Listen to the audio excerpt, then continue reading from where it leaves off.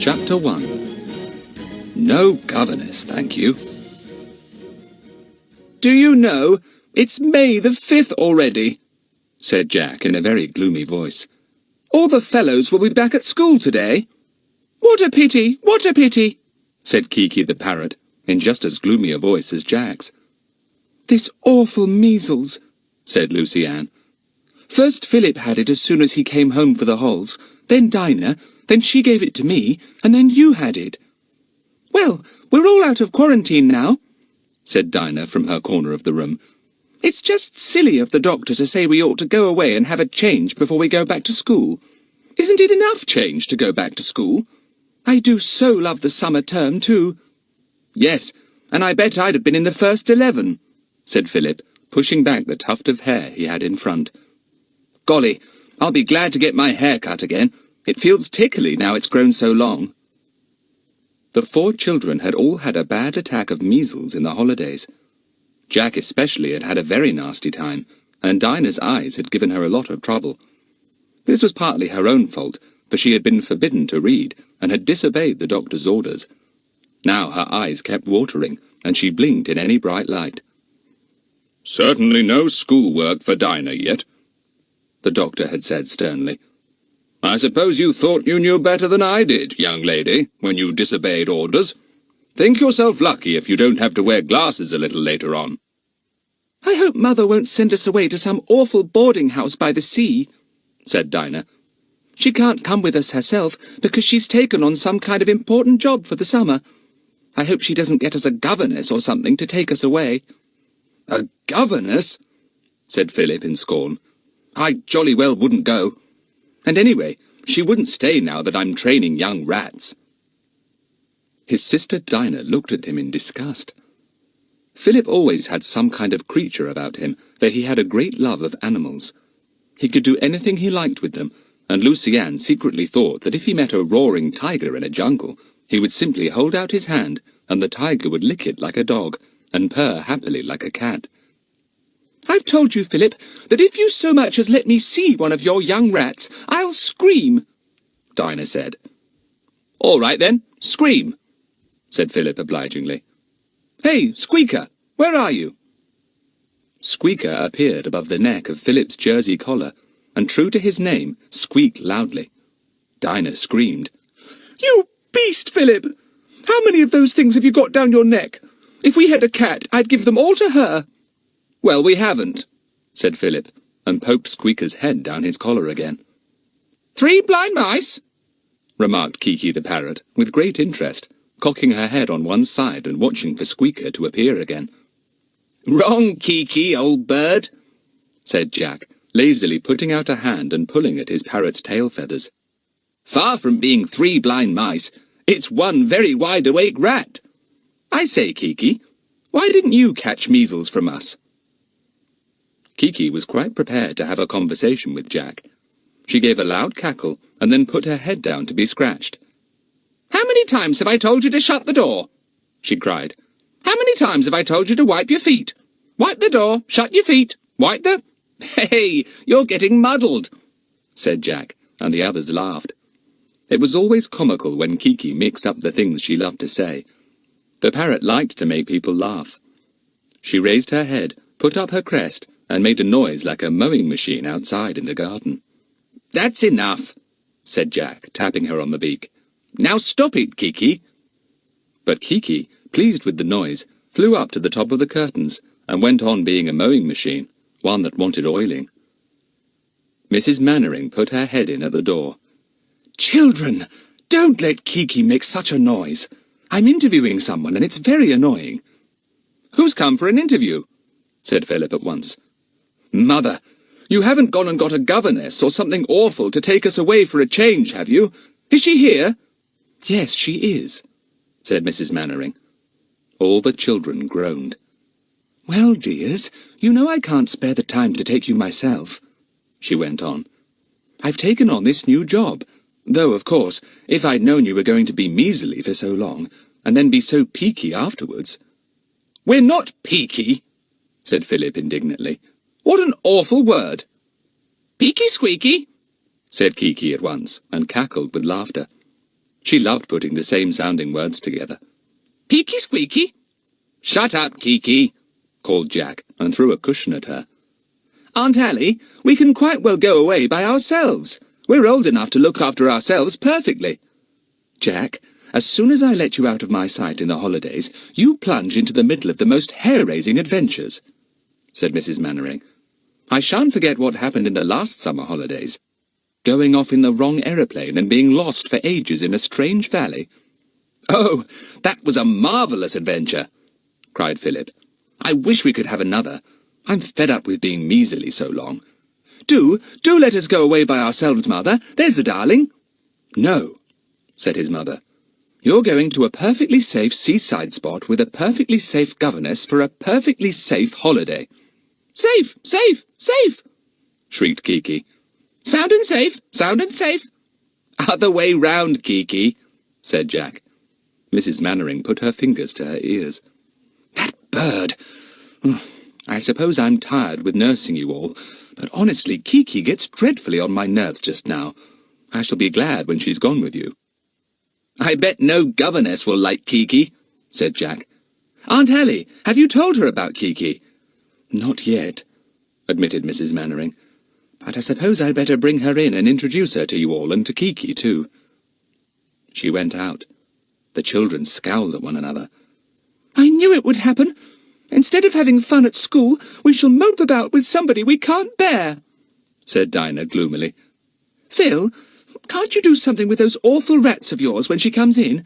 If she knew you were the kind of boy that likes mice and rats and beetles and hedgehogs living down his neck and in his pockets, she'd probably run for miles." "Jolly good idea, Dinah," said everyone at once, and Philip beamed at her. "It's not often you get a brainwave," he said, "but that one's all right. Hey, Squeaker, come along out. Waffles, where are you? Nosy, come out of my pocket." Dinah retreated to the furthest corner of the room, watching the young white rats in horror. However many had Philip got? She determined not to go near him if she could possibly help it. "I think Kiki might perform also," said Jack, grinning. "Kiki!" Puff, puff, puff. That was the signal for the parrot to do her famous imitation of a railway engine screeching in a tunnel. She opened her beak and swelled out her throat in delight. It wasn't often that she was begged to make this fearful noise. Lucy Ann put her hands to her ears. The door opened, and Mrs. Mannering came in with a tall, rather stern-looking woman. It was quite plain that no adventure, nothing unusual, would ever be allowed to happen anywhere near Miss Lawson. "Perfectly safe" was written all over her. "Children, this is Miss Lawson," began Mrs. Mannering, and then her voice was drowned in Kiki's railway engine screech. It was an even better imitation than usual, and longer drawn out. Kiki was really letting herself go. Miss Lawson gave a gasp and took a step backwards. At first she did not see Kiki, but looked at the children, thinking that one of them must be making the terrible noise. "Kiki!" thundered Mrs. Mannering, really angry. "Children, how could you let her? I'm ashamed of you." Kiki stopped. She put her head on one side and looked cheekily at Miss Lawson. "Wipe your feet," she commanded. "Shut the door. Where's your handkerchief? How many times have I told you to—" "Take Kiki out, Jack," said Mrs. Mannering, red with annoyance. "I'm so sorry, Miss Lawson. Kiki belongs to Jack, and she isn't usually so badly behaved." "I see," said Miss Lawson, looking very doubtful. "I'm not very much used to parrots, Mrs. Mannering. I suppose, of course, that this bird will not come away with us. I could not be responsible for pets of that kind, and I don't think that a boarding house—" "Well, we can discuss that later," said Mrs. Mannering hastily. "Jack, did you hear what I said? Take Kiki out." "Polly, put the kettle on," said Kiki to Miss Lawson, who took absolutely no notice at all. Kiki growled like a very fierce dog, and Miss Lawson looked startled. Jack caught the parrot, winked at the others, and took Kiki out of the room. "What a pity! What a pity!" mourned Kiki as the door shut behind them. Mrs. Mannering gave a sigh of relief. "Jack and Lucy Ann Trent are not my own children," she said to Miss Lawson. "Lucy-Anne, shake hands with Miss Lawson. Lucy-Anne and her brother are great friends of my own children, and they live with us, and all go off to boarding school together," she explained. Miss Lawson looked at the green-eyed, red-haired little girl and liked her. She was very like her brother, she thought. Then she looked at Philip and Dinah, each dark-eyed and dark-haired, with a queer tuft that stuck up in front. She would make them brush it down properly, thought Miss Lawson. Dinah came forward politely and shook hands. She thought that Miss Lawson would be very proper, very strict, and very dull. But oh, so safe. Then Philip came forward, but before he could shake hands, he clutched at his neck. Then he clutched at one leg of his shorts. Then he clapped a hand over his middle. Miss Lawson stared at him in amazement. "Excuse me, it's only my rats," explained Philip. And to Miss Lawson's enormous horror, she saw Squeaker running round his collar, Nosy making a lump here and there over his tummy, and Waffles coming out of his sleeve. Goodness, how many more had the awful boy got? "I'm sorry," said Miss Lawson faintly. I'm very sorry, but I can't take this post, Mrs. Mannering. I really can't." Chapter 2. A Glorious Idea. After Miss Lawson had hurriedly said goodbye to Mrs. Mannering, and the front door had shut after her, Mrs. Mannering came back into the children's playroom, looking very cross. "That was too bad of you, really. I feel very annoyed and angry. How could you let Kiki behave like that, Jack? And Philip, there was no need at all for you to make those rats all appear at once." "But, Mother," argued Philip, "I can't go away without my rats, so it was only fair to let Miss Lawson know what she was in for. I mean, I was really being very honest, and—" "You were being most obstructive," said Mrs. Mannering crossly, "and you know you were. I consider you are all being really unhelpful. You know you can't go back to school yet. You all look thin and pale, and you really must pick up first. And I'm doing my best to give you a good holiday in the care of somebody responsible." "Sorry, Aunt Allie," said Jack, seeing that Mrs. Mannering really was upset. "You see, it's the kind of holiday we'd hate. We're too big to be chivied about by Miss Lawson. Now, if it was old Bill—" Old Bill! Everyone brightened up at the thought of old Bill Smuggs. His real name was Cunningham, but as he had introduced himself as Bill Smuggs in their very first adventure, Bill Smuggs he remained. What adventures they had had with him! "Golly, yes! If we could go away with Bill," said Philip, rubbing Squeaker's nose affectionately. "Yes, and dive into the middle of another dreadful adventure," said Mrs. Mannering. "I know Bill." "Oh, no, Aunt Allie. It's us children who have the adventures, and drag old Bill into them," said Jack. "Really it is. But we haven't heard from Bill for ages and ages." This was true. Bill seemed to have disappeared off the map. He hadn't answered the children's letters. Mrs. Mannering hadn't heard a word. He was not at his home, and hadn't been there for weeks. But nobody worried much about him. Bill was always on secret and dangerous missions, and disappeared for weeks at a time. Still, this time he had really been gone for ages without a word to anyone. Never mind, he would suddenly turn up, ready for a holiday, grinning all over his cheerful, ruddy face. If only he would turn up now, this very afternoon. That would be grand. Nobody would mind missing the glorious summer term for a week or two if only they could go off with Bill. But no Bill came, and something had to be decided about this holiday. Mrs. Mannering looked at the mutinous children in despair. "I suppose," she said suddenly, "I suppose you wouldn't like to go off to some place somewhere by the sea where you could study the wild seabirds and their nesting habits.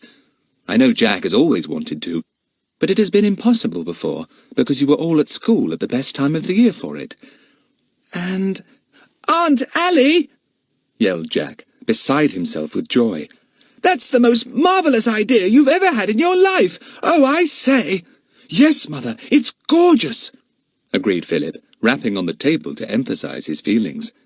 Kiki at once rapped with her beak, too. "Come in!" she ordered solemnly, but no one took any notice. This new idea was too thrilling. Lucy Ann always loved to be where her brother Jack was, so she beamed too, knowing how happy Jack would be among his beloved birds. Philip, too, lover of animals and birds, could hardly believe that his mother had made such a wonderful suggestion. Only Dinah looked blue. She was not fond of wild animals, and was really scared of most of them, though she was better than she had been. She liked birds, but hadn't the same interest and love for them that the boys had. Still, to be all by themselves in some wild, lonely place by the sea, wearing old clothes, doing what they liked, picnicking every day. What joy! So Dinah began to smile too, and joined in the cheerful hullabaloo. "Can we really go, all by ourselves? When? Do say when. Tomorrow! Can't we go tomorrow? Golly, I feel better just at the thought of it. Mother, whatever made you think of it? Honestly, it's wizard." Kiki sat on Jack's shoulder, listening to the babble of noise. The rats hidden about Philip's clothes burrowed deeply for safety, scared of such a sudden outburst of voices. "Give me a chance to explain," said Mrs. Mannering. "There's an expedition setting out in 2 days' time for some of the lonely coasts and islands off the north of Britain. Just a few naturalists, and one boy, the son of Dr. Johns, the ornithologist." All the children knew what an ornithologist was, one who loved and studied birds and their ways. Philip's father had been a bird lover. He was dead now, and the boy often wished he had known him, for he was very like him in his love for all wild creatures. "Dr. Johns?" said Philip. "Why, that was one of Daddy's best friends." "Yes," said his mother. "I met him last week, and he was telling me about this expedition. His boy is going, and he wondered if there was any chance of you and Dinah going, Philip. You weren't at all well then, and I said no at once. But now—" "But now we can!" cried Philip, giving his mother a sudden hug. "Fancy you thinking of somebody like Miss Lawson when you knew about this! How could you?" "Well, it seems a long way for you to go," said Mrs. Mannering, "and it wasn't exactly the kind of holiday I had imagined for you. Still, if you think you'd like it, I'll ring up Dr. Johns and arrange for him to add 4 more to his bird expedition if he can manage it." "Of course he'll be able to manage it," cried Lucy Ann. "We shall be company for his boy, too, Aunt Allie. I say, won't it be absolutely lovely to be up so far north in this glorious early summer weather?" The children felt happy and cheerful that tea time as they discussed the expedition. To go exploring among the northern islands, some of them only inhabited by birds. To swim and sail and walk, and watch hundreds, no, thousands of wild birds in their daily lives. "There'll be puffins up there," said Jack happily. "Thousands of them. They go there in nesting time. I've always wanted to study them. They're such comical-looking birds."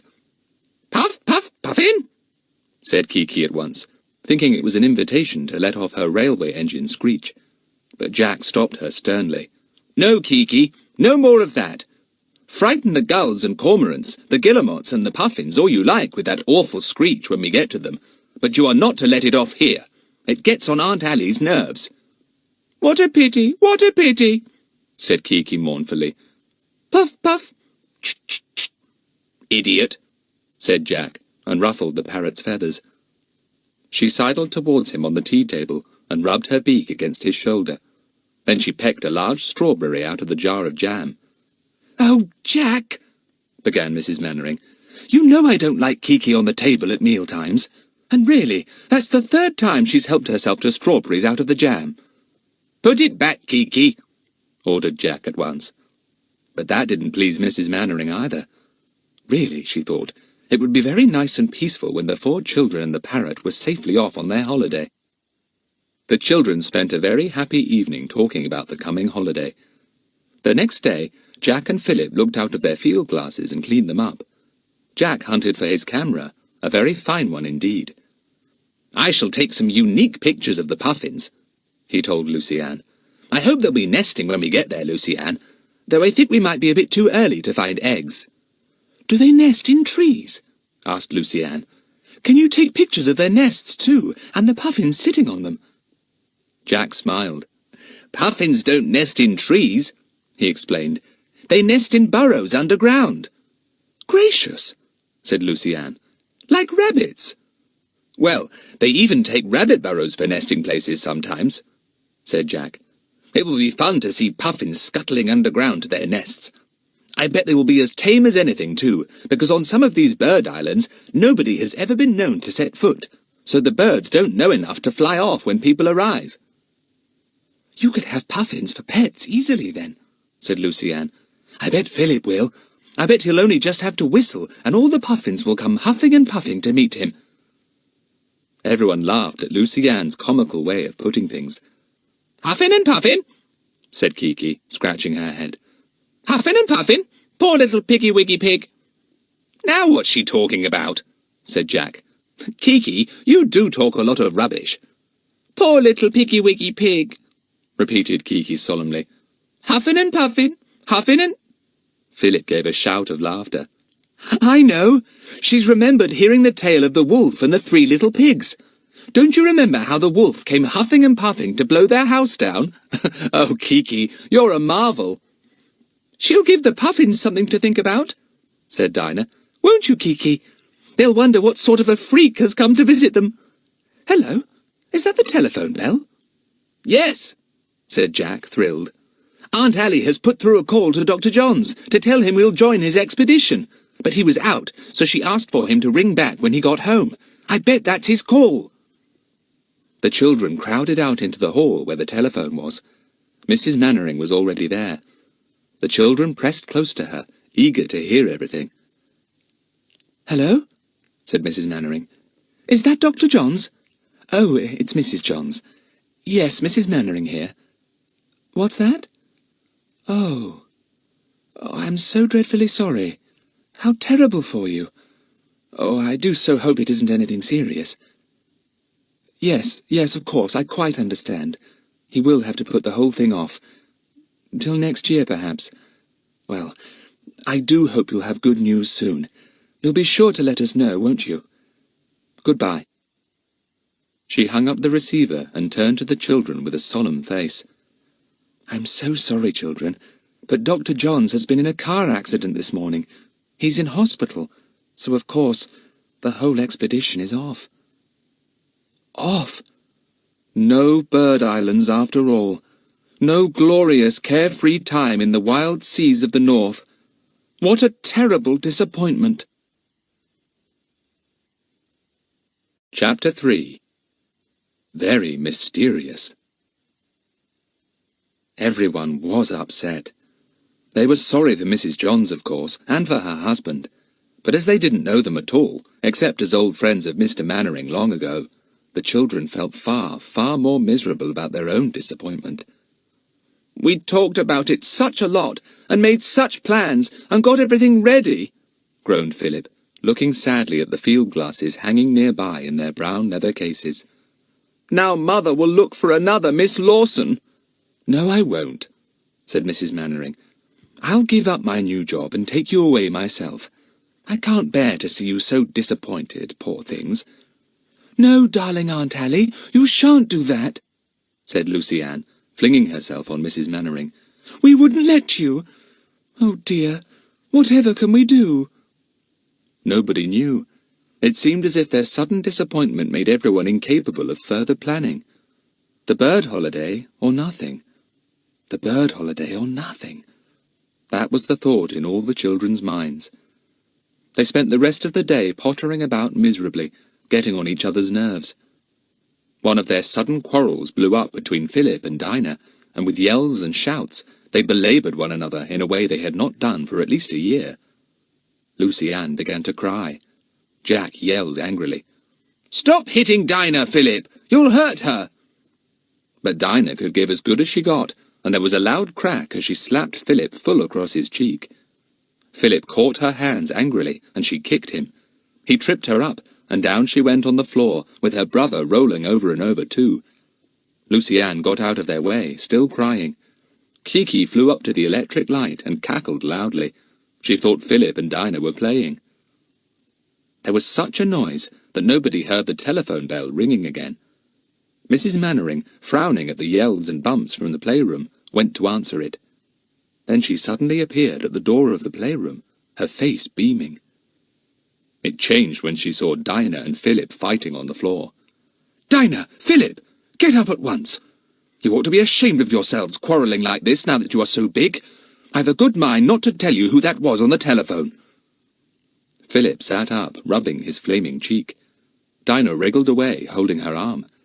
Lucy-Anne mopped her tears, and Jack scowled down at the pair on the floor. "What a collection of bad-tempered children," said Mrs. Mannering. Then she remembered that they had all had measles badly, and were probably feeling miserable and bad-tempered after their disappointment that day. "Listen," she said more gently. "Guess who that was on the telephone?" "Mrs. Johns, to say that Dr. Johns is all right after all," suggested Lucy-Anne hopefully. Mrs. Mannering shook her head. "No, it was old Bill." "Bill? Hurrah! So he's turned up again at last!" cried Jack. "Is he coming to see us?" "Well, he was very mysterious," said Mrs. Mannering.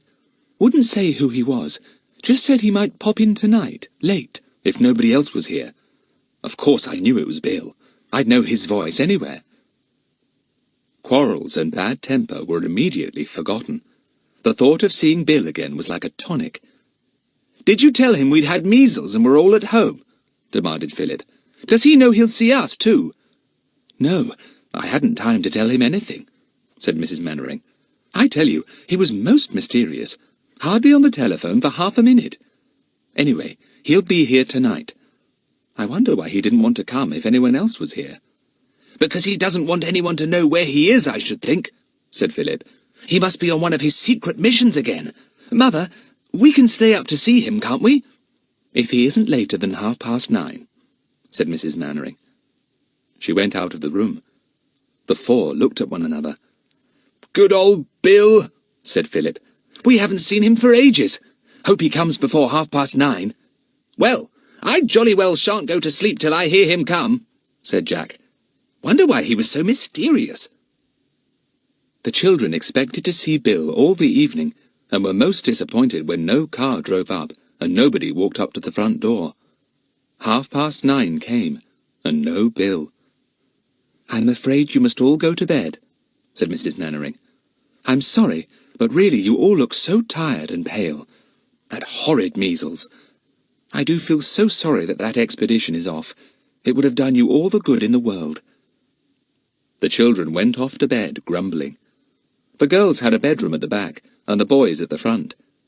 Jack opened the window and looked out. It was a dark night. No car was to be heard, nor any footsteps. "I shall listen for Bill," he told Philip. "I shall sit here by the window till he comes. You get into bed. I'll wake you if I hear him." "We'll take it in turns," said Philip, getting into bed. "You watch for an hour, then wake me up and I'll watch." In the back bedroom, the girls were already in bed. Lucy-Anne wished she could see Bill. She loved him very much. He was so safe and strong and wise. Lucy-Anne had no father or mother, and she often wished that Bill was her father. Aunt Allie was a lovely mother, and it was nice to share her with Philip and Dinah. She couldn't share their father because he was dead. "I hope I shall keep awake and hear Bill when he comes," she thought. But soon she was fast asleep, and so was Dinah.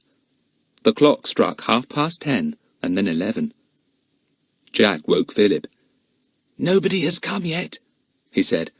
"Your turn to watch, Tufty. Funny that he's so late, isn't it?" Philip sat down at the window. He yawned. He listened, but he could hear nothing.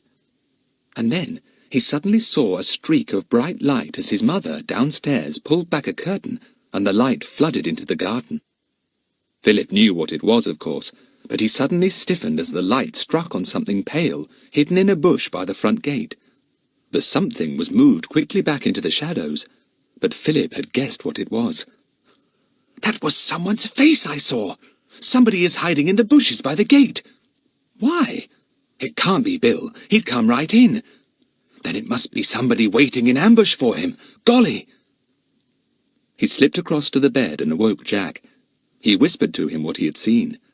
Jack was out of bed and by the window at once. But he could see nothing, of course. Mrs. Mannering had drawn the curtain back over the window, and no light shone out now. The garden was in darkness. "We must do something quickly," said Jack. "If Bill comes, he'll be knocked out, if that's what that man there is waiting for. Can we warn Bill? It's plain he knows there's danger for himself, or he wouldn't have been so mysterious on the telephone, and insisted he couldn't come if anyone else was here. I wish Aunt Allie would go to bed. What's the time? The clock struck 11 some time ago, I know." There came the sound of somebody clicking off lights and a door closing. "It's Mother," said Philip. "She's not going to wait any longer. She's coming up to bed. Good. Now the house will be in darkness, and maybe that fellow will go." "We'll have to see that he does," said Jack. "Do you suppose Bill will come now, Philip? It's getting very late." "If he says he will, said Philip. "Shh! Here's Mother." Both boys hopped into bed and pretended to be asleep. Mrs. Mannering switched the light on, and then, seeing that both boys were apparently sound asleep, she switched it off again quickly. She did the same in the girls' room, and then went to her own room. Philip was soon sitting by the window again, eyes and ears open for any sign of the hidden man in the bushes below. He thought he heard a faint cough. "He's still there," he said to Jack. "He must have got wind of Bill coming here tonight. Or more likely still, he knows that Bill is a great friend of ours, and whatever gang he belongs to has sent a man to watch in that bush every night," said Jack. "He's hoping that Bill will turn up sooner or later. Bill must have a lot of enemies. He's always tracking down crooks and criminals." "Listen," said Philip. "I'm going to creep out of the back door and get through the hedge of the next-door garden and out of their back gate so as not to let that hidden man hear me. And I'm going up to watch for old Bill and warn him. He'll come up the road, not down, because that's the way he always comes." "Good idea," said Jack. "I'll come too." "No, one of us must watch to see what the man down there does," said Philip. "We'll have to know if he's there or not. I'll go. You stay at the window. If I find Bill coming along, I'll warn him and turn him back."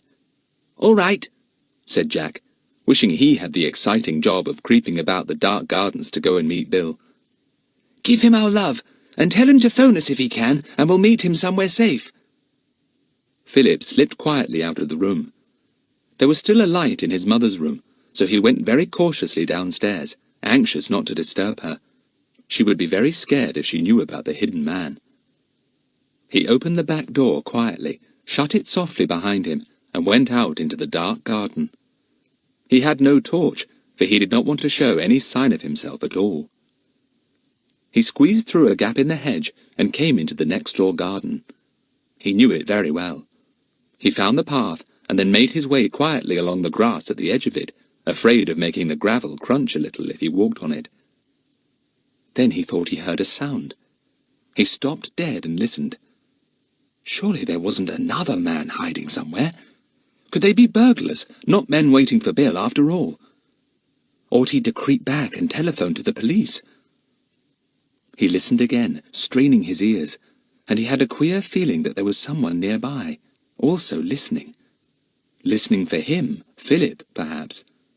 It was not a nice thought, there in the darkness. He took a step forward, and then suddenly someone fell on him savagely, pinned his arms behind him, and forced him on his face to the ground. Philip bit deep into the soft earth of a flower bed and choked. He could not even shout for help. Chapter 4. A Visit from Bill, and a Great Idea. Philip's captor was remarkably quiet in his movements. He had captured Philip with hardly a sound, and as the boy had not had time to utter a single cry, nobody had heard anything at all. Philip struggled frantically, for he was half choked with the soft earth that his face was buried in. He was twisted over quickly, and a gag of some sort was put right across his mouth. His wrists, he found, were already tied together. Whatever could be happening? Did this fellow think he was Bill? But surely he knew that Bill was big and burly. Trying to spit out the earth in his mouth behind the gag, Philip wriggled and struggled. But it was of no use, for his captor was strong and merciless. He was picked up and carried to a summer house, quite silently. "And now," hissed a voice close to his ear, "how many more of you are there here? Tell me that, or you'll be sorry. Grunt twice if there are more of you." Philip made no answer. He didn't know what to do, grunt or not grunt. Instead he groaned, for his mouth was still full of earth, and it did not taste at all nice. His captor ran his hands over him. Then he got out a small pocket torch and flashed it once, very quickly, on Philip's gagged face. He saw the tuft of hair standing straight up on Philip's forehead, and gave a gasp. "Philip! You little ass! What are you doing out here creeping about in the dark?" With a shock of amazement and delight, Philip recognized Bill's voice. Gosh! So it was Bill! Well, he didn't mind his mouth being full of earth then. He pulled at the gag, making gurgling sounds. "Shut up!" whispered Bill urgently, and he took off the gag. "There may be others about. Don't make a sound. If you've anything to say, whisper it right into my ear like this." "Bill," whispered Philip, his mouth finding Bill's ear. "There's a man hidden in the bushes at our front gate. We spotted him there, and I slipped out to warn you if I could. Be careful." Bill undid Philip's wrists. The boy rubbed them tenderly. Bill knew how to tie people up, no doubt about that. Good thing he hadn't knocked him out. "The back door's open," he whispered into Bill's ear. "As far as I know, there's nobody waiting about at the back. Let's try and get into the house. We can talk there." Very silently, the two made their way back to the gap in the hedge that Philip knew so well. Neither of them trod on the gravel, in case the slight crunch might warn any hidden watcher. They squeezed through the gap slowly and carefully. Now they were in Philip's own garden. Taking Bill by the arm, he led him slowly over the dark lawn, under the trees, towards the house. There was no light in it anywhere now. Mrs. Mannering had gone to bed. The back door was still unlocked. Philip pushed it open, and the two of them went in. "Don't put on the light," whispered Bill. "We don't want anyone to know that we're awake here. I'll lock this door." They went cautiously upstairs. One of the stairs creaked loudly, and Jack, who was waiting in the bedroom, shot at the door. Luckily he didn't switch the light on. "It's all right. It's only me," whispered Philip. "And I've got old Bill." "Good egg," said Jack in delight, and dragged them into his room. Bill gave his hand a hearty shake. He was very fond of the whole family. "I must rinse my mouth out," said Philip. "It's full of earth still. I didn't dare to do any spitting out in the garden because of the noise. Ugh, it's horrible." "Poor Philip," said Bill remorsefully. "I didn't know it was you, old fellow. I thought it was somebody lying in wait for me, and I meant to get him before he got me." "You did it jolly well," said Philip, rinsing his mouth out. "Now where's my toothpaste? I really must clean my teeth. Oh, blow!" His hand, seeking for his toothpaste in the dark, had knocked over a glass. It fell into the basin and smashed. It made a tremendous noise in the silent night. "Go and warn the girls not to put their light on if this has woken them," said Bill urgently to Jack. "Quick, and see if it has waked Aunt Allie. If it has, warn her too." Lucy Ann was awake, and Jack just managed to stop her switching on the light. His mother did not stir. Her room was further away, and she had not heard the sound of breaking glass. Lucy Ann was astonished to hear Jack's urgent voice. "What's up?" she asked. "Anything gone wrong? Are you or Philip ill?" "Of course not," said Jack impatiently. "Get your dressing gown on and wake Dinah. Bill's here, but we're not to put on any lights, see?" Something fluttered by his head with a low squawk. "Oh, Kiki, I wondered where you were," said Jack. "What made you sleep in the girls' room tonight? Come along and see Bill." Lucy Ann awoke and astonished Dinah. The two girls put on their dressing gowns and went to the boys' room. Kiki was already there, nibbling Bill's ear in delight, making soft noises in his ear.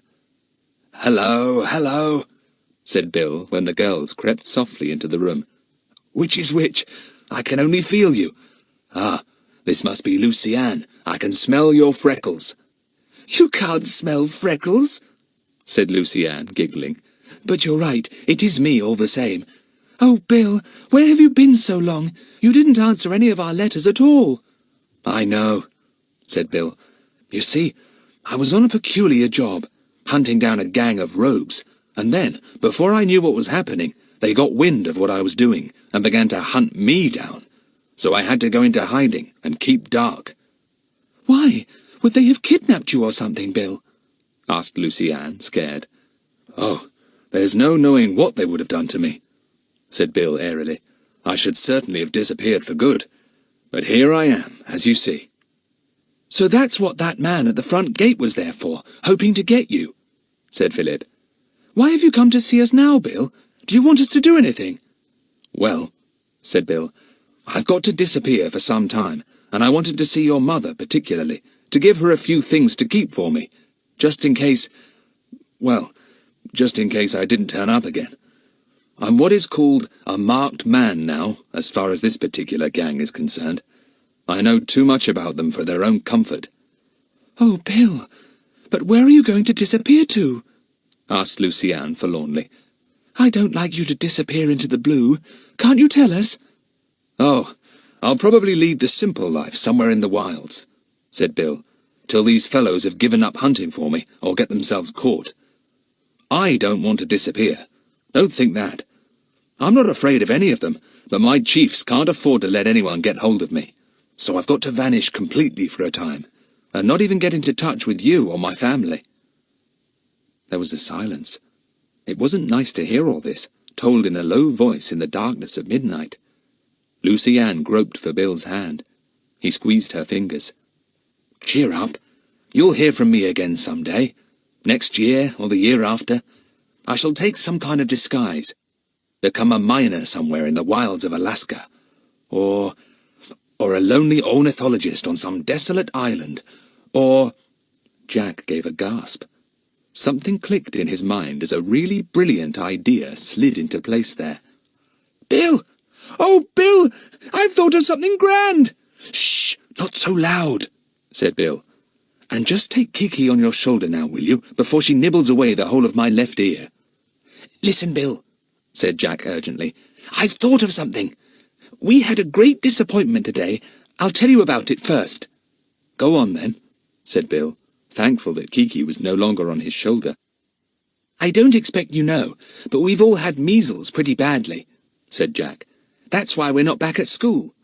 Well, the doctor said we ought to go away for a change, and Aunt Allie decided we could go on a bird-watching expedition with Dr. Johns and his party to some lonely coasts and islands off the north of Britain.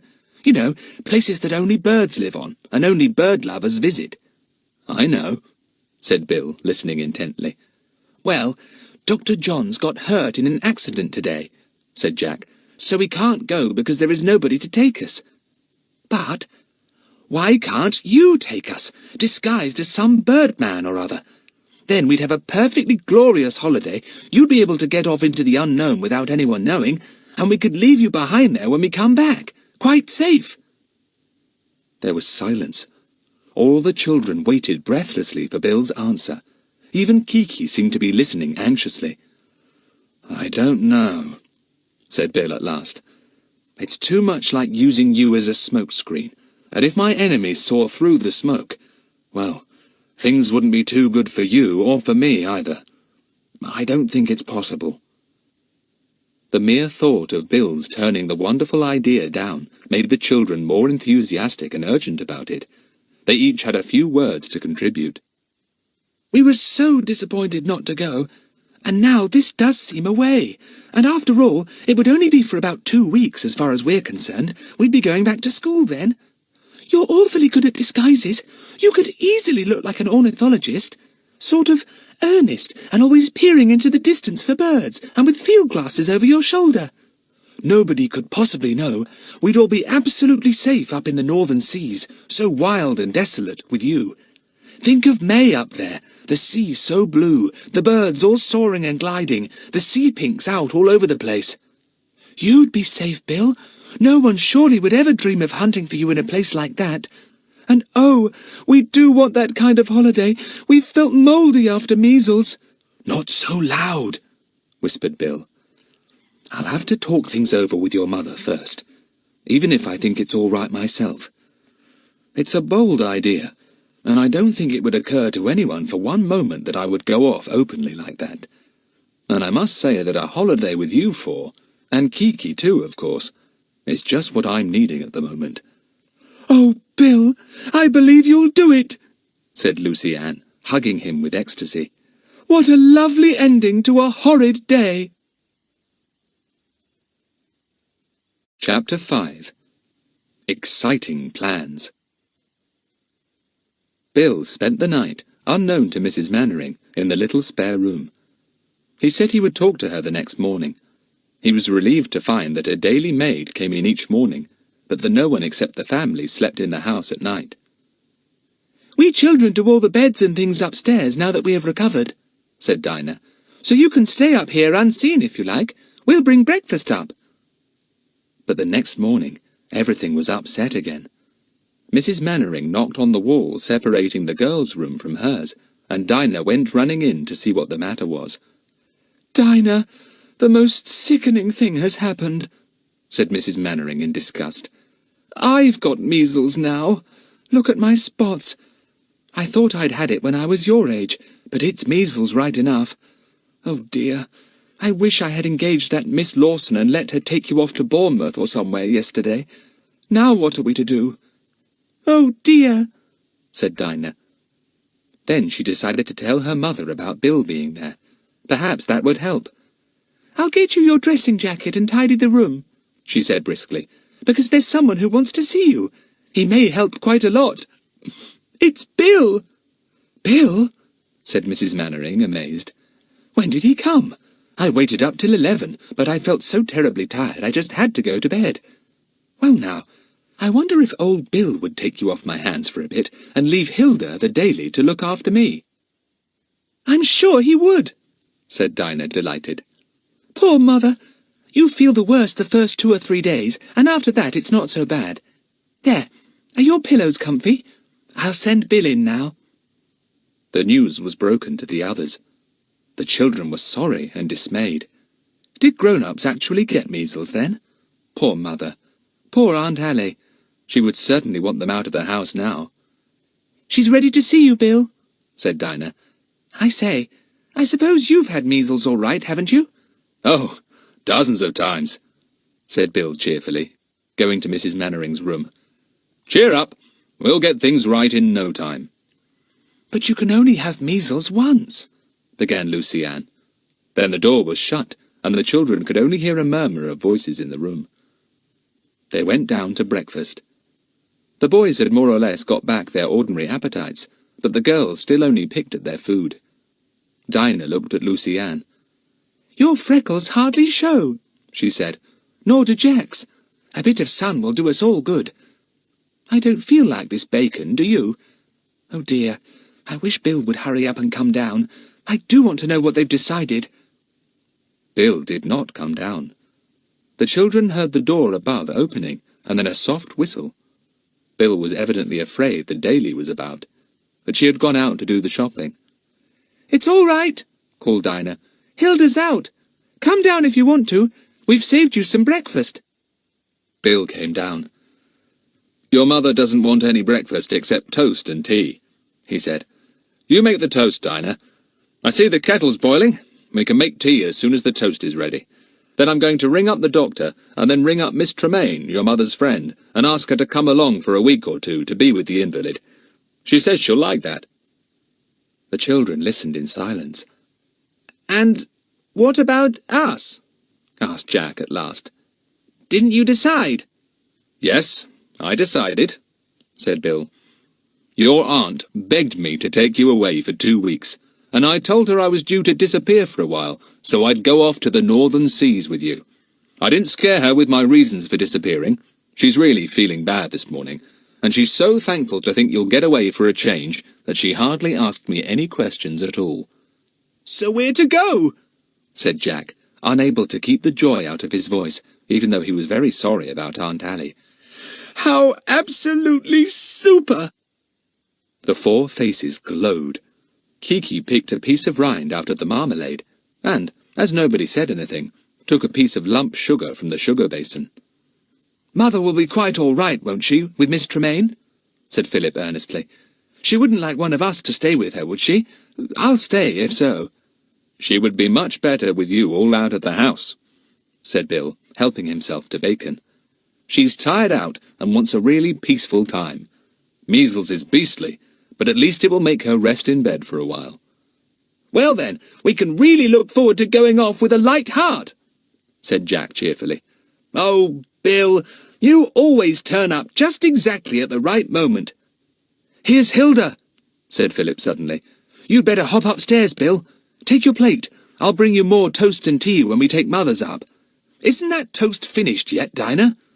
Just, said Dinah, and put the last piece in the toast rack. No, Kiki, leave it alone. Oh, Jack, look at Kiki's beak, just dripping with marmalade. There won't be any left for us. Greedy bird. Bill disappeared upstairs. Hilda went into the kitchen and began to fill up the kitchen stove. Dinah went out to tell her about Mrs. Mannering having the measles. Hilda was most sympathetic, but looked very worried. Well, I dare say I can manage, she said. But what with all you children here, too? Oh, but we shan't be, said Dinah. We're going off on a bird expedition as soon as we can, and Miss Tremaine is coming to see to Mother, so... Hilda! Hilda! Hilda! called a voice, and Hilda jumped. My, that's the missus calling, she said. And you told me she was in bed. Come in, madam. But it was only Kiki, of course, doing one of her imitations. She cackled with laughter when Hilda came running into the dining room. Wipe your feet, she ordered. Don't sniff. How many times have I told you to? Hilda went out and banged the door. I don't mind taking orders from them as has the right to give 'em, she said to a giggling Dinah. But take orders from that ridiculous bird I will not. I hope, miss, that you're taking that parrot with you. I don't want the minding of her whilst you're gone. Drive me crazy, she would. Oh, of course we'll take her, said Dinah. Jack would never dream of going without her. The doctor came. Miss Tremaine arrived. Hilda agreed to sleep in. Everything seemed to be going well. Bill, ensconced in the spare room, whose door he kept locked in case Hilda should come barging in, made a few quick plans. Pack up your things.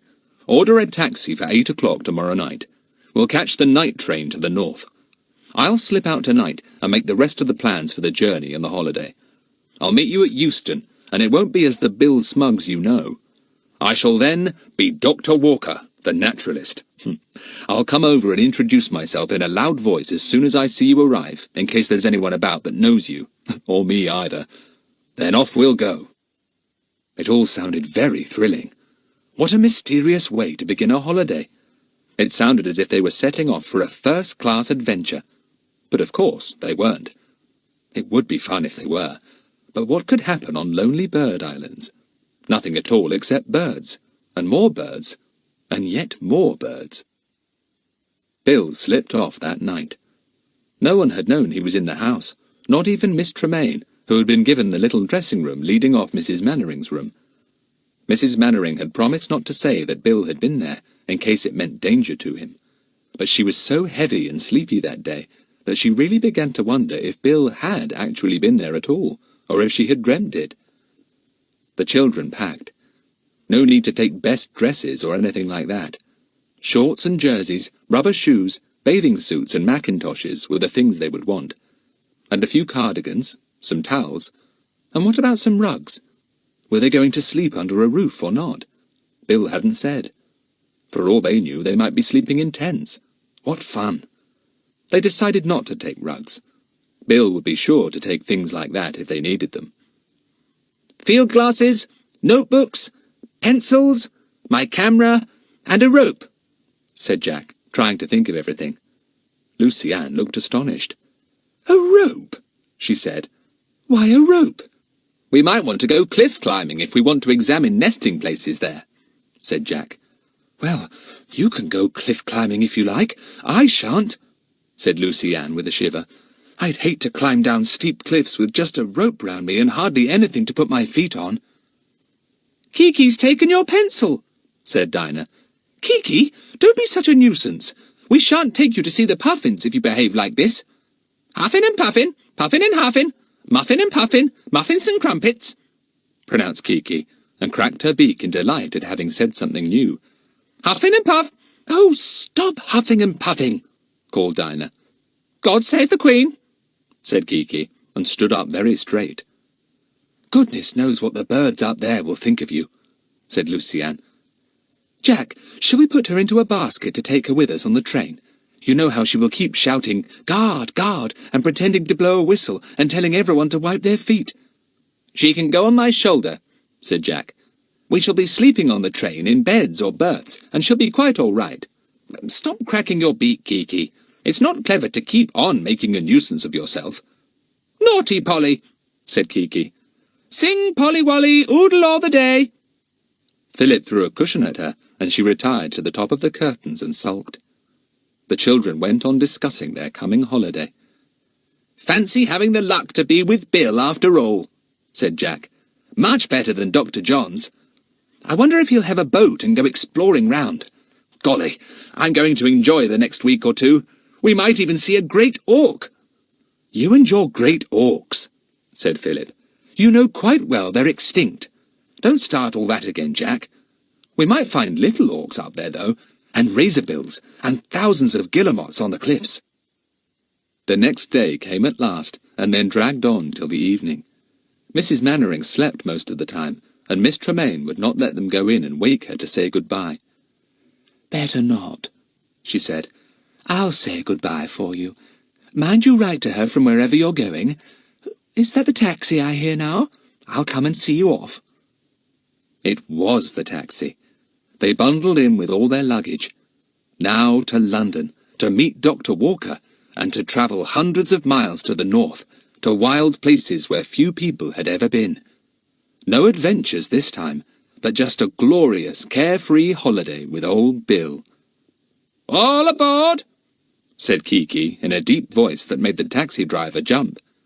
1, 2, 3, off! Chapter 6. Travelling Far. Bill had told the children exactly where to wait for him at Euston Station, so, each carrying a bag and a mackintosh, they went to the spot. They stood there waiting. "Suppose," said Philip in a mysterious voice, "just suppose that one of the gang that Bill is after knew Bill was going to meet us here, and came up and told us he was Bill, and took us all off with him so that we were never heard of again." Poor Lucy Ann stared at him in the greatest alarm.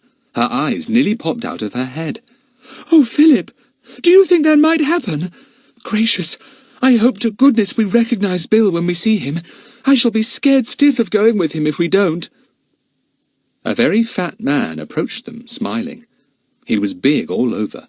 Big head, big body, big feet, and big teeth that showed when he smiled. Lucy Ann felt her heart sink. This couldn't be Bill. Nobody could make himself as big as that if he wasn't fat to begin with. She clutched Philip's hand. Was it one of the gang? "Little girl," said the big man to Lucy Ann, "you've dropped your mackintosh behind you. You'll lose it if you don't pick it up." Lucy Ann had gone pale when he first began to speak. Then she looked round and saw her mac on the ground. She picked it up. Then, scarlet in the face, she stammered out a few words of thanks. The big man smiled again, showing all his fine teeth. "Don't look so scared," he said. "I shan't eat you." "He looks just as if he might," thought Lucy Ann, retreating behind Jack. "Pop goes the weasel," said Kiki in a polite conversational tone. "Pop, pop, pop." "What a remarkably clever bird," said the big man, and put out his hand to pat Kiki. She gave him a vicious nip with her beak, and then whistled like an engine. The big man's smile vanished, and he scowled. "Dangerous bird, that," he said, and disappeared into the crowd. The children were relieved. They didn't think, of course, that he was one of the gang. That had only been Philip's make-up. But they were worried in case he kept them talking and prevented Bill from coming up and fetching them. They stood there under the clock, looking all round for Bill. They couldn't see anyone even remotely resembling him. Then a rather shambling, round-shouldered man came up, wearing thick glasses through which his eyes peered sharply. He wore a thick, long coat, had field glasses slung across his back, and a curious black-checked cap. He also had a black beard. But he spoke in Bill's voice. "Good evening, children. I am glad to see you are punctual. Now at last we start on our little expedition." Lucy-Anne beamed. That was Bill's nice warm voice all right, in spite of the beard and the strange get-up. She was just about to fling herself on him, crying, "Oh, Bill, it's good to see you," when Jack, feeling sure that Lucy-Anne was going to do something impulsive like that, pushed her away and held out his hand politely. "Good evening, Dr. Walker. How are you?" The others took their cue from Jack, and anyone looking on would have thought that here were 4 children greeting a tutor or a guardian who was going to take them on a journey somewhere. "Come this way," said Dr. Walker. "I have a porter for your things. Hey, porter, put these bags on your barrow, will you, and find our reservations in the 10 o'clock train. Thank you." It wasn't long before they were all safely on the night train. The children were thrilled with their little bedrooms. Lucy-Anne liked the way everything could fold down or fold back, or be somehow pushed out of the way. "Now, you must sleep all night," said Bill, his eyes smiling at them from behind his thick glasses. "Dr. Walker will see that you are awake in time for breakfast." "How do we get to the place we're going to, and where exactly is it?" asked Jack. "Well, we get there by this train and another, and then by motorboat," said Bill. The children looked thrilled. They loved travelling. "I've got a map here," said Bill, making sure that the door was shut. "It's a map of all the many little islands dotted off the northwest coast of Scotland. Hundreds of them. Some are too small to map. I don't expect anyone has ever visited all of them. Only the birds live there. I thought we'd make one of them our headquarters, and then cruise around a bit, taking photographs and watching the birds in their daily life." The eyes of the 2 boys gleamed. What a glorious thing to do! They visualized days of sunshine on the water, chugging to and from tiny islands inhabited by half-tame birds, picnicking hungrily in the breeze, sitting on rocks with their feet dangling in the clear water. Their hearts lifted in happiness at the thought. "What I should really like," said Philip, "would be a tame puffin or 2. I've never seen a live puffin, only a stuffed one, but they look real characters." "I suppose you would teach them to sit up and beg," said Bill, amused. "Huffin' and puffin'," announced Kiki. "God save the Queen." Nobody took any notice. They were all too much absorbed in thinking of the unusual holiday. "I shall remain behind there, once you have gone back," said Bill. "It'll be a bit lonely without you all, but no doubt you will leave me your tame puffins for company." "I shall hate leaving you," said Lucy-Anne. "Will you have to be there all alone for long, Bill?" "A goodish time, I expect," said Bill. "Long enough for my enemies to forget about me, or to think I'm dead and gone." "Oh dear," said Lucy-Anne. "I wish you didn't have to lead such a dangerous life, Bill. Can't you do something else instead?" "What? Be a gardener, or a tram conductor, or something safe like that, do you mean?" asked Bill, grinning at Lucy-Anne's serious face. "No, Lucy-Anne. This kind of life suits me. I'm on the side of law and order and right, and to my mind, they're worthwhile running any risk for. Evil is strong and powerful, but I'm strong and powerful too, and it's good to try one's strength against bad men and their ways." "Well, I think you're marvellous," said Lucy-Anne stoutly, "and I'm sure you'll always win. Don't you hate having to hide now?" "I'm furious about it," said Bill, looking anything but furious, but with a note in his voice that made the others realize how desperate he felt, having to disappear when there was work to be done. "But orders are orders. And anyway, my disappearance means a perfectly glorious holiday for all of us. Well, boys, have you finished studying that map?" The 2 boys had been poring over the map of islands. Jack put his finger on one. "Look! That sounds a good one. The Isle of Wings. It must be full of birds." "We'll try and go there," said Bill. "We shall probably get well and truly lost, but never mind. Who minds being lost on the blue-green sea in Maytime, with all kinds of little enchanted islands ready to welcome you?" "It sounds glorious," said Dinah. "Oh, look at Kiki. She's trying to pull the plug off its chain in that basin." Kiki had thoroughly explored the whole of the bedroom, and had had a good drink out of one of the water decanters. Now she settled down on the little towel rail, and, with a remarkably human yawn, put her head under her wing. At the same moment there came a loud banging of doors all down the train. She took her head out again. "Shut the door," she remarked. "Pop goes the door. Send for the doctor." The whistle blew, and to Kiki's alarm, the whole bedroom suddenly shook as the train pulled out of the station. She almost fell off the towel rail. "Poor Kiki, what a pity, what a pity," she said, and flew to Jack's shoulder. "Now it's time we all retired to bed and to sleep," said Bill, getting up. He looked very queer in his black beard and thick glasses. Thank goodness he had taken off the awful black checked cap. "Do 2 of us sleep here, or 4 of us?" asked Lucy-Anne, looking doubtfully at the small beds, one on each side of the bedroom. "2 of us," said Bill. "I've got a single room on the right of you, and to the right again is another compartment, or room, for the 2 boys. I'm in the middle of you, you see, and you've only to bang hard on the wooden wall between us if you want anything, and I'll come rushing in." "Oh, good," said Lucy-Anne. "I'm glad you're so near us. Bill, are you going to sleep in your beard?" "Well, as it's rather painful to remove at the moment, being well and truly stuck on, I think I will," said Bill. "I'll take it off when we're safely among our little islands. No one will see us there. Don't you like me in my beautiful beard?" "Not much," said Lucy-Anne. "I feel as if you're not you when I look at you, but when I hear your voice it's all right." "Well, my child, look at me with your eyes shut, and you'll have no horrid feelings," said Bill with a grin. "Now, good night, and sleep well. Come on, boys, I'll take you to your compartment. I'll wake you in the morning, and we'll dress and go along to the restaurant car for breakfast." "I feel a bit hungry now," said Philip, "although we had a jolly good supper, but that's ages ago." "Well, I've got some sandwiches and some bananas," said Bill. "I'll get them, but don't be long turning in, because it's getting late." "Only just gone 10, said Dinah, but she yawned loudly as she spoke. Kiki promptly imitated her, and that set everyone else yawning too. Bill went into his own compartment and fetched sandwiches and ripe bananas. Then he said good night to the girls and took the boys to their own bedroom. It really was very exciting to go to bed in a train. It was queer undressing with the train swaying about, rushing through the night at 60 miles an hour. It was nice to be in bed, listening to the ta-ta-ta-ta, ta-ta-ta-ta of the train wheels turning rapidly over the rails.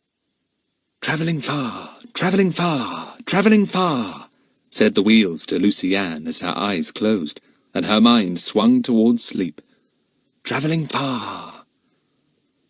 In spite of all the excitement, the 4 children were soon fast asleep and dreaming. What were they dreaming of? That was easy to guess. Blue-green water, clear as crystal, enchanting little islands, big white clouds flying across an enormous blue sky, and birds, birds, birds. Travelling far, travelling far, travelling far. Chapter 7. On the Sea at Last. The journey was half over before the children awoke again. Bill banged on the walls, and they woke with a jump. They dressed and walked staggeringly along to the restaurant car, feeling very hungry. Lucy-Anne didn't much like walking across the bits that joined 2 carriages together. She clutched Bill's hand then. "I'm always afraid the train might come in too, just when I'm walking through the bit where 2 carriages are joined," she explained. Bill quite understood, though the others were very scornful of Lucy-Anne's extraordinary idea.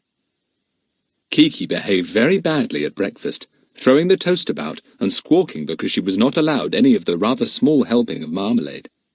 She made rude noises at the sunflower seeds Jack offered her. The other passengers were amused at her and laughed, but that only made Kiki show off all the more. "Stop it, Kiki," said Bill, exasperated, and tapped her smartly on the beak. Kiki screeched and made a pounce at his beard.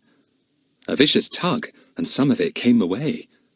Kiki hadn't been able to understand why Bill had arrived with a strange mass of hair under his chin and round his cheeks, Now, having got some of it, she retired under the table and began to peck it gently, separating the hairs one by one and murmuring to herself all the time.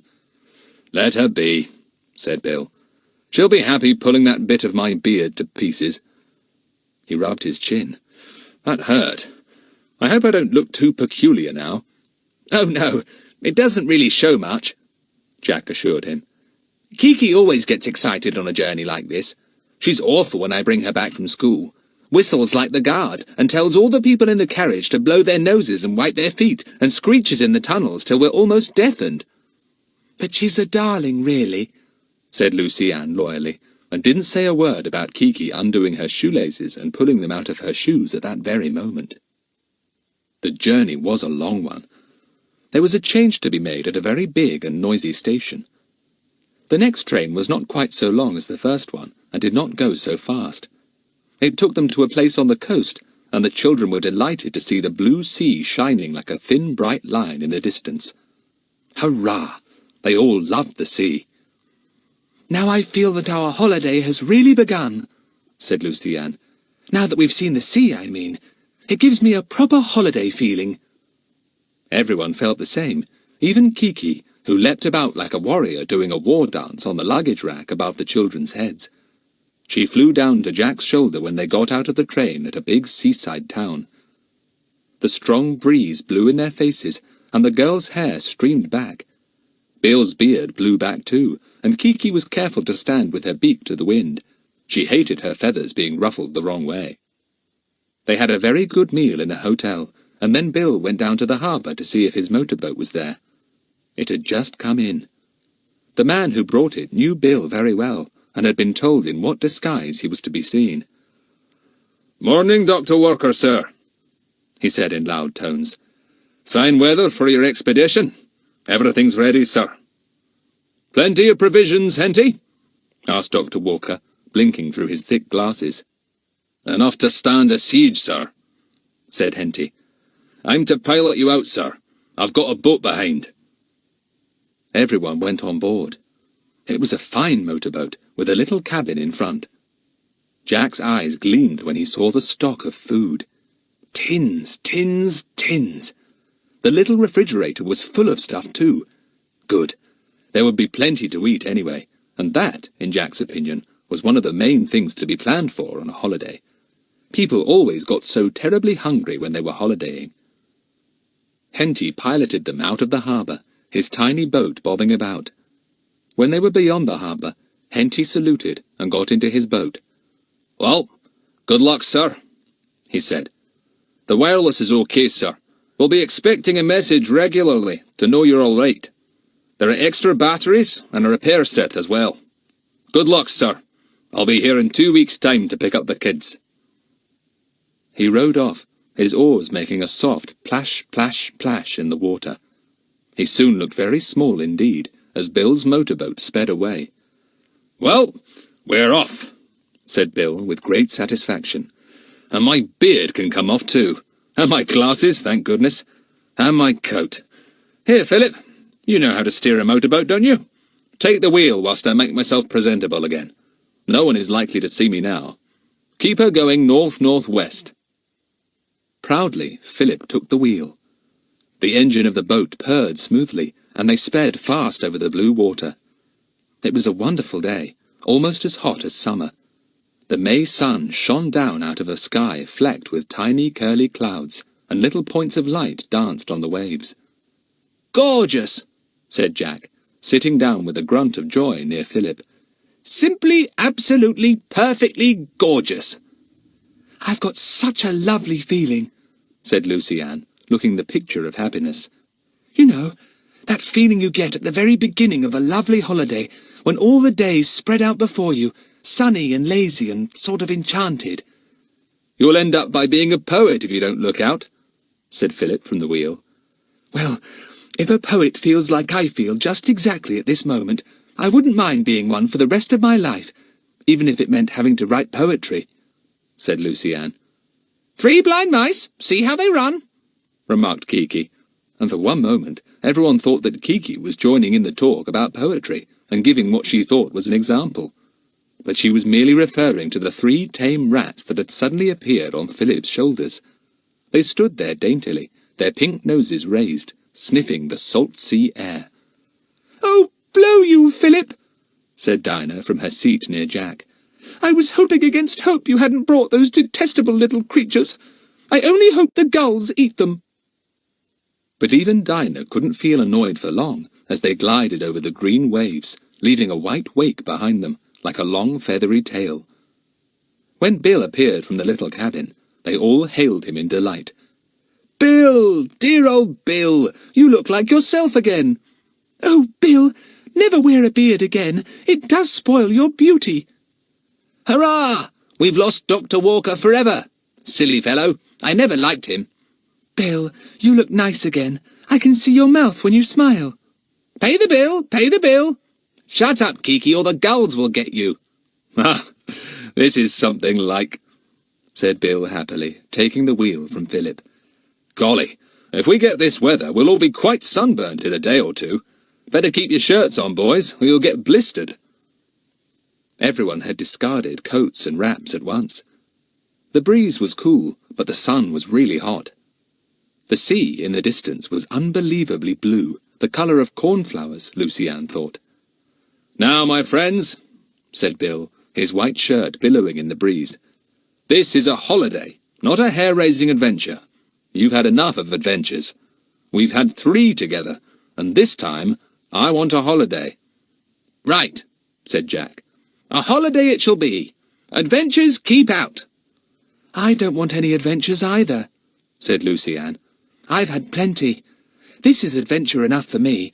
I like this kind best, not the kind where we have to hide and creep through secret tunnels and live in caves. I just want a sunny, lazy, windy time with the people I like best. It would be nice if Aunt Allie was here too, but perhaps she wouldn't enjoy it very much."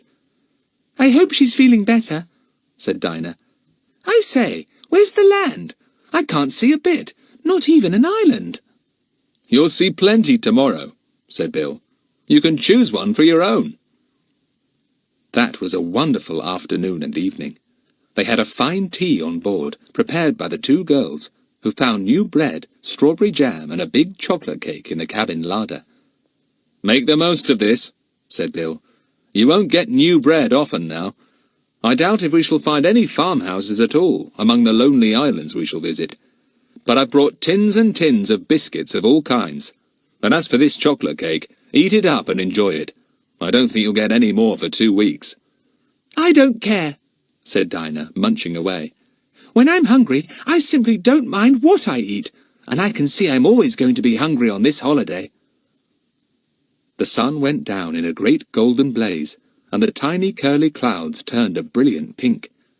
Still the motorboat went on and on and on, over a sea that blazed pink and gold too. "The sun has drowned itself in the sea," said Lucy-Anne at last, as it disappeared. "I watched the very, very last little bit go down into the water." "Where are we going to sleep tonight?" asked Jack. "Not that I mind, but it would be fun to know." "There are 2 tents somewhere in the bow," said Bill. "I thought when we came to an island we liked the look of, we'd land, put up the tents, and sleep there for the night. What do you say?"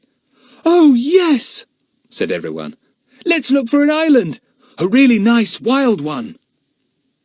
But at the moment there was no land in sight, not even a small rocky island.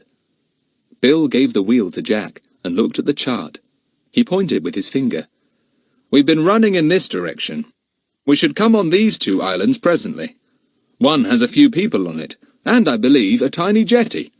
We'd better go there tonight, and then set off to the unknown tomorrow. It's getting too late to go hunting for islands further away. It will be dark before we got there." "It's still very light," said Philip, looking at his watch. "At home it would be getting dark." "The further north you go, the longer the evening light is," said Bill. "Don't ask me why at the moment. I don't feel capable of a lecture just now." "You don't need to tell us," said Philip loftily. "We learnt all about it last term. You see, owing to the sun being—" Spare me, begged Bill, taking the wheel again. "Look, one of your inquisitive little rats is sniffing at Kiki's tail. There will be murder done in a moment if you don't remove him." but Kiki knew better than to hurt any of Philip's pets. She contented herself with cracking her beak so loudly in Squeaker's ear that he ran back to Philip in alarm, scampering up his bare legs and into his shorts in a trice. Gradually, the sea lost its blue and became grey-green. The breeze felt cold, and everyone put on jerseys. Then, far away in the distance, a dark hump loomed up. Land! "That's it. That's one of the islands we want for tonight," said Bill, pleased. "I consider I've done pretty well to head so straight for it. We'll soon be there." It certainly was not long before they were nosing alongside a simple stone jetty. A fisherman was there in a long blue jersey. He was astonished to see them. Bill explained in a few words. "Och, so it's birds you're after," said the fisherman. "Well, there's plenty for you out yon." And he nodded towards the sea. "Where'll you be sleeping the night? My bit cottage what takes so many." Lucy Ann couldn't understand him, but the others gathered what he meant. "Bring the tents," ordered Bill. "We'll soon have them up. We'll ask the fisherman's wife to give us a meal. It'll save our own provisions. Maybe we can get some cream, too, and good butter." By the time that darkness came at last, they had all had a good meal and were bedded down in the 2 tents, comfortable on ground sheets and rugs. The fresh air had made them so sleepy that the girls fell asleep without even saying good night. "They're a daft," said the fisherman to his wife. "Wasting a fine boat like yon, looking for birds. Birds! When there's good fish to be got. Well, they'll soon see birds in plenty. Och, they're a dafties." Chapter 8. The Island of Birds. Next day, after a fine breakfast of porridge and cream and grilled herrings, the tents were struck, and the 5 went aboard their boat. It was called Lucky Star, which the children thought was a very nice name. Kiki had not been popular with the old fisherman and his wife. They had never seen a parrot before, and they regarded Kiki with suspicion. "God save the king," said Kiki, having learnt by experience that most people thought this was a fine thing for her to say. But she spoilt it by adding, "Pop goes the queen, pop, pop, pop." Now she was aboard with the others, and once again the boat was skimming over the blue water. Once again the sky was blue and the sun was hot. True May weather that made the sea a clear, translucent blue and set thousands of little sparkles dancing over the water. "I've still got that lovely feeling," said Lucy Ann happily, as she dangled her hand over the side of the boat and felt the cool, silky water catch hold of her fingers and trail them back. "Now to find some bird islands. We really are going to find some today, aren't we, Bill?" "We certainly are," said Bill, and gave the boat a little extra speed. Spray came up and fell lightly over everyone.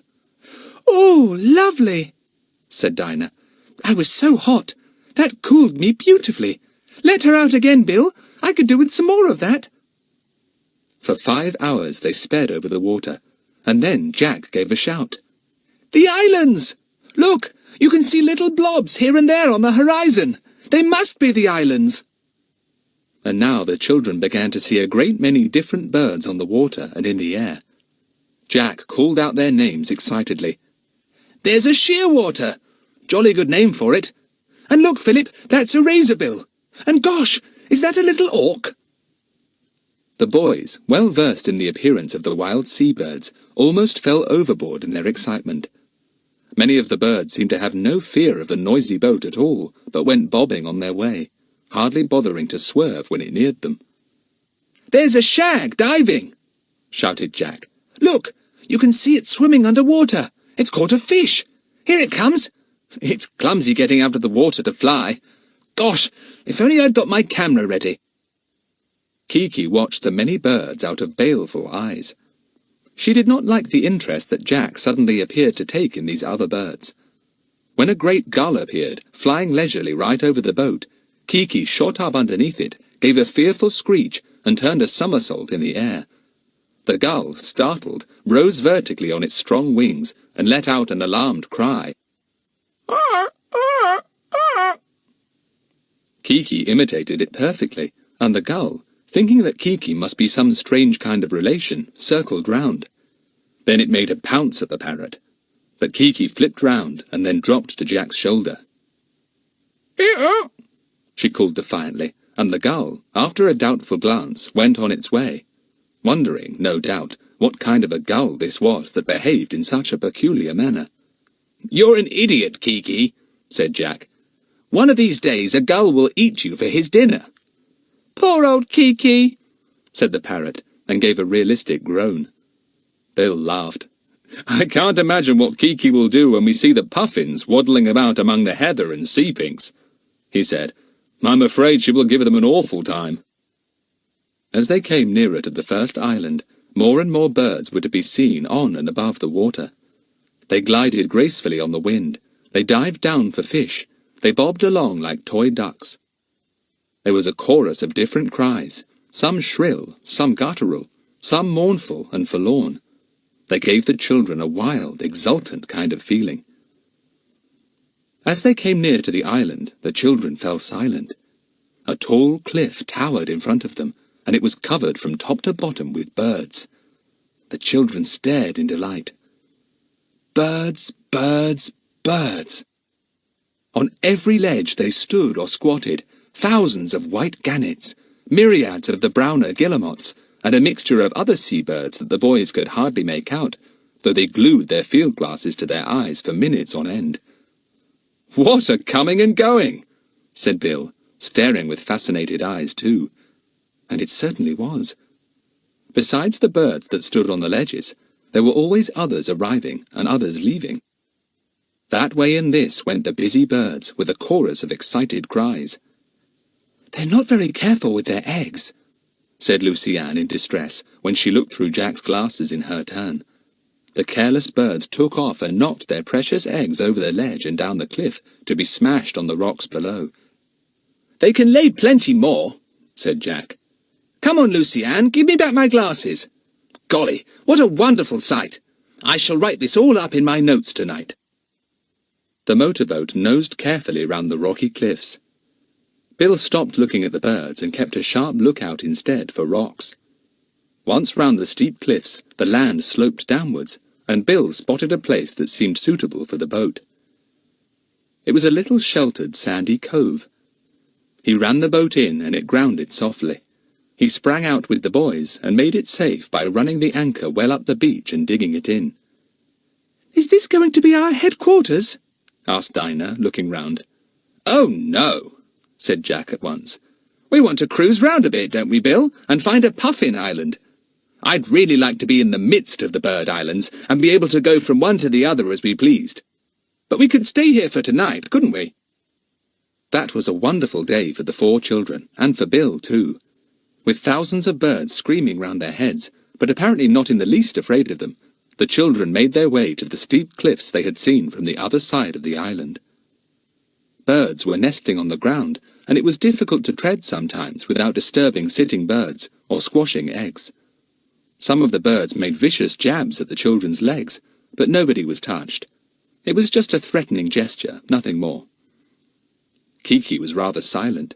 She sat on Jack's shoulder, her head hunched into her neck. So many birds at once seemed to overwhelm her. But Jack knew that she would soon recover, and startle the surrounding birds by telling them to wipe their feet and shut the door.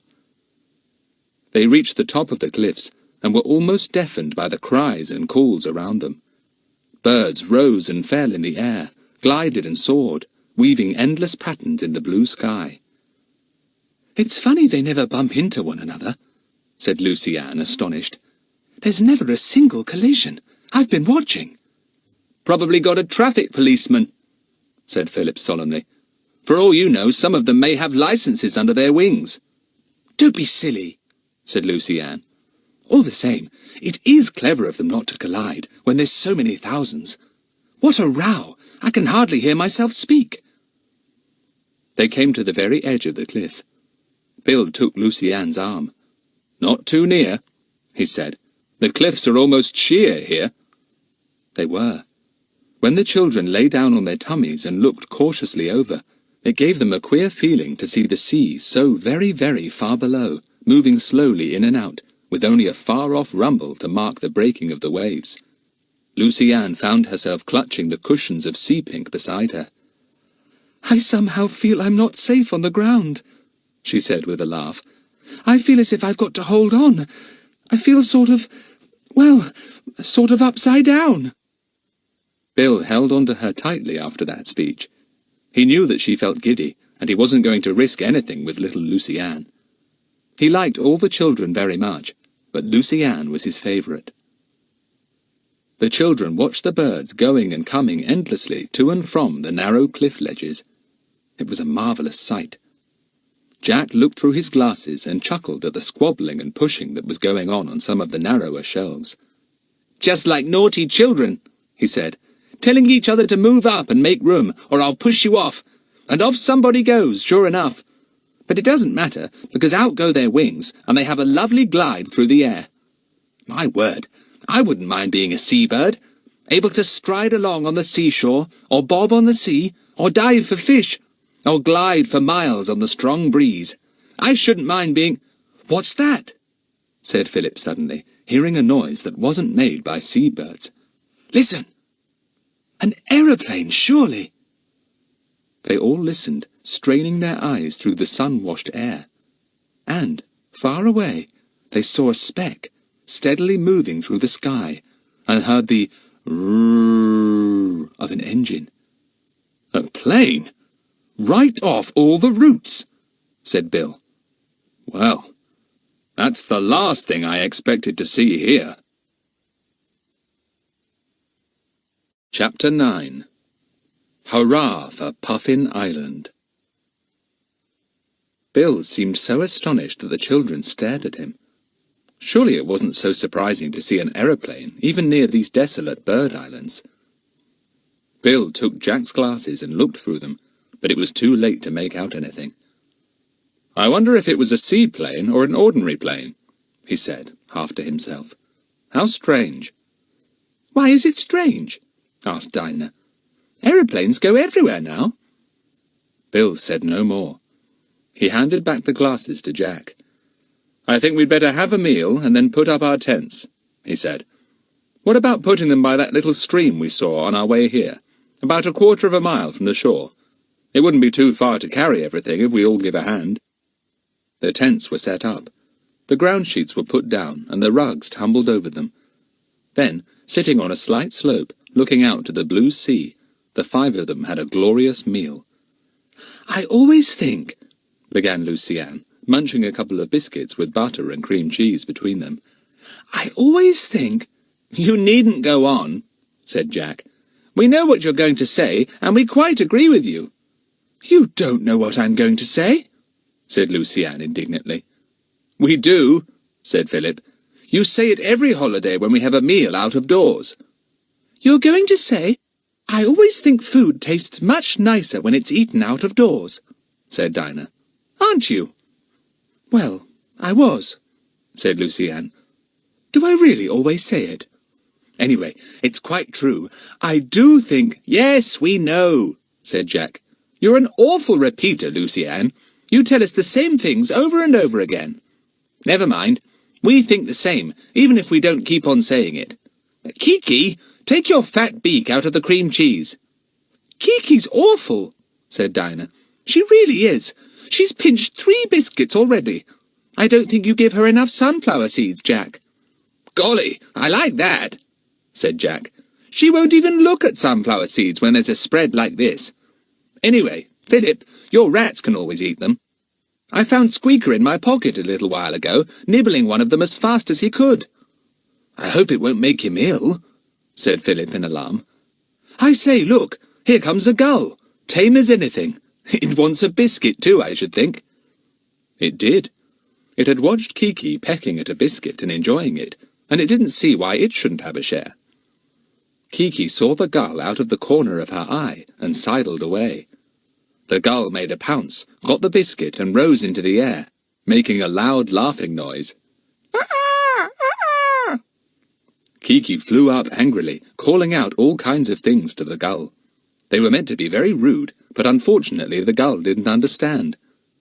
Kiki could not catch the strong-winged bird, and flew disconsolately back to the children. "You can't complain, Kiki," said Jack. "You shouldn't have pinched that biscuit out of the tin, and the gulls shouldn't have pinched it from you.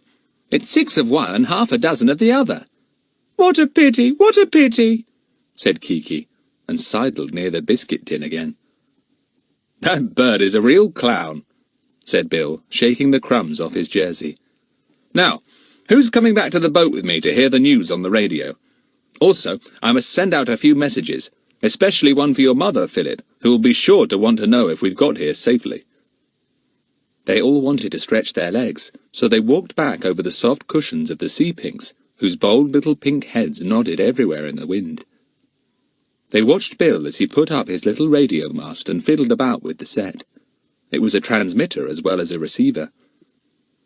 "I suppose if you send messages home every night, we shan't need to post letters off to Aunt Allie," said Lucy-Anne. Everyone roared. "And where would you post a letter, pray?" asked Jack. "I haven't seen a pillar box anywhere about.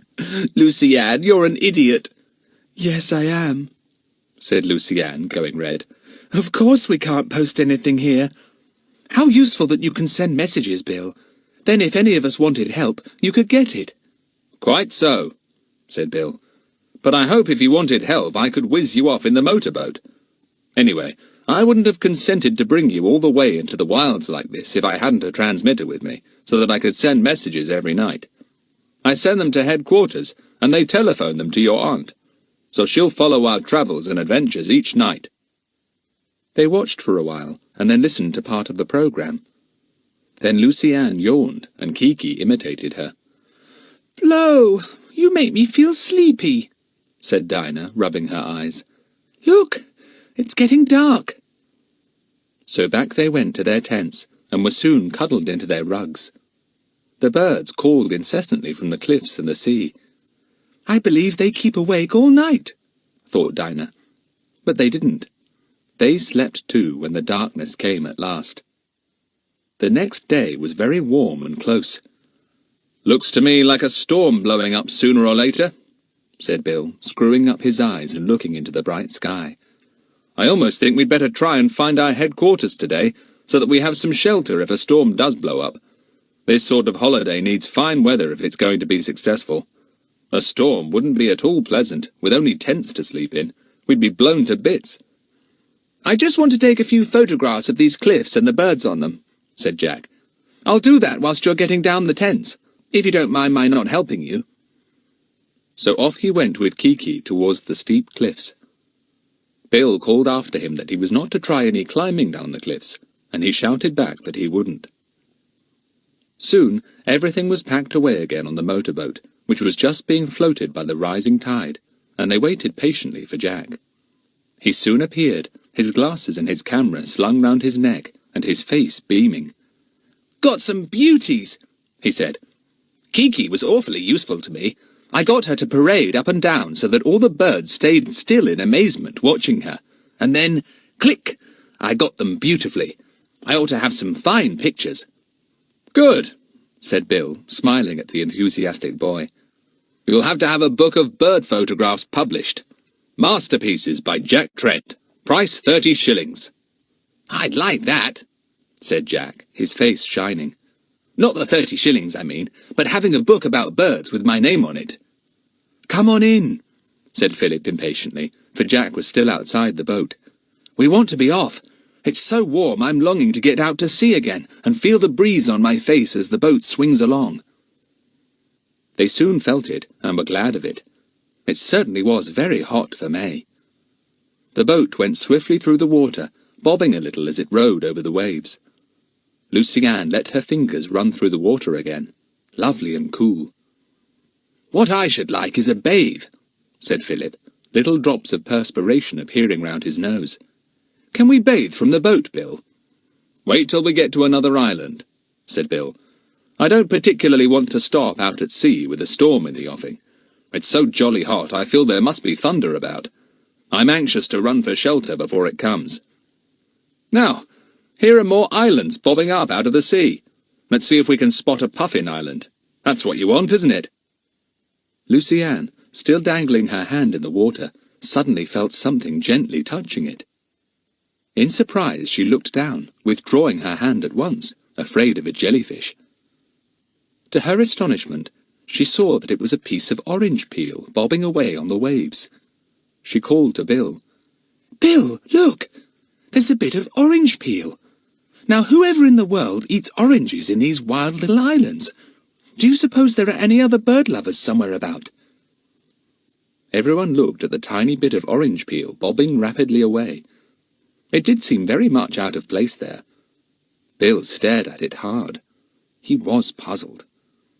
The fishermen, if there were any on the islands they were coming to, would not be at all likely to have oranges. A naturalist surely would not bother to load themselves up with them.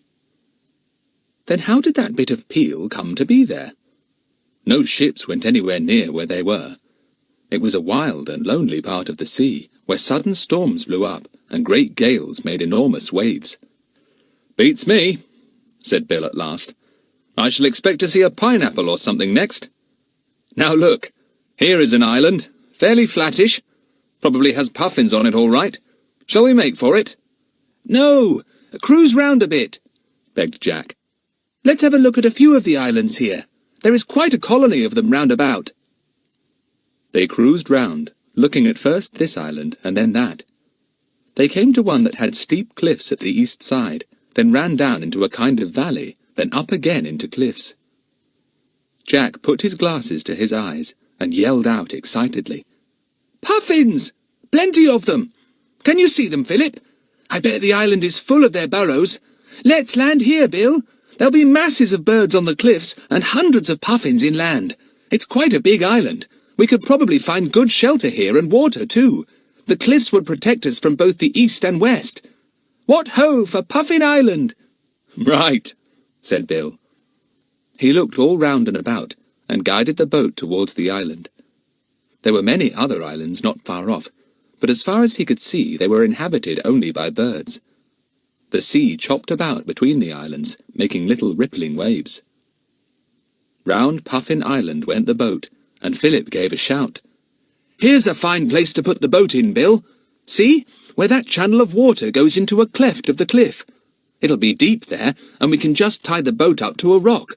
We'll put out the fenders so that she doesn't bump against the rock sides." The boat nosed into the channel. As Philip said, the water was deep there. It was a natural little harbour. There was a ledge of rock on which they could land. Could anything be better? Hurrah for Puffin Island! Chapter 10. A Little Exploring. "Isn't this a gorgeous place?" said Jack, as the boat glided gently into the little channel. There was just room for it. "It might be a boathouse made specially for the lucky star." Bill leapt out onto the rocky ledge, which did very well for a landing stage. Sheer above them on each side rose rocky cliffs. Rows and rows of birds sat on the ledges, and there was a continual dropping of eggs, knocked off by the careless birds. One broke near Bill, and splashed its yellow yolk over his foot. "Good shot!"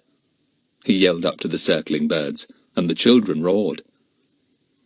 They made the boat fast by tying the mooring rope round a convenient rock. The boat bobbed up and down gently as waves ran up the little channel and back. "Tide's up now," said Bill. "When it goes down, there will still be plenty of water in this channel. The boat will look much lower down then. Now, is there a way up the cliff from here? We don't want to have to walk down the ledge and clamber round the cliffs over hundreds of rocks before we get onto the island proper." They looked round. Jack ran up the rocky ledge, and then turned and gave a shout. "Hi! We can get up here, I think.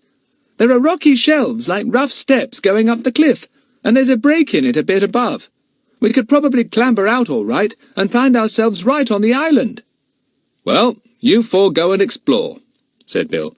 "I'd better stay with the boat and see that she doesn't get her side smashed in against these rocks. You look round the island and see if you can spot a sheltered cove somewhere that I can take the boat round to." The children left the boat and followed Jack. Kiki flew on ahead, calling like a gull. Up the rocky ledges went Jack. They were almost like giant steps, roughly hewn by the great wintry seas for century after century. As Jack said, the cliff had a deep cleft in it just there, and the children found that they could make their way through it and come out onto the cushions of sea-pinks beyond. It needed a bit of clambering, and they were out of breath when they reached the top, but it was worth it. The sea spread bright blue all round the island. The sky looked enormous. Other islands, blue in the distance, loomed up everywhere. A real colony of them, it seemed, and their island was in the centre. Then Jack gave such a yell that everyone jumped. "Puffins! Look! Hundreds and hundreds of them!" The children looked to where Jack pointed, and there, among the sea-pinks and the old heather tufts, were the most curious-looking birds they had ever seen. They were dressed in black and white. Their legs were orange, but it was their extraordinary bills that held the children's attention. "Look at their beaks!" cried Dinah, laughing. "Blue at the base, and then striped red and yellow." "But what enormous beaks!" cried Lucy-Ann. "They remind me a bit of Kiki's." "Puffins are called sea parrots," remarked Jack, amused to see the crowd of solemn-looking puffins. "Their eyes are so comical," said Philip.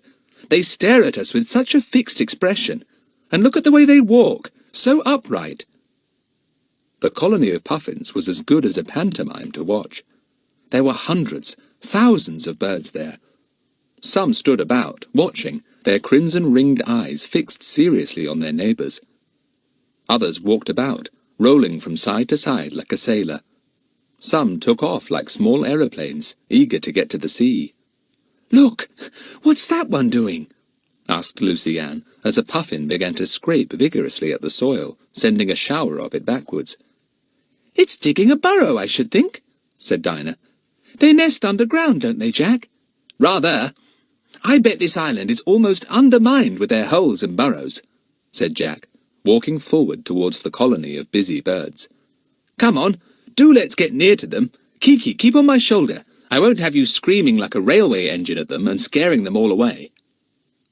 Kiki was most interested in the comical puffins. She imitated their call exactly. "Ah!" they said in deep guttural voices. "Ah!" "Ah!" answered Kiki at once, and various birds looked up at her inquiringly. To the children's huge delight, the puffins were not in the least afraid of them. They did not even walk away when the children went near. They allowed them to walk among them, and although one aimed a peck at Philip's leg when he stumbled and almost fell on top of it, not one of the others attempted to jab with their great beaks. "This is lovely," said Lucy-Ann, standing and gazing at the extraordinary birds. "Simply lovely. I never thought birds could be so tame." "They're not exactly tame," said Jack. "They're wild, but they are so little used to human beings that they have no fear of us at all." The puffins were all among the cushions of bright sea-pinks. As the children walked along, their feet sometimes sank right down through the soil. The burrows were just below, and their weight caused the earth to give way. "It's absolutely mined with their burrows," said Philip. "And I say, it's not a very nice smell just about here, is it?" It certainly wasn't. They soon got used to it, but they didn't like it. "Pooh!" said Lucy-Ann, wrinkling up her nose. "It's getting worse and worse. I vote we don't put our tents up too near this colony of puffins. It's as bad as being near a pigsty." "I don't mind it," said Jack. "Hey, come here, Kiki!" But Kiki had flown down to make friends. The puffins gazed at her fixedly and solemnly. "Ah!" said Kiki politely. "Ah! God save the Queen!" "Ah!" replied a puffin, and walked up to Kiki, rolling from side to side like a small sailor. The two looked at one another. "I shall expect Kiki to say how do you do in a minute," said Dinah, with a little squeal of laughter. "They both look so polite." "Polly, put the kettle on," said Kiki. "Ah!" said the puffin, and waddled off to its hole. Kiki followed, but apparently there was another puffin down the hole who did not want Kiki's company, for there was soon an agonized squeal from the parrot, who shot out of the hole much more rapidly than she had gone in. She flew up to Jack's shoulder. Poor Kiki! What a pity! What a pity! What a pity! Well, you shouldn't poke your nose in everywhere, said Jack, and took a step forward. He trod on a tuft of sea pinks, which immediately gave way, and he found his leg going down into quite a deep burrow. Whoever lived in it didn't like his leg at all, and gave a vicious nip. "Oh!" said Jack, sitting down suddenly and rubbing his leg. "Oh, look at that! Nearly had a bit right out of my calf!" They went on through the amazing puffin colony. There were puffins on the ground, in the air, and on the sea too. Their deep calls sounded everywhere. "I'll be able to take some magnificent photographs," said Jack happily. "It's a pity it's too early for young ones to be about. I don't expect there are many puffin eggs yet either." The puffins were living mainly in the green valley between the two high cliffs. Philip looked about to see if there was any good place to pitch their tents. "I suppose we all want to make Puffin Island our headquarters," he said. "I imagine that nothing will drag Jack away from here now. He's got cliffs where guillemots and gannets nest, and a valley where the puffins live, so I suppose he's happy." "Oh, yes," said Jack. "We'll stay here. This shall be our island. We'll share it with the puffins." "Well, we'll find a good place for our tents," said Philip. "Then we'll bring our goods and chattels here and camp. We'd better find a place where there's a stream, though. If there is one on this island, we shall want water to drink. And let's look for cover where we can put the boat. We can't very well leave it in that narrow channel." "Look! There's a dear little cove down there," said Dinah suddenly, pointing to the sea. "We could bathe there, and the boat would be quite all right there too. Let's go and tell Bill." "I'll go," said Philip. "Jack wants to stare at the puffins a bit more, I can see. I'll take the boat round to the cove with Bill, and you two girls can find a good place for our tents. Then we'll all help to bring the things there from the boat." He ran off quickly to find Bill and tell him where to put the boat. Jack sat down with Kiki to watch the puffins. The girls went to look for a good place to put up their tents for the night. They wandered over the island. Beyond the puffin colony, just at the end of it, before they came to the high cliffs at the other side of the island, was a little dell. A few stunted birch trees grew there, and banks of heather. "This is just the place," said Dinah, pleased. "We can put up our tents here, be sheltered from the worst of the wind, watch the puffins, go down to bathe when we want to, and when we're tired of that, go cruising round the other islands. A very nice life," said Luciane with a laugh. "Now, is there any water about?" There was no stream at all on the island, but Dinah found something that would do equally well. At least, she hoped it would. "Look here," she called to Luciane. "Here's an enormous rock with a hollow in its middle, filled with water. I've tasted it, and it isn't salt." Luciane came up, followed by Jack. Dinah dipped in her hand, scooped up a palmful of water, and drank. It was as sweet and as pure as could be. "Rainwater," said Dinah, pleased. "Now we'll be all right, so long as it doesn't dry up in this hot weather. Come on, let's go back to the boat and collect all the things we want. We'll have to do a bit of hard work now." "We'll wait here a bit," said Jack, coming up with Kiki. "I expect Bill and Philip will be bringing the boat round to the cove over there. Then we'll go and tell them we found a good place, and help to bring the things here." It was not long before Bill and Philip ran into the cove with the boat. Bill leapt out, took the anchor well up the beach, and dug it in. He saw Jack and the girls and waved to them. "Just coming," he cried. "Have you found a good place for the tents?" He and Philip soon joined the others, and were pleased with the little dell. "Just right," said Bill. "Well, we'll bring all the things we want from the boat straight away now." So they spent quite a time going to and from the cove, laden with goods. It did not take quite as long as they feared, because there were 5 of them to do it, and even Kiki gave a hand, or rather a beak, and carried a tent peg. She did it really to impress the watching puffins, who stared at her seriously as she flew by, the peg in her big curved beak. "Ah!" she called in a puffin voice. "You're showing off, Kiki," said Jack severely. "You're a conceited bird." "Ah!" said Kiki, and dropped the tent peg on Jack's head. It was fun arranging their new home. The boys and Bill were to have one tent. The girls were to have the other. Behind the tents, Lucy-Anne found a ledge of rock, and below it was a very large dry space. "Just the spot for storing everything in," said Lucy-Anne proudly. "Jack, bring the tins here, and the extra clothes.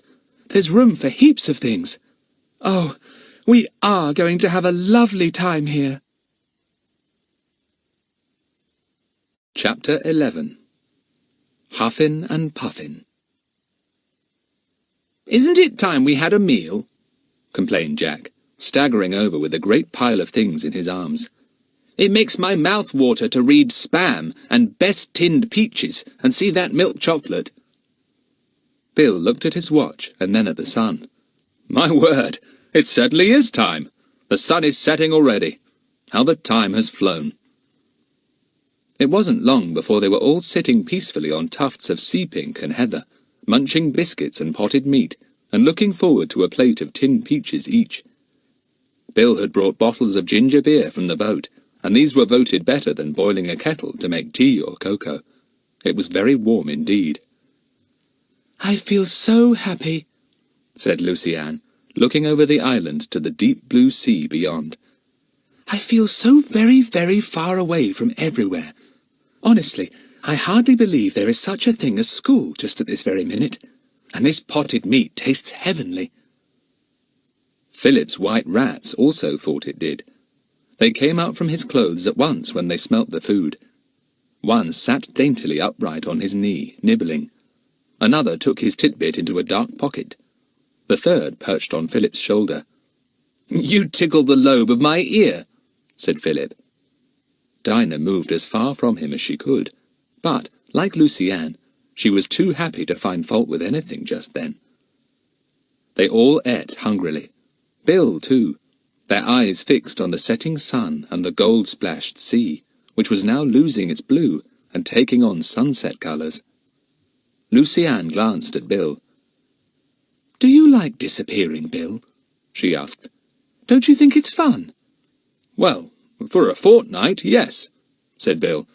But I'm not looking forward to living in these wild islands all alone once you've gone. It's not my idea of fun. I'd rather live dangerously than like one of these puffins here. "Poor Bill," said Dinah, thinking of him left by himself, with only books to read and the radio, and nobody to talk to. "I'll leave you my rats if you like," offered Philip generously. No, thanks, said Bill promptly. I know your rats. They'd have umpteen babies, and by the time I left this would be Rat Island, not Puffin Island. Besides, I'm not so much in love with the rat and mouse tribe as you are. "Oh, look! Do look!" suddenly said Dinah. Everyone looked. A puffin had left its nearby burrow and was walking solemnly towards them, rolling a little from side to side, as all the puffins did when they walked. "It's come for its supper." "Then sing, Puffin, sing!" commanded Jack. "Sing for your supper!"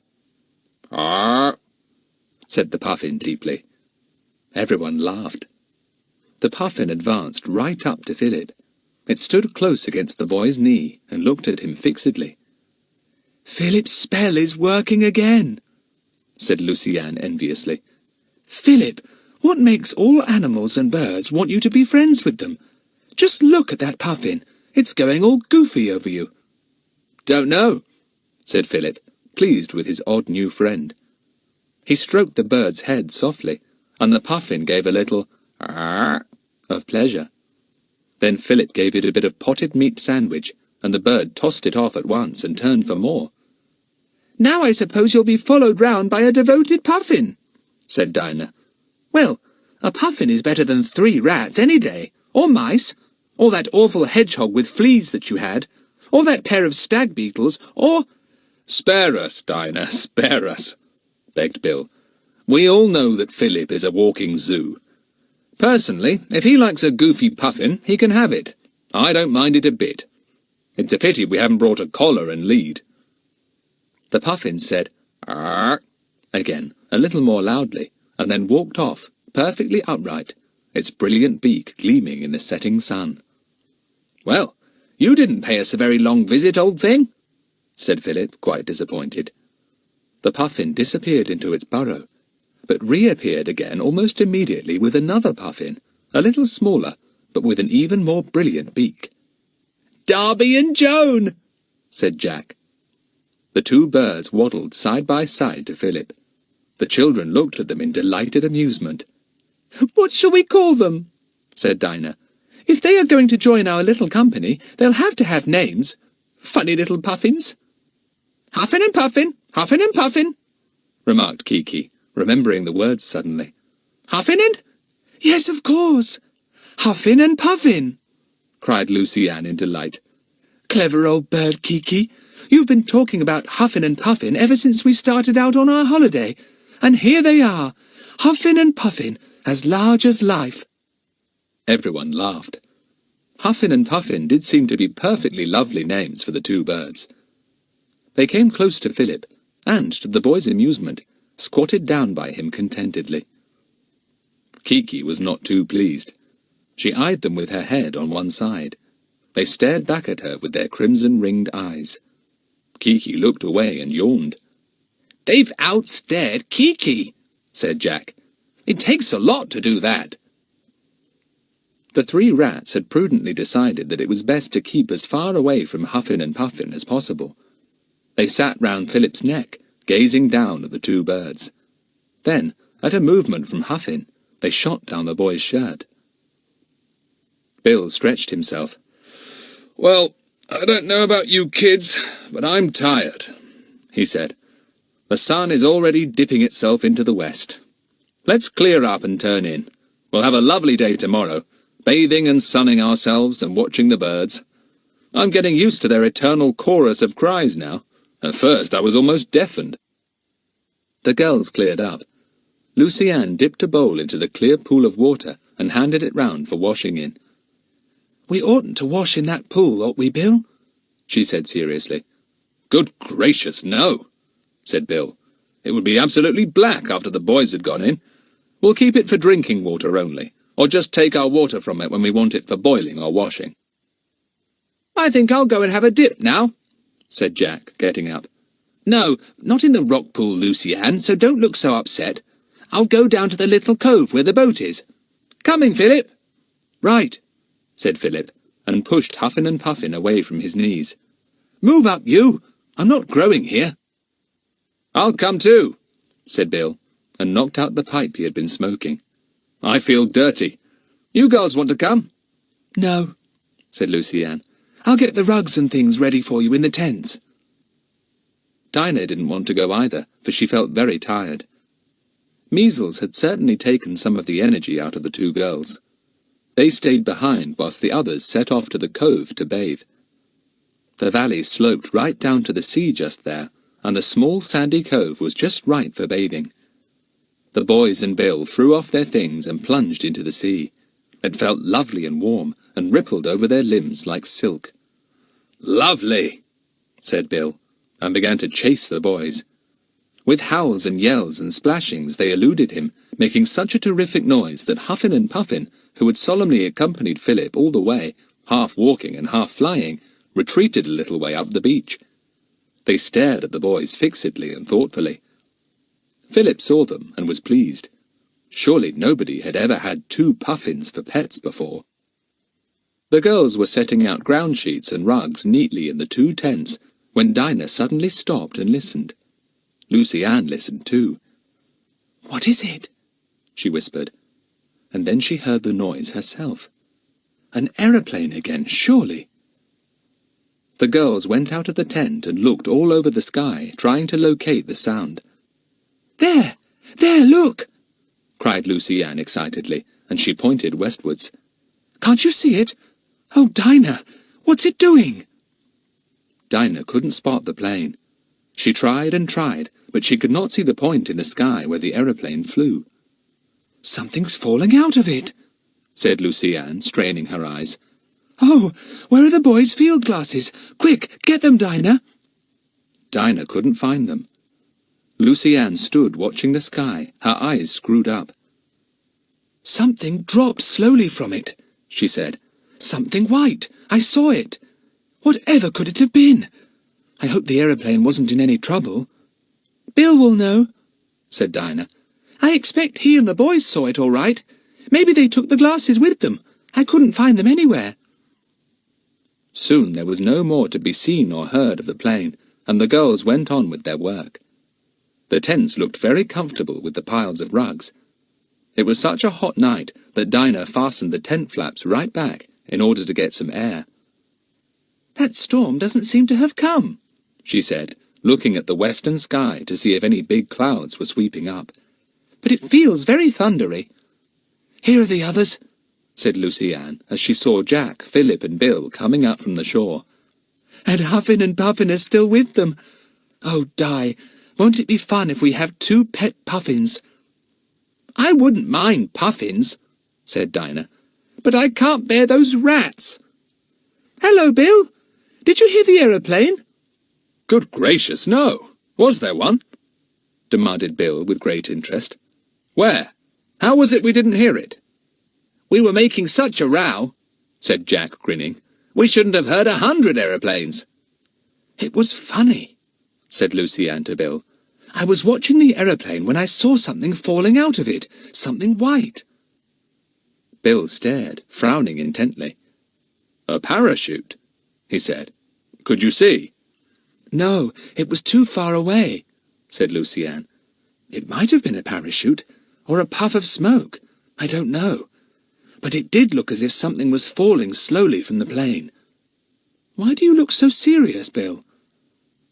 Because I've a feeling there's something, well, just a bit strange about these planes, said Bill.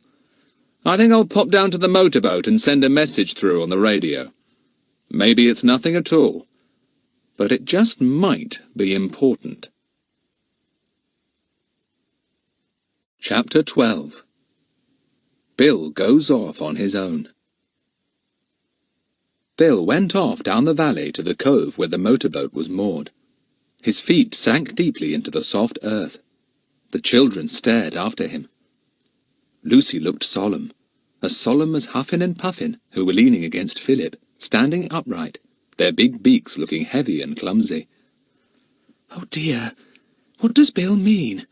Surely we're not going to tumble into an adventure again?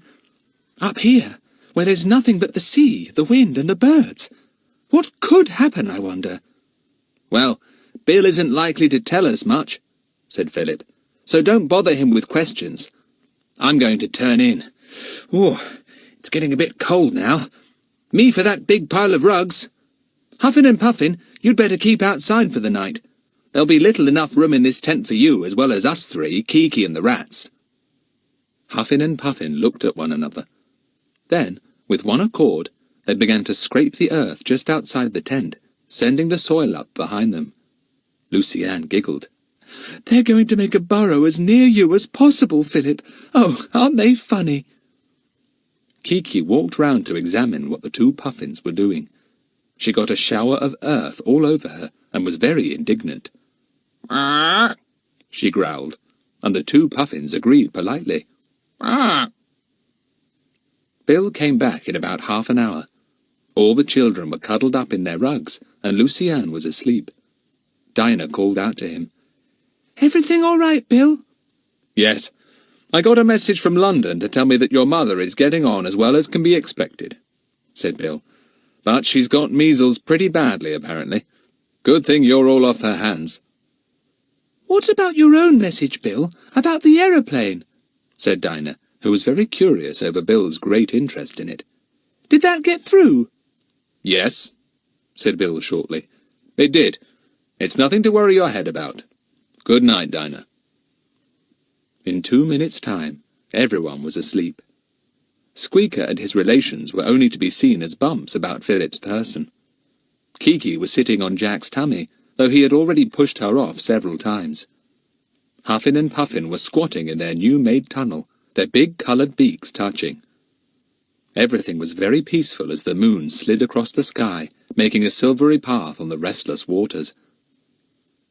The morning dawned bright and beautiful, and it seemed as if the storm was not coming, for there was no longer any closeness in the air. Instead, it was fresh and invigorating. The children ran down to the shore to bathe as soon as they got up. They ran so fast that Huffin and Puffin could not keep up, but had to fly. They went into the water with the children and bobbed up and down, looking quite ridiculous. Then they dived for fish, swimming with their wings under the water. They were very quick indeed, and soon came up with fish in their enormous beaks. "What about giving us one for breakfast, Huffin?" called Philip, and tried to take a fish from the nearest Puffin's beak, but it held on to it, and then swallowed it whole. "You ought to teach them to catch fish for us," said Jack, giggling. "We could have grilled fish for breakfast then."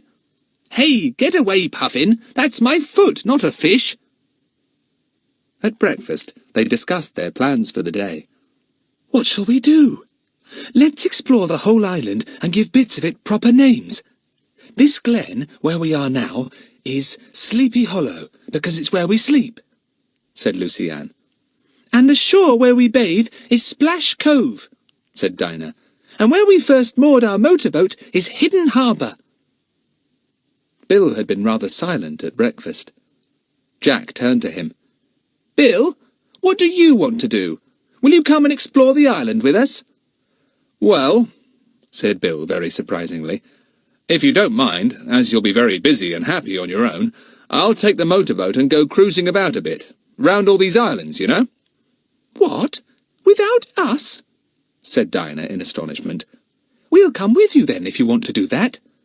"I'm going alone this first time," said Bill. "Take you another time, old thing. But today I'll go alone." Is there anything up?" asked Jack, feeling that something wasn't quite right. "Has something happened, Bill?" "Not that I know of," said Bill cheerfully.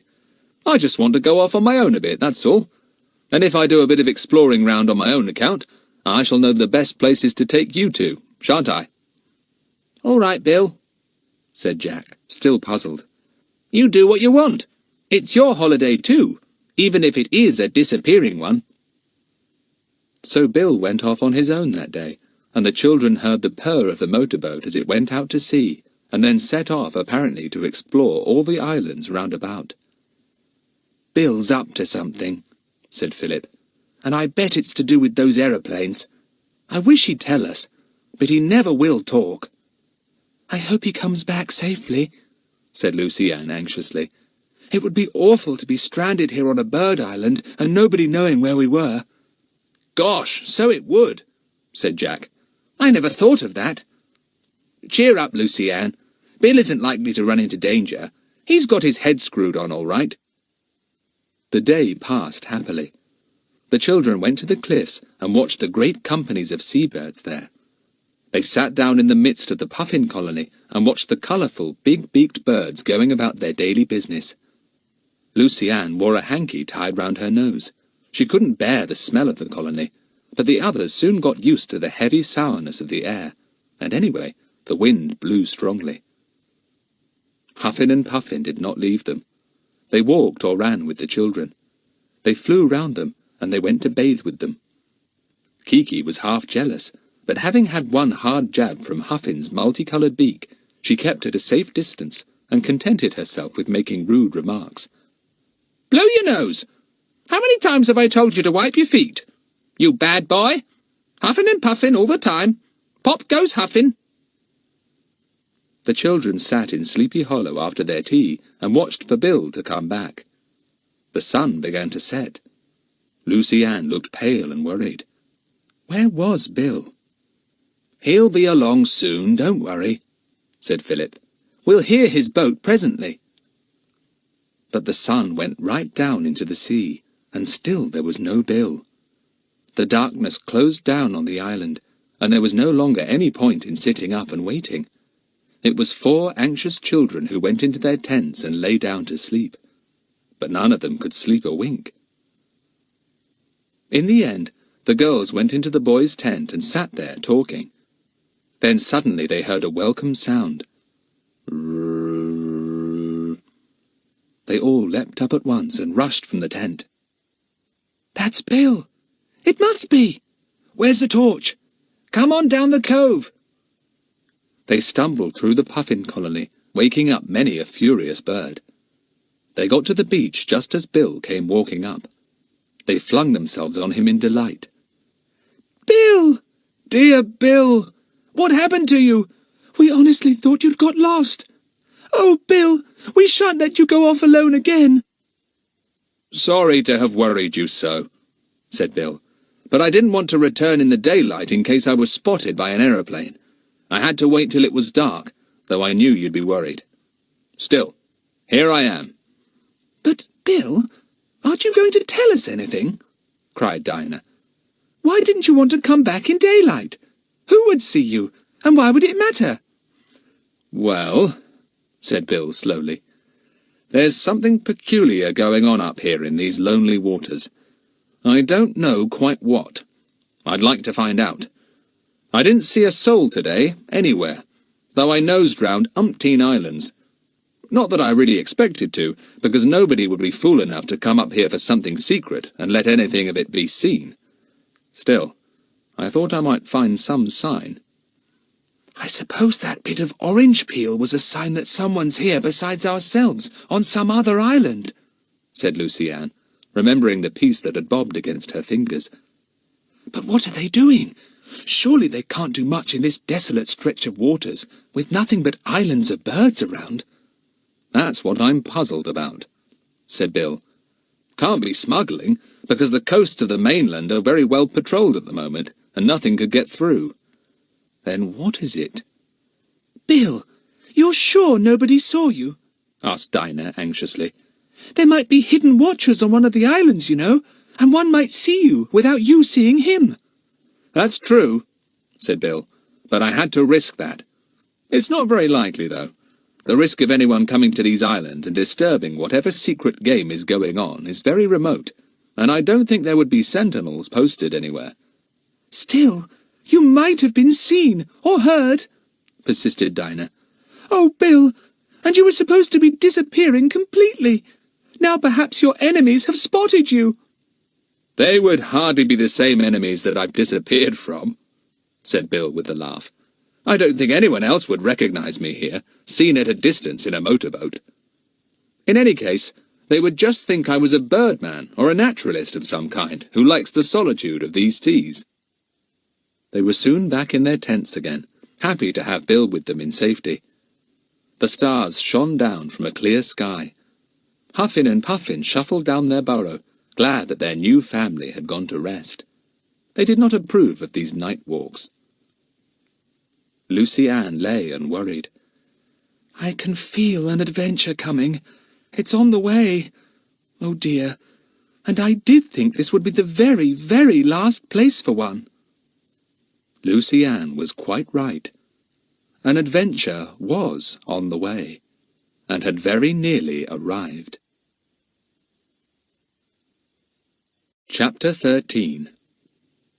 What happened in the night? The next morning, everything seemed all right. The children had forgotten their fears of the night before, and Bill joked and laughed as merrily as the others. But all the same, he was worried.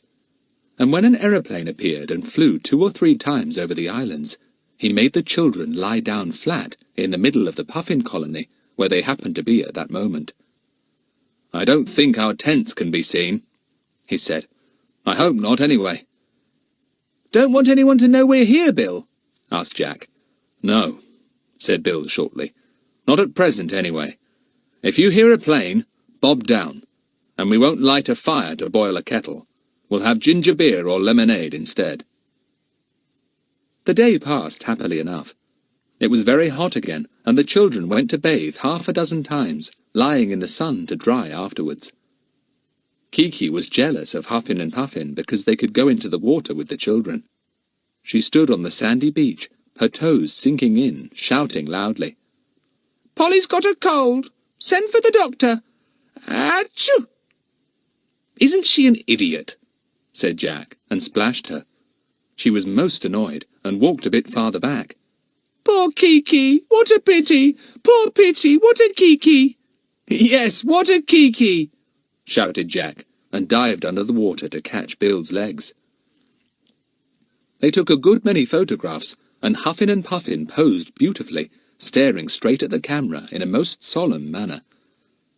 "I almost feel they'll suddenly put their arms round one another," said Jack, as he clicked the camera.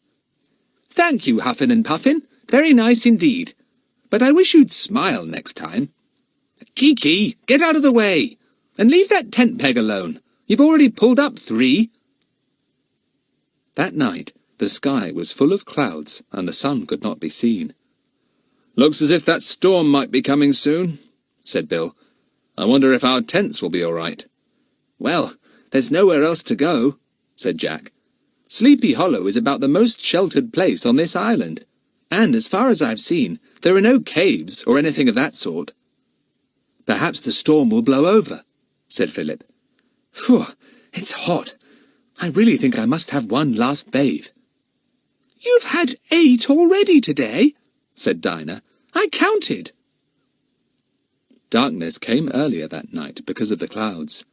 The children got into their rugs, yawning. "I think," said Bill, looking at the luminous face of his wristwatch, "I think I'll slip along to the boat and send a message or 2 on my transmitter. I might get some news, too, for myself. You go to sleep. I shan't be long." "Right," said the boys, sleepily. Bill slipped out of the tent. The girls were already asleep and did not hear him go. Philip fell asleep almost before Bill was out of the tent. Jack lay awake a few minutes longer and pushed Kiki off his middle for the 5th time. She went and stood on Philip's middle and waited for a lump to come near her feet, which she knew would be one of the tame rats. When one did venture near, raising a little mound under the rug, Kiki gave a sharp jab at it. Philip awoke with a yell. "You beast, Kiki! Jack, take her away. She's given me an awful peck in my middle. If I could see her, I'd smack her on the beak." Kiki retired outside the tent till the boys were asleep again. She flew to the top of it and perched there, wide awake. Meanwhile, Bill was in the cabin of the boat, tuning in on the radio. But because of the coming storm, it was difficult to hear anything but atmospherics. "Blow," said Bill at last. "I shan't get my messages through at this rate. I've a good mind to take the boat to the little channel. What is it the children call it? Hidden Harbour. Maybe I could get the radio going better there. It's so sheltered." It was very important to Bill to be able to use the radio that night. He set the engine of the boat going, and was soon on his way to Hidden Harbour. He nosed in carefully, and moored the boat. Then he set to work on his radio again. After a while, he thought he heard some noise out to sea, a noise getting nearer and nearer. Bill turned off his radio and listened, but the wind was getting up, and he heard nothing but that. He tuned the knobs again, listening intently for any message. He had got one through, and now he had been told to stand by and wait for an important announcement from headquarters. The radio fizzed and groaned and whistled. Bill waited patiently. Then, suddenly hearing a sound, he looked up, startled, half expecting to see one of the boys coming down into the cabin. But it wasn't.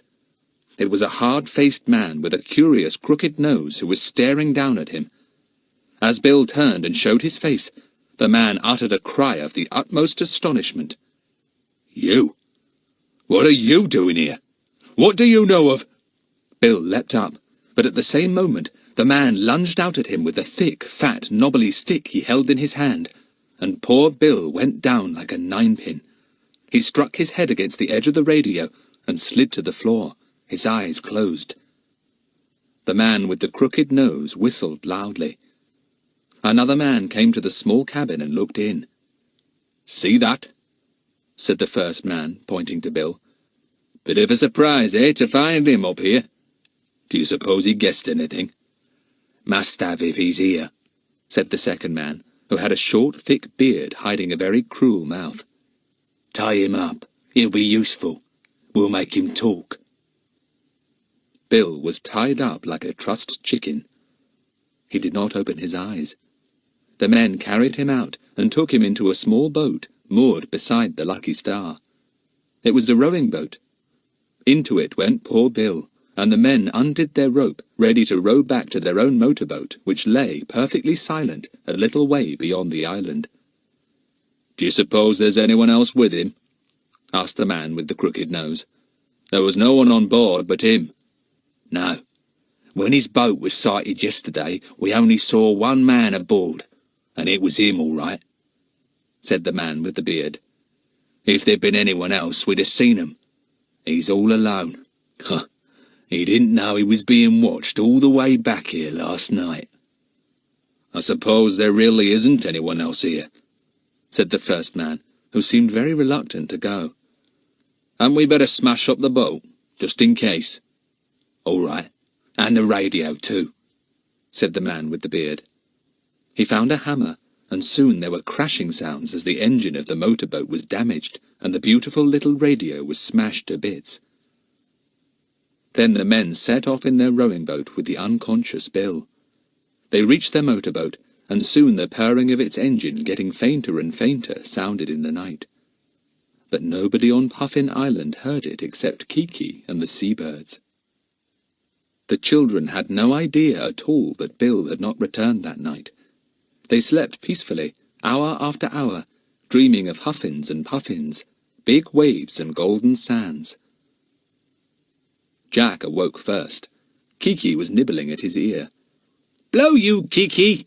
said Jack, pushing the parrot away. "Oh, goodness! Here's Huffin and Puffin, too!" So they were. They waddled over to Philip and stood patiently by his sleeping face. "Ah!" said Huffin lovingly. Philip awoke. He saw Huffin and Puffin and grinned. He sat up and yawned. "Oh, hello, Jack," he said. "Bill up already?" "Looks like it," said Jack. "Probably gone to bathe. He might have waked us up, though. Come on, let's wake the girls and go and bathe too." Soon all four were speeding to the sea, expecting to see Bill in the water. But he wasn't. "Where is he, then?" said Lucy-Anne, puzzled. "And good gracious, where's the boat?" Yes, where was the boat? There was no sign of it, of course. The children stared at the cove, puzzled and dismayed.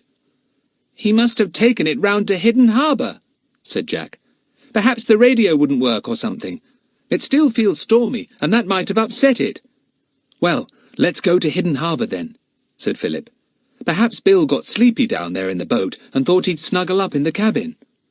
"He's probably there," said Dinah. "Fast asleep, too. Let's go and give him a shock. We'll halloo down into the cabin and make him jump, the sleepy head." "Oh, I do hope he's there," said Lucy-Anne, shivering as much with worry as with cold. They dressed quickly, shivering a little, for the sun was hidden behind angry-looking clouds. "I do hope the weather isn't going to break up, just as we've begun such a lovely holiday," said Dinah. "Oh, Huffin, I'm sorry, but you got right under my feet. Did I knock you over?" The Puffin didn't seem to mind having Dinah tread on it. It shook out its wings, said "Arr!" and hurried on after Puffin, who was trying to keep pace with Philip. They went across the Puffin colony and came to the cleft in the cliffs. There, below them, lay the motorboat, swaying very gently as waves ran up under her and then ran back again. "There she is," said Dinah in delight. "Bill did take her round to the harbour." "He's not on deck," said Jack. "He must be in the cabin. Come on." "Let's call him," said Lucy-Anne suddenly. "Do let's. I want to know if he's there." And before the others could stop her, she shouted at the top of her voice, "Bill! Oh, Bill! Are you there?" No Bill came out from the cabin, and for the first time a little uneasiness crept into the children's minds. "Bill!" yelled Jack, making everyone jump violently. "Bill! Come on out!" No sound from the boat. Suddenly panic-stricken, all four children stumbled down the rocky ledge to the boat. They jumped on board and peered down into the little cabin. "He's not there," said Dinah, scared. "Well, where is he then?" "He must be somewhere about, as the boat is still here," said Jack sensibly. He'll come along soon. Maybe he's exploring somewhere on the island." They were just turning away when Philip caught sight of something. He stopped and clutched Jack, turning very pale. "What?" said Jack, frightened. "What's up?" Silently, Philip pointed to the radio. "Smashed," he said in a whisper. "Smashed to bits. Who did it?" Lucy Ann began to cry. Jack went up on deck and had a look round, feeling sick and upset. Then Philip gave an anguished howl from the cabin that sent the others running to his side. "Look! The engine of the boat is smashed up too! Absolutely destroyed! My goodness! What's been happening here? And where is Bill?" said Dinah in a husky whisper. "Gone. Kidnapped," said Philip slowly. "Someone came for him in the night. They don't know we're here, I suppose. They just thought Bill was alone. They've got him. And now we're prisoners on Puffin Island, and we can't get away." Chapter 14. A Few Plans. Everyone felt suddenly sick. Lucy Ann sat down in a heap. Dinah joined her. The boys stood staring at the smashed engine as if they couldn't believe their eyes. "It must be a nightmare," said Dinah at last. "It can't be true. Why, everything was right as rain last night, and now—" "Now the boat's smashed up so that we can't get away, the radio is smashed so that we can't get a message through, and Bill's gone," said Philip. "And it isn't a dream. It's real." "Let's sit down in the cabin all together," said Lucy Ann, wiping her eyes. "Let's sit close and talk. Let's not leave each other at all."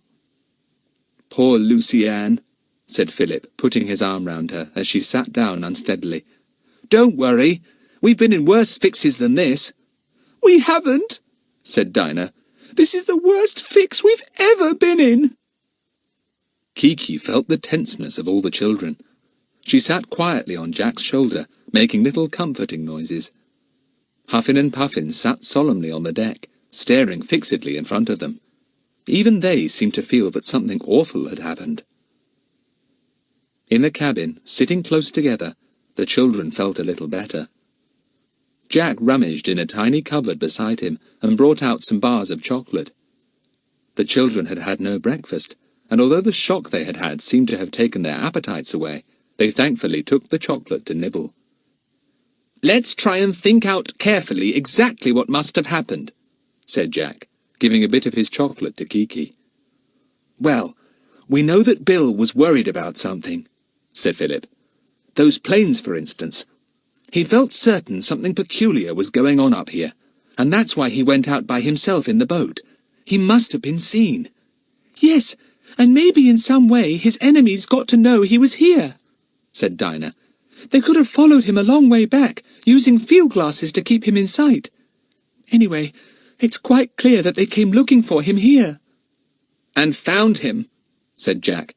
"What a pity he went off to tinker with the radio last night." "Well, if he hadn't, the enemy, whoever they are, would probably have searched the island and found us too," said Dinah. "As it is, they probably don't know we're here." "It wouldn't matter if they did know," said Lucy Ann. "They'd be quite sure we couldn't do any harm, living on an island we can't get off." "They got here, in a motorboat probably," went on Jack. "Left the motorboat out beyond somewhere, and slipped inshore quietly in a rowing boat.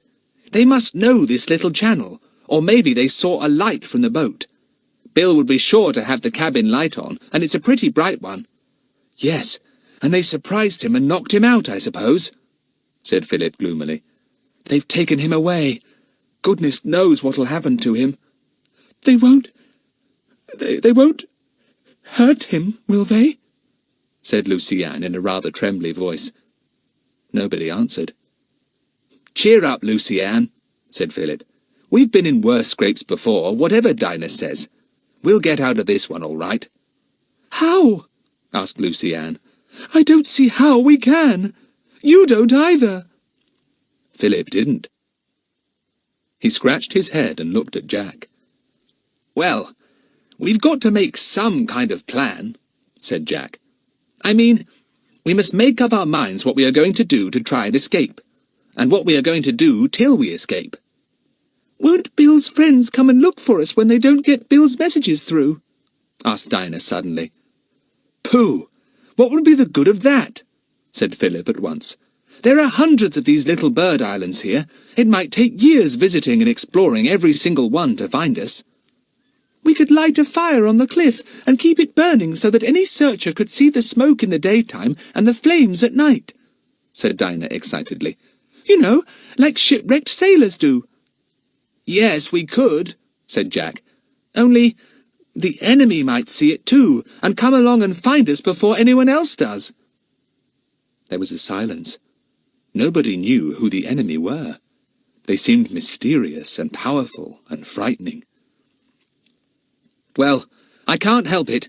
I think we ought to follow Dinah's plan and light a fire, said Philip at last. We've got to run the risk of the enemy seeing it and coming to find us, but we simply must do something to help anyone searching for us.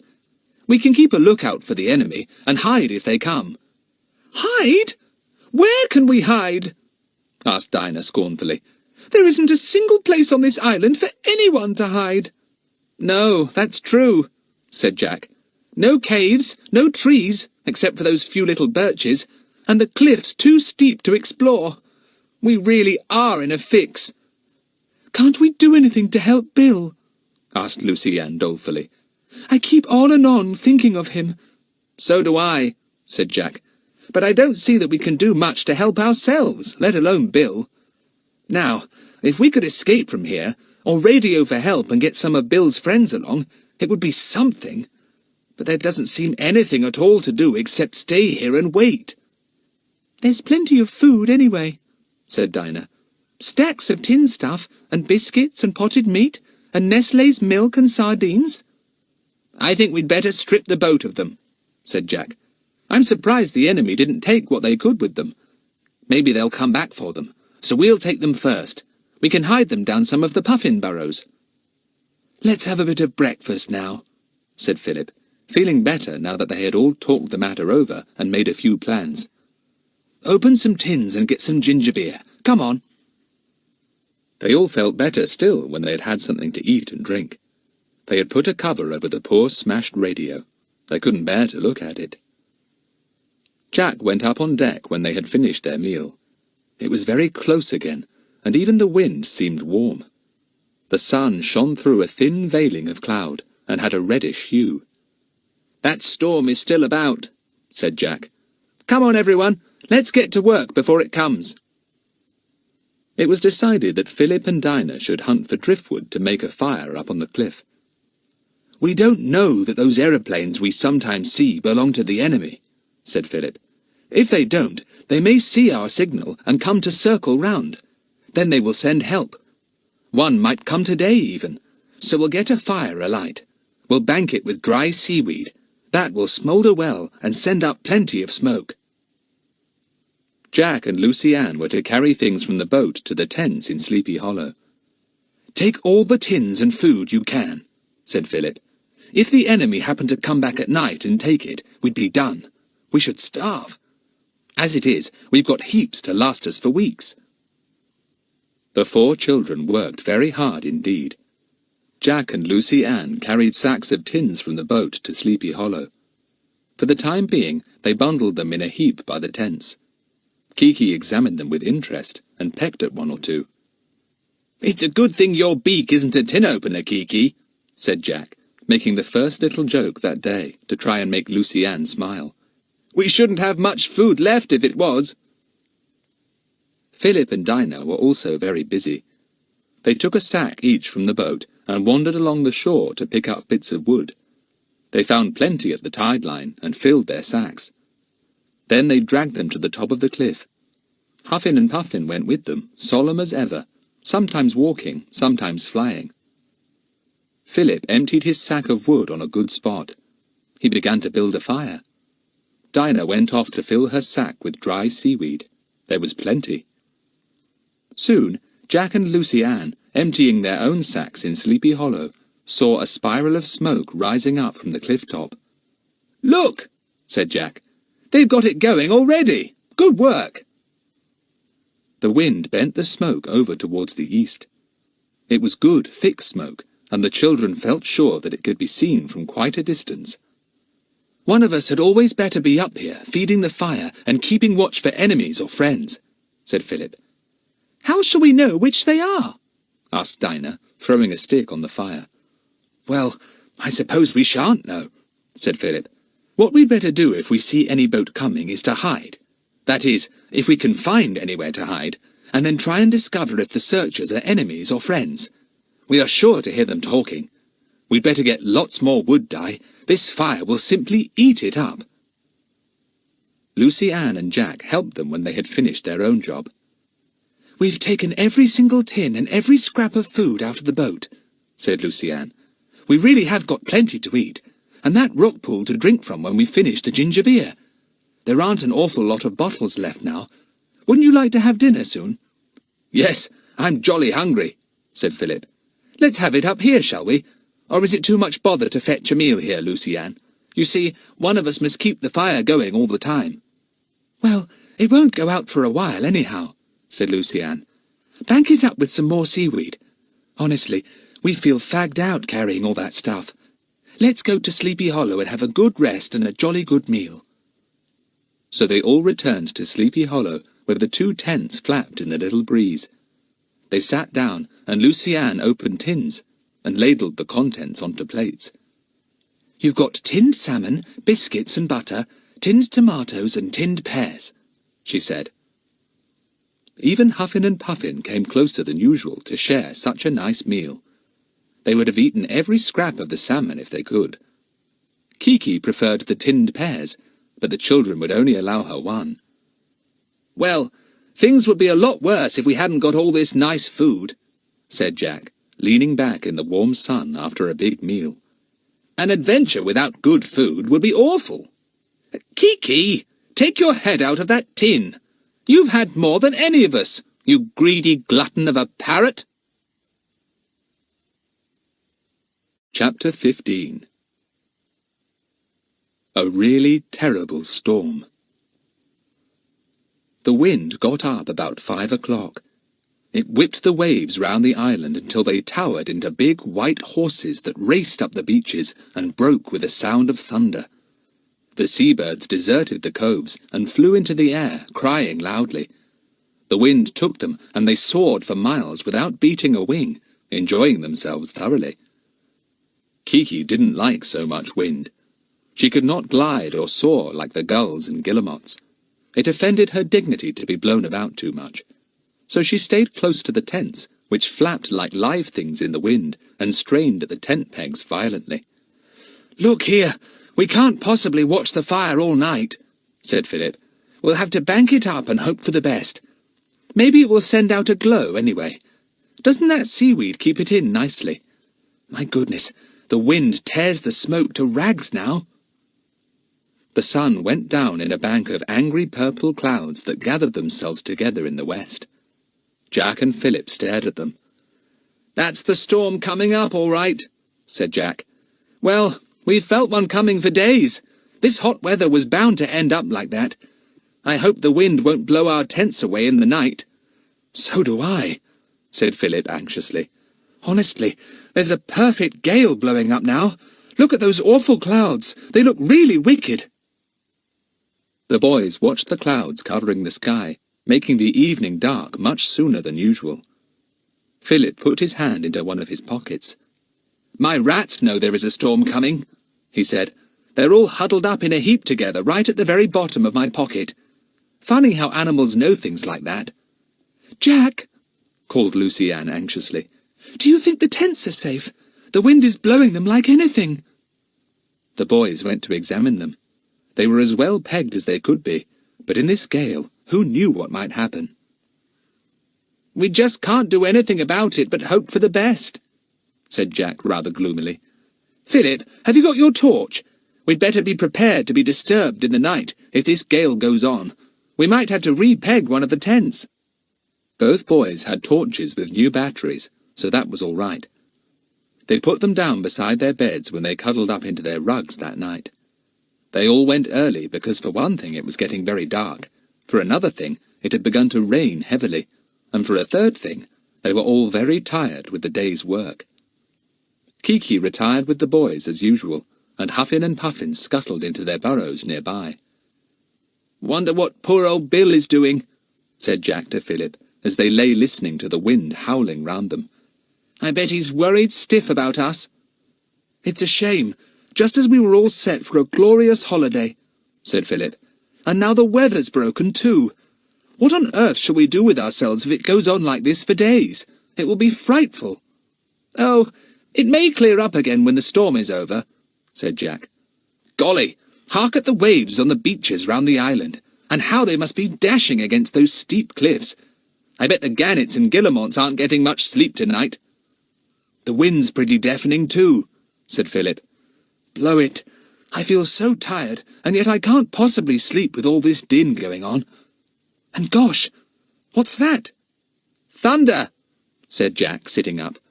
"The storm is on us now, all right. Let's go into the girls' tent, Philip. Lucy Ann will be pleased to see us if she's awake. A storm over this exposed little island won't be very funny." They crept into the other tent. The girls were wide awake and very glad to have them beside them. Dinah squeezed up into Lucy Ann's rugs, and the boys got into Dinah's warm place. Jack flashed on his torch.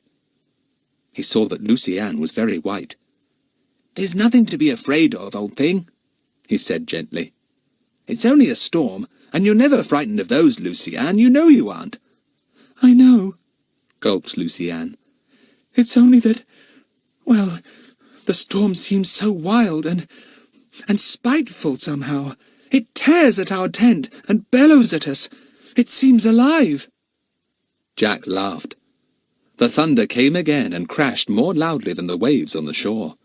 Kiki crept close to Jack. "Pop, pop, pop," she said, and put her head under her wing. "Thunder doesn't pop, Kiki," said Jack, trying to joke. But nobody smiled. The wind blew more wildly than ever, and the children wished they had more rugs. It was very, very draughty. Then the lightning flashed. It made them all jump, for it was so vivid. For an instant, the steep cliffs and the raging sea showed vividly. Then the picture was gone. Crash! The thunder came again, this time sounding overhead. Then the lightning split the sky open again, and once more the children saw the cliffs and the sea. They didn't seem quite real somehow. "Sort of unearthly," said Philip. "Gosh, hark at the rain! I'm getting spattered all over with it, though goodness knows how it's getting in here." "The wind's getting worse," said Lucy Ann fearfully. "Our tents will blow away. They will, they will." "No, they won't," said Jack stoutly, taking Lucy Ann's cold hand in his. "They can't. But at that very moment there came a rending sound, a great flap, flap, flap. Something hit Jack across the face, and their tent was gone. The 4 children were struck dumb for a moment. The wind howled round them, the rain soaked them. They had nothing over them to protect them. Their tent had vanished with the wild wind in the darkness of the night. Lucy Ann screamed and clutched Jack. He put his torch on quickly. "Gosh, it's gone! The gale has taken it away! Come into our tent, quickly!" But before the children could even get up from their rugs, the gale had taken the other tent too. It rushed by Philip as he stood trying to help the girls up, and when he turned his torch to where his tent should be, there was nothing. "Ours has gone too!" he cried, trying to outshout the wind. "Whatever are we to do?" "We'd better get down to the boat, if we possibly can," yelled Jack. "Or do you think we shall be blown over? Had we better roll ourselves up in the ground sheets and rugs and wait till the storm has blown itself out?" "No, we'll be soaked. Better try for the boat," said Philip. He dragged the girls up. Each of the children wrapped a rug round their shoulders to try and ward off the rain and the cold. "Take hands and keep together," yelled Philip. "I'll go first." They took hands. Philip set off, staggering in the gale that was blowing in his face. Through the puffin colony he went, trying to keep on his feet. Suddenly Dinah, who had hold of Philip's hand, felt him drag it away. Then she heard a cry. She called in fright. "Philip! Philip, what's happened?" There was no answer. Jack and Lucy Ann came close to Dinah. "What's up? Where's Philip?" Jack's torch shone out in front of them. There was no Philip there. He had vanished completely. The children, their hearts beating painfully, stayed absolutely still in dismay and astonishment. Surely the gale hadn't blown him away. "Philip! Philip!" yelled Jack, but only the wind answered him. Then all three yelled at the tops of their voices. Jack thought he heard a faint answering cry. But where? It sounded at his feet. He swung his torch downwards, and to his immense surprise and fright, he saw Philip's head, but only his head, on a level with the ground. Dinah shrieked in fright. Jack knelt down, too dumbfounded to say a word. Just Philip's head. Just Philip's. Then he saw in a flash what had happened. Philip had trodden on soil so undermined by the puffins that it had given way, and he had fallen right through to a hole below. Jack could have cried with relief. "Are you all right, Philip?" he yelled. "Yes, give me your torch. I've dropped mine. I've fallen through into a whopping big hole. There might be room for us all to shelter here for a bit," shouted back Philip, the words being whipped away by the wind almost before Jack could hear them. Jack gave Philip his torch. The boy's head disappeared. Then it came back again, looking very odd sticking up between some heather and a sea-pink cushion. "Yes, it's an enormous hole. Can you all get down? We'd keep safe and dry here till the storm is over. Come on. It's a bit smelly, but otherwise not bad." Dinah slid through the opening of the hole and found herself beside Philip. Then came Lucy Ann, and then Jack. Jack had found Philip's torch, and the two torches were now shone around the hole.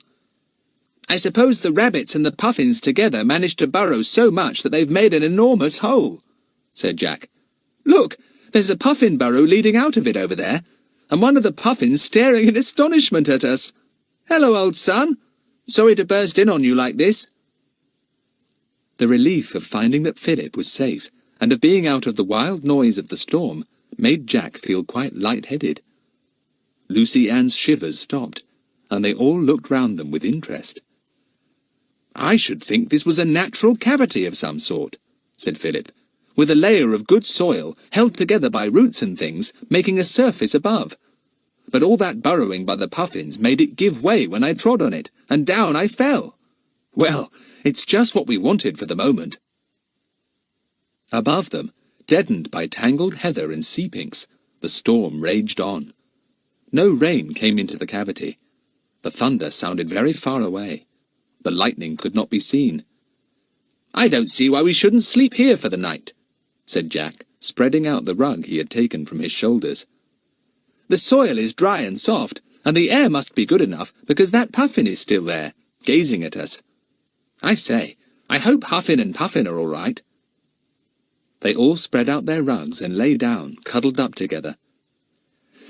"Oh, congratulations on finding us such a fine home for tonight, Philip," said Jack sleepily. "Very clever of you indeed. Good night, everybody." Chapter 16. Next day. They all slept soundly in their unexpected shelter. They did not awake until late in the morning, because for one thing it was dark in the hole, and for another they had all been tired out. Jack awoke first, feeling Kiki stirring against his neck. He could not think where he was. A little daylight filtered through the entrance of the hole, but not much. It was very warm. "Arr!" said a guttural voice, and made Jack jump. "Arr!" It was the puffin which had come down its burrow to see them the night before. Jack switched on his torch and grinned at it. "Good morning, if it is morning. Sorry to have disturbed you. I'll get Huffin and Puffin to explain to you when we see them again." Philip woke and sat up. Then the girls stirred. Soon they were all wide awake, looking round the curious cavity, and remembering the events of the night before. "What a night!" said Dinah, shuddering. "Oh, when our tents blew away, I really did feel awful. And when Philip disappeared, I felt worse," said Lucy-Anne. "What time is it, Jack?" Jack looked at his watch and whistled. My word, it's almost 10 o'clock. How we've slept! Come on, let's see if the storm is still going strong. He stood up and pulled away the overhanging heather that blocked up the narrow entrance to the hole. At once, a shaft of blinding sunlight entered, and the children blinked. Jack put his head out of the hole in delight. Golly, it's a perfect day! The sky is blue again, and there's sunshine everywhere. Not a sign of the storm left. Come on, let's go up into the sunlight and have a look around. Up they went, giving each other a hand. Once they were out of the hole, and the heather fell back into place again, there was no sign of where they had spent the night. Wouldn't it make an absolutely marvellous hiding place? Said Jack. The others looked at him, the same thought occurring to everyone at once. "Yes, and if the enemy come, that's where we'll go," said Dinah. "Unless they actually walk over the place, they can't possibly find it. Why, I don't know myself where it is now, though I've just come out of it. Gosh, don't say we've lost it as soon as we've found it," said Jack, and they looked about for the entrance. Jack found it in just the same way as Philip had the night before, by falling down it. He set an upright stick beside it, so that they would know the entrance easily next time. "We might have to sleep down there each night now, as our tents have gone," said Jack. "It's a pity we brought our rugs up. Still, they can do with the sunning. We'll spread them out on the heather." "Thank goodness that awful wind's gone," said Dinah. "There's hardly even a breeze today. It's going to be frightfully hot. We'll bathe." They had a dip in the quiet sea, which looked quite different from the boiling, raging sea of the day before. Now it was calm and blue, and ran up the sand in frilly little waves edged with white. After their bathe, the children had an enormous breakfast in the spot where their tents had been. Huffin and Puffin appeared as soon as the children arrived, and greeted them joyfully. "Ah, ah." "They're saying that they hope we've got a good breakfast for them," said Dinah. "Huffin and Puffin, I wish you'd eat rats. You'd be very useful then." Philip's rats had appeared again, now that the storm was over, much to Dinah's disgust. They seemed very lively, and one went into Jack's pockets to find a sunflower seed. It brought one out, sat on Jack's knee, and began to nibble it. But Kiki pounced at once, and snatched the seed away, whilst Squeaker scurried back to Philip in a hurry. "You're a dog in the manger, Kiki," said Jack. "You don't really want that sunflower seed yourself, and you won't let Squeaker have it either. Fie!" "Fie-fo-fum," said Kiki promptly, and went off into a screech of laughter, right in Jack's ear. He pushed her off his shoulder. "I shall be deaf for the rest of the day. Lucy-Anne, look out for that potted meat. Huffin is much too interested in it." "Really, what with Kiki pinching fruit out of the tin, and Huffin and Puffin wanting the potted meat, and Philip's rat sniffing round, it's a wonder we've got anything ourselves," said Lucy-Anne. But all the same, it was fun to have the creatures joining in and being one with them. Huffin and Puffin were especially comical that morning, for now that they were really friendly, they wanted to look into everything. Huffin suddenly took an interest in Dinah's fork, and picked it up with his beak. "Oh, don't swallow that, silly!" cried Dinah, and tried to get her fork away. But Huffin had a very strong beak, and he won the tug of war. He waddled away to examine the fork in peace. "He won't swallow it, don't worry," said Philip, tossing Dinah his own fork. "It'll keep him quiet a bit if he plays with it for a while." The children's fire was, of course, completely out. It had to be pulled to pieces and lighted all over again. This was not so easy as before, because everything had been soaked during the night. Still, the sun was so very hot that it wouldn't be long before the wood and the seaweed were bone dry again. The children missed out dinner completely that day, because it had been 12 o'clock before they had cleared up their breakfast things. "We'll have a kind of high tea about 5, said Jack. "We've plenty to do. Look for our tents, light the fire, find some more wood, and go and see if the motorboat is all right." Their tents were nowhere to be seen. 1 or 2 pegs were found, but that was all. "The tents are probably lying on some island miles and miles away," said Jack, "scaring the seabirds there. Well, shall we sleep in that hole tonight?" "Oh, no, please don't let's," begged Luciane. "It's smelly, and it's so very hot again now that surely we could put our rugs on cushions of heather and sleep out in the open. I should like that." Philip looked up at the clear blue sky. Not a cloud was to be seen. "Well," he said, "if it's like this tonight, it would be quite comfortable to sleep in the open. We'll plan to do that unless the weather changes. Let's find a nice cushiony place and put our rugs there, and our other clothes, with the ground sheets over them. Good thing the ground sheets only blew up against those birch trees and got stuck there." They found a nice heathery place, not too far from where Luciane kept the stores beneath the big ledge of stone, and piled their extra jerseys, their mackintoshes, their rugs and their ground sheets there. Luciane had stored their spare clothes with the food under the ledge, but the rain had driven in and had made them damp. So it was decided that it would be better to use them as extra bedclothes at night, and keep them under the ground sheets during the daytime. After they had done all this, they went to see their fire, which was burning well now. They sat on the top of the cliff, with the birds crying all round them, and looked out on the calm, brilliantly blue sea. "What's that?" said Luciane suddenly, pointing to something floating not far off. "Looks like a heap of wood or something," said Philip. "Wreckage of some sort. Hope it comes inshore. We can use it for our fire." It came slowly in with the tide. Philip put his glasses to his eyes. Then he lowered them again, looking so taken aback that the others were scared. "Do you know," he said, "that wreckage looks awfully like bits of the lucky star. And there's more bits over there, look. And I dare say we should find some down on the rocks." There was a shocked silence. Nobody had even thought that the motorboat might have been taken by the storm and battered. Jack swallowed hard. That would be a blow. He got up. "Come on, we'd better go and see. Of course, I suppose it was bound to be smashed up, but anyhow, we couldn't have moved it. Gosh, what bad luck if the boat's gone. Even if the engine was smashed, it was still a boat. We might have rigged up a sail or something."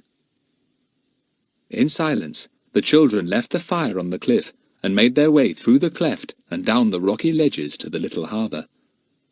There was no boat there. Only a bit of the mooring rope was left, still tied round the rock nearby, its ragged ends fluttering in the tiny breeze. "Look!" said Jack, pointing. "She must have been battered up and down by great waves rushing in and out of the channel. See the paint on the rocks. And look at the bits of wood about. When the rope broke, she must have been taken right out of the channel and then beaten to bits against the cliffs. What a frightful shame!" The girls had tears in their eyes, and Philip had to turn away too. Such a lovely boat. Now she was nothing but masses of wreckage which they could burn on their fire. Poor Lucky Star. Unlucky Star should have been her name. "Well, nothing we could have done would have helped," said Jack at last. "The storm would have wrecked her anyway. Though if Bill had been here, and the boat was all right, he would have taken her round to Splash Cove, and we could have dragged her right up the beach out of reach of the waves. It wasn't our fault." They all felt sad and downcast as they left the little harbour and went back. The sun was going down now, and the evening was very peaceful and beautiful. There was hardly any wind at all. "I can hear an aeroplane again," said Luciane, her sharp ears picking up the distant throbbing before the others. "Listen!" Far away, a small speck showed low down in the blue sky. The boys clapped their glasses to their eyes. Jack gave an exclamation. "It's dropping something, look! Philip, what is it? Is it a parachute?" "It looks like a small parachute, with something underneath it, swinging to and fro," said Philip, his eyes glued to his glasses. "Is it a man?" "No, it doesn't look like a man." "Then what in the world is it? And why is the plane dropping things here? Gosh, I wish Bill was here to see this. There is something peculiar going on. Something the enemy are doing. I shouldn't be surprised if they get the wind up when they see our smoke and come along to search the island. Tomorrow one of us must always be on the lookout from the cliff." Puzzled and anxious, the children went back to Sleepy Hollow. It was time for high tea, and Lucy Ann and Dinah prepared it in silence. They were in the middle of an adventure again, and they couldn't possibly get out of it. Chapter 17. A boat! A boat! "Do you think it's worthwhile keeping the fire going if the aeroplanes belong to the enemy?" asked Lucy Ann at first. "Well, if we're ever to be rescued, we shall have to show some kind of signal," said Jack. "We'll have to risk the aeroplane seeing it. Perhaps, when no messages come through from Bill, motorboats will come looking for us. Then they will see our signal and come to the island." "I hope they do," said Dinah. "I don't want to be here for months, and it would be awful in the winter." "Good gracious, don't talk about being here for the winter," said Lucy Ann in alarm. "Why, it's only May." "Dinah's looking on the black side of things as usual," said Philip. Dinah flared up. "I'm not. I'm being sensible. You always call being sensible looking on the black side of things." "Oh, don't quarrel just now when we all ought to stick by each other," begged Lucy Ann. "And don't put those rats near Dinah, Philip. Don't be mean just now." Philip snapped his fingers, and the rats scurried back to his pockets. Kiki snorted. "3 blind mice. See how they run. Pop goes Kiki." "Ah," said Huffin, agreeing politely. It was really very comical the way he and Puffin seemed to talk to Kiki. They never said anything but "ah," but they said it in many different tones and sounded quite conversational at times. That night the children slept out in the open. It was a beautiful, calm night, and the stars hung in the sky, big and bright. Lucy Ann tried to keep awake to watch for shooting stars, which she loved, but she didn't see any. Her bed was very comfortable. The children had chosen thick heather to put their ground sheets and rugs on, and had used their extra clothes for pillows. A tiny breeze blew against their cheeks and hair. It was lovely lying there with the stars shining peacefully above, and the sound of the sea in the distance. "It's like the wind in the trees," thought Lucy Ann sleepily. "And the wind in the trees is like the sound of the sea. Oh dear, I'm getting muddled. The weather was still lovely the next day, and the spiral of smoke from the signal fire went almost straight up in the air, there was so little wind. Jack and Philip took a good many bird photographs, and Jack looked longingly over the steep bird cliff, wishing he could climb down a little way and take some photographs of the birds there. "Bill said not," said Philip, "and I think we oughtn't to. Suppose anything happened to us, what would the girls do? We've got heaps of fine photographs without bothering to take the eggs and birds on those ledges." "I wish that puffins had laid eggs," said Jack. "I haven't found a single puffin egg yet. It's a bit too early, I suppose. How sweet baby puffins must look. I wish I could see some." "Well, you're likely to, as things have turned out," said Philip with a half-comical groan. "We may be here for quite a long time." It was arranged that one or other of the children should always be on the lookout somewhere on the bird cliff. From there, it was possible to see nearly all round the island, and no enemy could approach without being seen when still far off. That would give plenty of time for the others to be warned, and for all of them to go into hiding. "We'd really better hide all the tins and things that are under our ledge down in that hole, hadn't we?" said Lucy Ann when the plans were made. "They might easily be found." "We'll stuff heather round them," said Jack. "It would be an awful bore to have to keep going down into the hole to fetch all the food each time we wanted something to eat." So clumps of heather were most realistically tucked under the rocky ledge where Lucy Ann kept the tins. Nobody would guess it wasn't growing, it looked so natural there. "We'd have plenty of time to chuck our clothes and things down into the hidey hole if we saw anyone coming," said Jack. "I'll take first watch. I shan't be a bit bored, because there are so many birds up there, and Kiki is such a clown with them. It's as good as a pantomime to watch her." 2 days went by without anything exciting happening at all. Once they heard another aeroplane, but didn't see it. More wreckage was thrown up on the beach from the unfortunate Lucky Star. The children bathed and ate and slept, and took it in turns to keep watch, but they saw nothing to worry them at all. Kiki always kept watch with Jack. Huffin and Puffin kept watch with Philip. Once another Puffin came too near Philip for Huffin's liking, and the bird ran at it with his head down, growling "Arr!" like an infuriated dog. Their big beaks locked together, and Philip almost cried with laughter as he watched the curious battle. "The Battle of Beaks," he called it when he described it to the others afterwards. "Talk about stags locking their antlers together and fighting. Those two Puffins were every bit as fierce with their huge beaks." "Who won?" asked Lucy Ann with great interest. "Huffin, I suppose." "Of course," said Philip. "He not only won, he chased the other one right into its burrow, and they both came out again at another entrance, with Huffin winning the race. I'm surprised the other poor bird had any feathers left by the time Huffin had finished with him." On the afternoon of the 3rd day, Jack was sitting up on the top of the bird cliff. It was his turn to look out. He gazed lazily out to sea. There was just a little more breeze that day, and the waves had frills of white as they came in to shore. Jack was thinking about Bill. Where was he? What had happened to him? Had he been able to escape? And if so, would he come quickly to rescue the 4 children? And what was Aunt Allie thinking? Had she heard that there was no word from Bill, and was she worried? Jack thought deeply about all these things, listening to the different cries of the seabirds about him, and watching their graceful flight over the sea.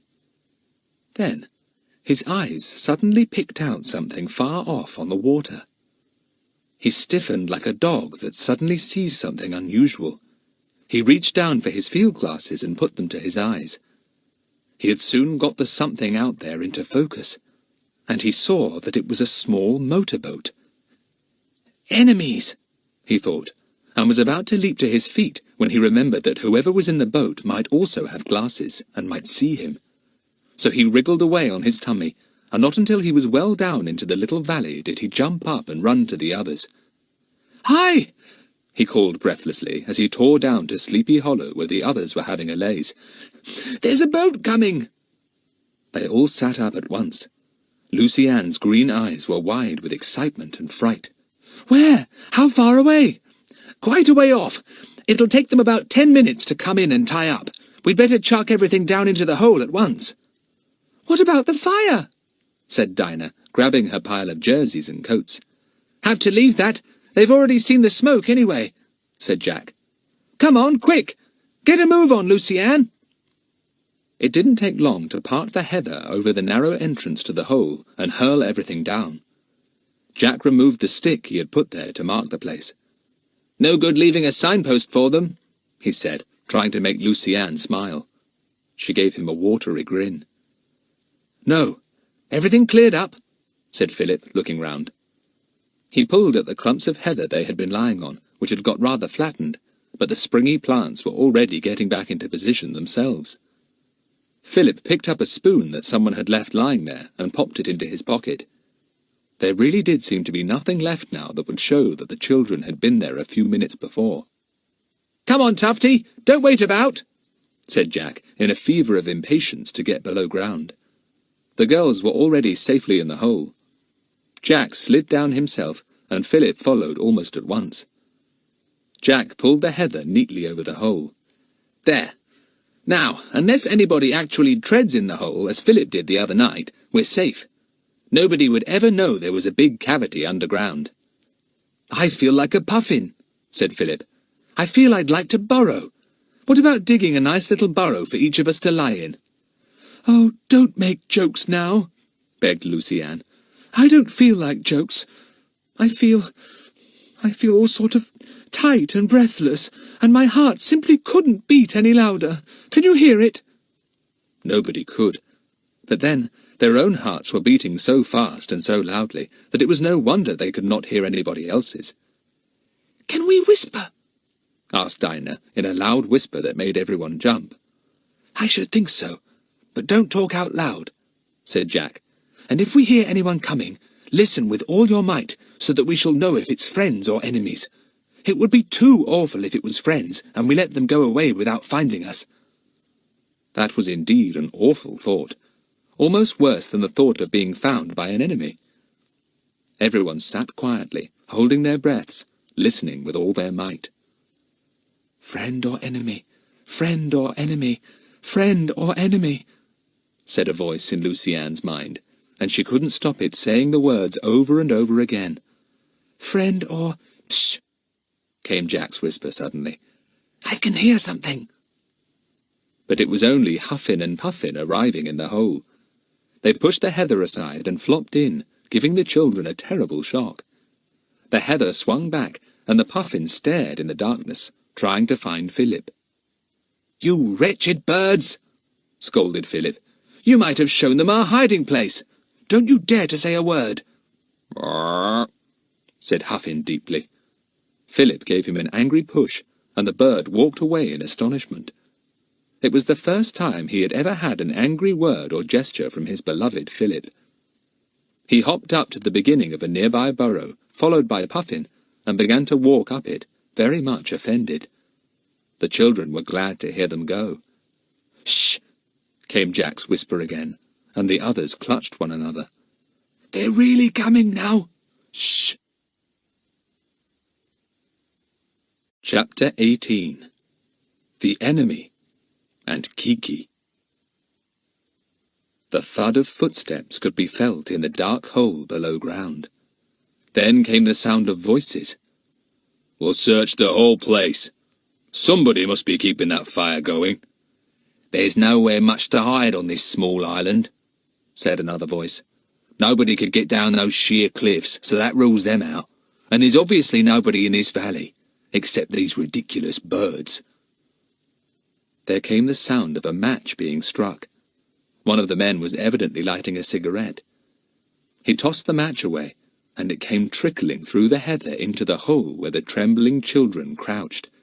It fell onto Dinah's knee, and she almost squealed. "They're dreadfully near," everyone was thinking. "Dreadfully, dreadfully near." "Look here," said one of the men's voices suddenly. "What's this? A bit of chocolate wrapping paper? I bet the hiding place isn't far off." The children's hearts almost stopped beating. Philip remembered that a bit of his chocolate paper had blown away on the wind, and he hadn't bothered to go and pick it up. Blow, blow, blow! Jack felt about for Kiki. Where was she? She had slid off his shoulder, but he couldn't feel her anywhere near. He did hope she wouldn't suddenly make one of her loud remarks just under the very feet of the men. Kiki had gone up the burrow after Huffin and Puffin. The two Puffins were now staring at the men who had come to hunt. They stood at the entrance of a burrow, looking fixedly with their crimson-circled eyes. "Look at those silly chaps," said one man. "Whatever are these ridiculous birds with beaks like fireworks about to go off?" "Don't know. Puffins or sea parrots or something," said the other man. "Huffin and Puffin," said Kiki in a loud, conversational sort of voice. The men jumped violently and looked all round. Kiki was in the burrow behind Huffin and Puffin and could not be seen. She did not want to push past them in case they nipped her. "Did you hear that?" said the first man. "Well, I thought I heard something," said the other. "But these birds all round make such a racket." "Yes, a frightful din," said the first man. "Din, din, dinner," announced Kiki, and went off into one of her cackles of laughter. The men stared in alarm at the two solemn Puffins. "I say, surely those birds can't talk." "It's a bit odd, isn't it?" said the first man, rubbing his chin and staring at Huffin and Puffin. It seemed as if it really must be the two Puffins who were talking and coughing. Kiki could not be seen. Huffin opened his beak. "Arr," he said solemnly. "There," said the man. "I saw him that time. They are talking birds. Sea parrots, perhaps. And parrots talk, don't they?" "Yes, but they have to be taught," said the other. "And who taught these two? Oh, come on. Don't let's waste any time on the ridiculous creatures, said the first man, turning to go. We'll go down to the shore and walk along it to make sure there's no one there. Pity the boat's been smashed up in the gale. We could have taken off some of the food in it. Kiki gave an imitation of a motorbike in the distance, and the men stopped suddenly in astonishment. I could have sworn that was a motorbike, said one with a half-ashamed laugh. Come on, we're hearing things. Wait till I get hold of whoever's on this island, making us waste time hunting like this. To the children's enormous relief, the men's voices got fainter and fainter, and at last could not be heard at all. Kiki came back into the cave. "What a pity! What a pity!" she said in a whisper, cracking her beak. "Kiki, you awful idiot! You nearly gave the game away," whispered Jack. "Get on my shoulder, and I warn you, if you say just one more word, I'll tie your beak up with my hanky." "Ah," said Kiki, and settled down with her head under her wing. She was offended. For what seemed like hours, the children sat silently in the hole underground. They heard no more voices, and no more footsteps shook the ground nearby. "How long have we got to stay here like this?" whispered Dinah at last. She was always the first to get impatient. "I'm cramped." "I don't know," said Jack, in a whisper that seemed to fill the underground cavity. "It would be dangerous to pop my head out and take a look-see." "I'm hungry," said Lucy-Anne. "I wish we'd brought something to eat down with us. And I'm thirsty, too." Jack wondered whether or not to risk sticking his head out. Just as he was making up his mind that he would, everyone in the hole heard a far-off, very welcome noise. "It's the engine of their motorboat being started up," said Jack in relief. "They must have given up the hunt, thank goodness. We'll give them a few minutes, then I'll hop out." They waited for 5 minutes. The motorboat's engine sounded for a little while, then grew fainter, and finally could not be heard at all. Jack cautiously put his head out. He could see and hear nothing but puffins. Huffin and Puffin were squatting nearby, and got up politely when they saw his head. "Ah," they said. Jack got right out of the hole. He lay down flat, put his field glasses to his eyes, and swept the sea around. At last he spotted what he was looking for, the motorboat going away at top speed, getting smaller and smaller in the distance. "It's all right," he called down to the others. "They're almost out of sight. Come on out." Soon they were all sitting in Sleepy Hollow, with the girls getting a meal ready, for by this time they were once again ravenous.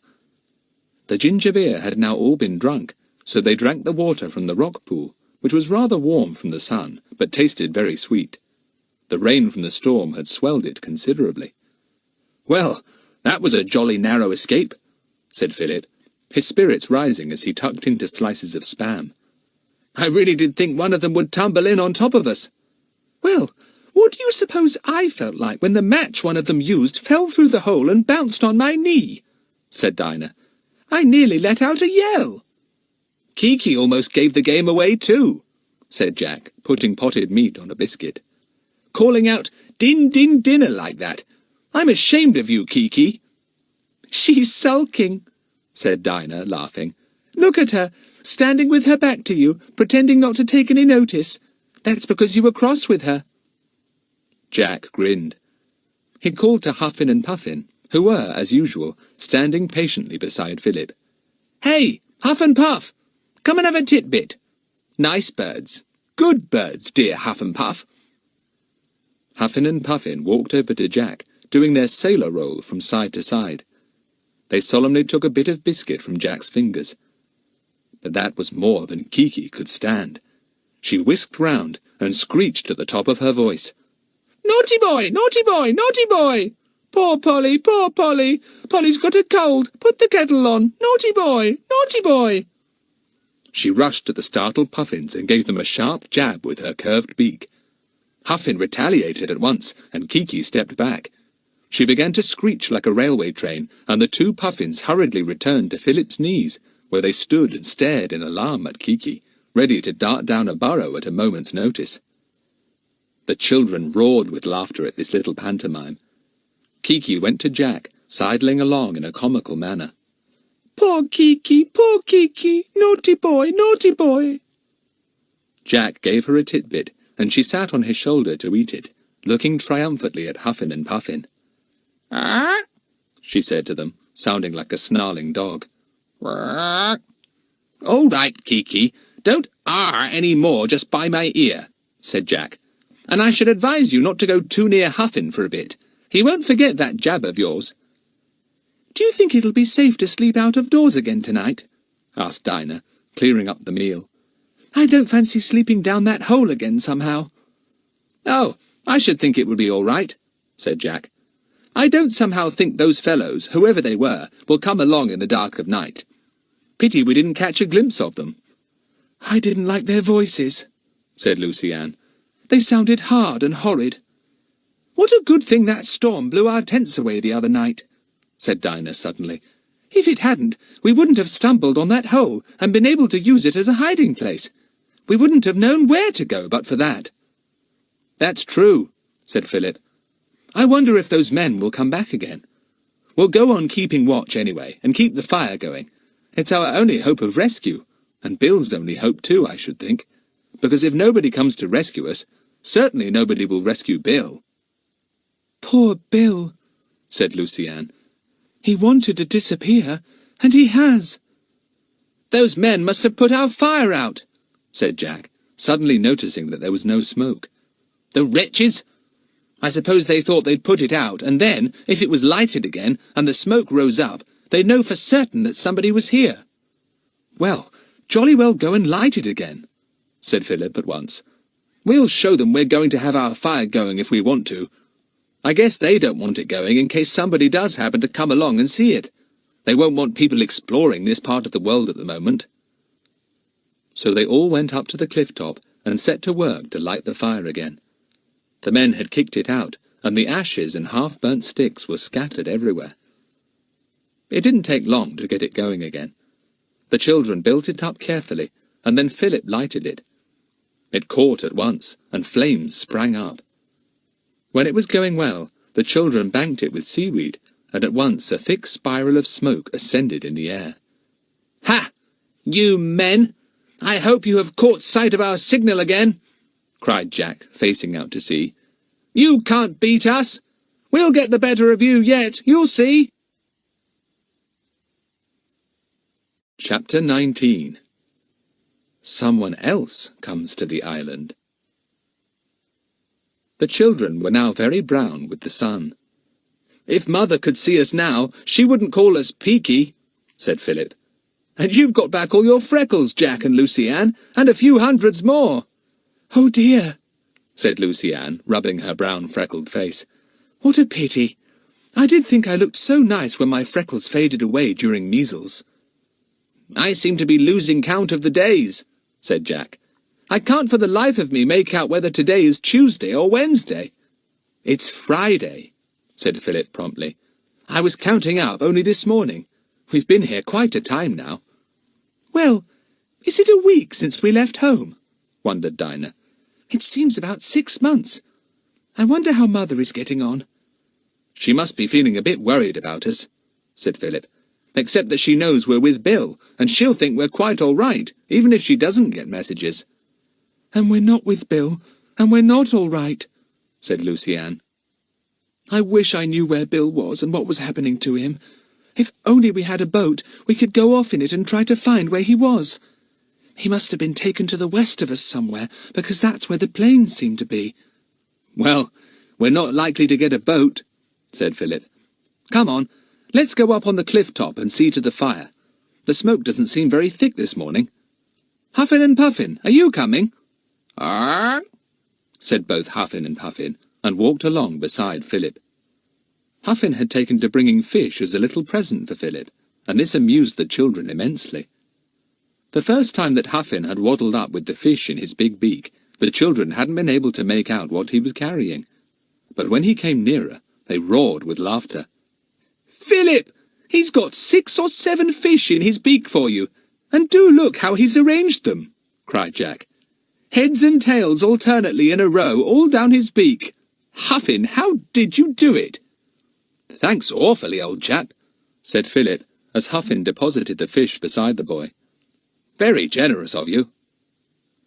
Now Huffin brought fish 2 or 3 times a day, much to the children's amusement. Philip knew how to prepare it for cooking over the fire, and the children ate the bigger fish with biscuits and tinned butter. Huffin solemnly accepted a piece cooked, and seemed to enjoy it just as much as raw, but Puffin would not touch it. Well, as long as we've got Huffin to provide us with fish, we shan't starve, said Jack. Kiki, don't be so jealous. If Huffin wants to be generous, let him. Kiki tried to head off Huffin when he arrived with fish. She could not catch fish herself, and did not like the way Huffin brought presents to the little company. Naughty, naughty, naughty boy, she screeched, but Huffin took no notice at all. The children were sitting by the fire, idly throwing sticks on it, and stirring it now and again to make it flare up a little. A spiral of smoke rose up, bent northwards. Jack took up his field glasses and swept the lonely sea with them. You never know when friends, or enemies, might turn up. Hello! There's a boat again! Cried Jack suddenly, his glasses focused on something small far away. Philip, get your glasses! The boys gazed through them, whilst the girls waited impatiently. They could see nothing with their bare eyes, not even a speck on the sea. Is it the same boat as before? Said Philip. It's getting nearer. We shall soon be able to find out.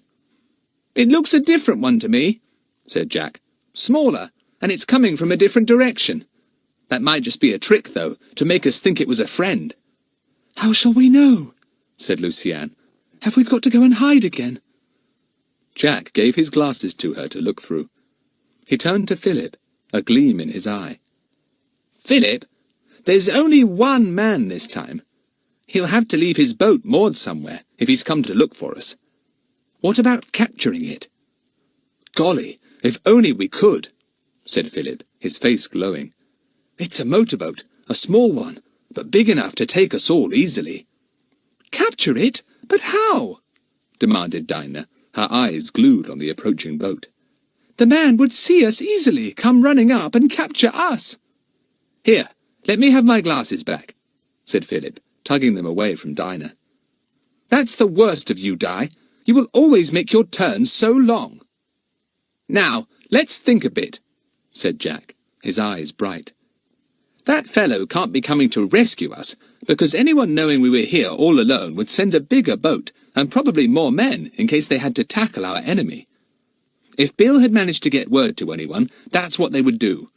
Therefore, it seems to me that this boat is not one sent to rescue, so it's probably a trick of the enemies, continued Philip. They may or may not know there are only children here. It depends on how much Bill has told them. But they might quite easily send someone who would pretend not to be an enemy so as to take us in, and then we would be persuaded to get into his boat to go to safety, and he'd take us off somewhere to join Bill as prisoners. Oh, said Lucienne, who didn't like the sound of this at all. Well, I certainly shan't get into his boat. Jack, what are we going to do? Now listen, said Jack. I really have got a good idea, but it needs all of us to carry it out. You girls, too. Well, what have we got to do? Said Dinah impatiently. We'll find out where he's going to moor his boat, said Jack. He'll either go into that little channel where the Lucky Star was, or pull her up on a sandy beach. We shall soon know, because we shall watch. Yes? What then? Asked Lucienne, beginning to feel excited. Well, Dinah and I will hide nearby, said Jack. The man will walk up onto the island to look for us, and you and Lucienne, Philip, must go and meet him. Oh, I couldn't, said Lucienne in alarm. All right, then. You stay put somewhere, said Jack, and Philip can meet him. And Philip, somehow or other, you've got to get this fellow into that underground hole. We can easily keep him prisoner there, and if we can block him in somehow, with plenty of food, we can take the boat and go. There was a silence whilst everyone digested this remarkable plan. But how am I to get him into the hole? Asked Philip at last.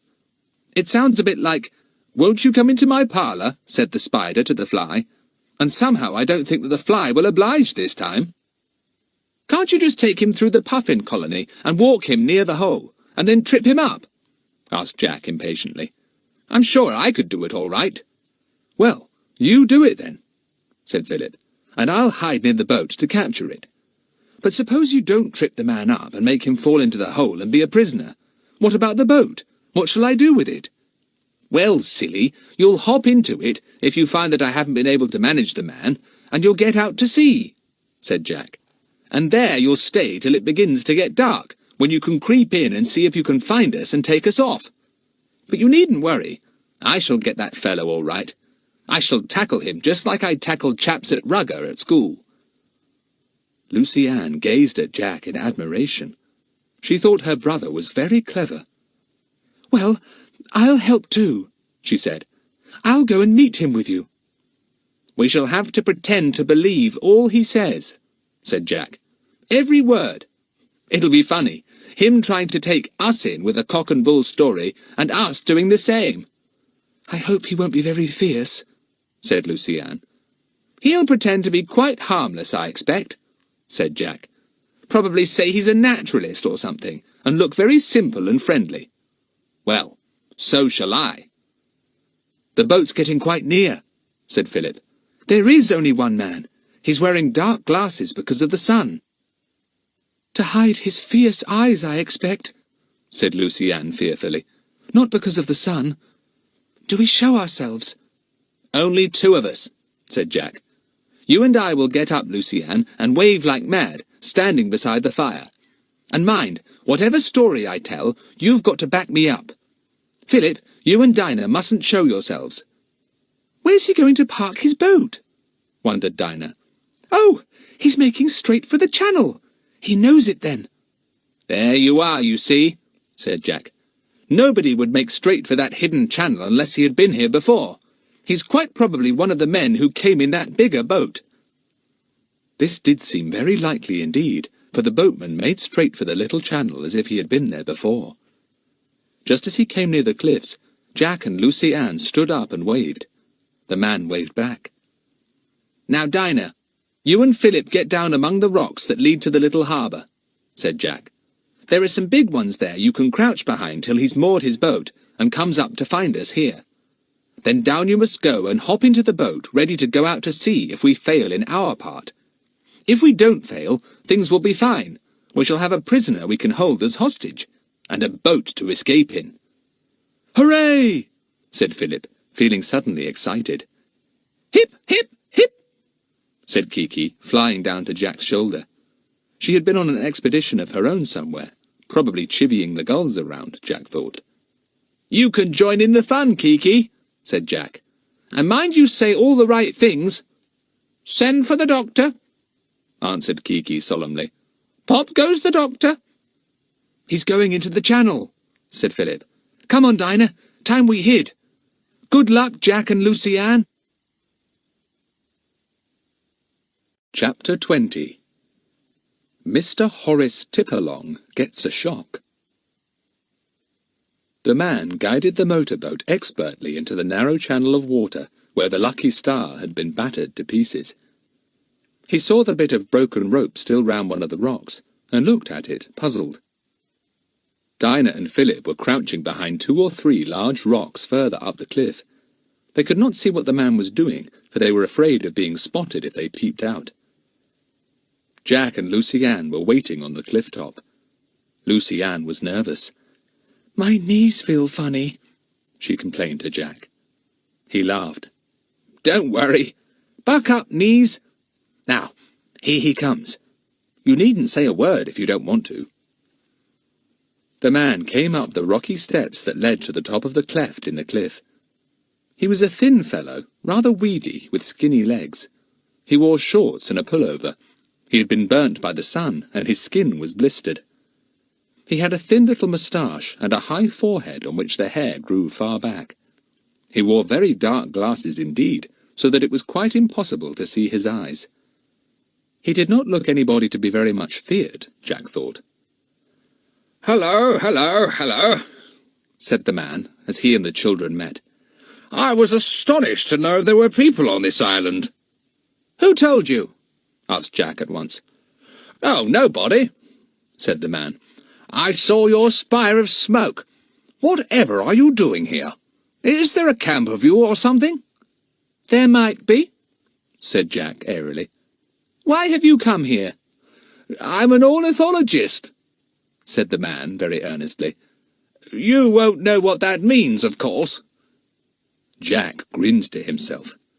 Considering that he and Philip thought themselves very fine ornithologists, this amused him. But he wasn't going to let this man know that. Ornithologist? He said innocently. "What's that?" "Well, my lad, it's a student of bird life," said the man. "A bird lover. One who wants to know all that he can about birds and their ways." "Is that why you've come here, then? To study birds?" asked Lucy Ann, thinking she ought to say something. Her knees had stopped shaking and feeling funny, now that she saw the man was not at all fearsome. "Yes, I've been to this island before, years and years ago, when I was a lad," said the man. "And I wanted to come again, though I had a job finding it. I was surprised to see your smoke going up. What's it for? Playing at shipwrecked sailors or something? I know what children are." It was plain that the man knew very little about children, and thought the two to be much younger than they were. "He'll be reciting Humpty Dumpty to us in a moment," thought Jack, with a secret grin. "Do you know a lot about birds?" said Jack, not answering the man's question.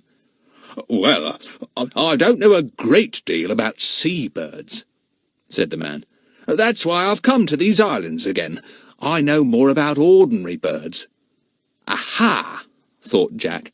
"He says that because he is afraid I'll ask him a few questions about the birds here." "We've got 2 tame puffins," said Lucy Ann suddenly. "Would you like to see them?" "Oh, very much, my dear, very much," said the man, beaming at her.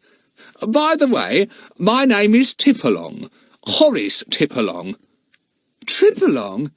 said Lucy Ann with a giggle, thinking it was a very good name for this man, who walked with curious mincing steps. Jack wanted to laugh.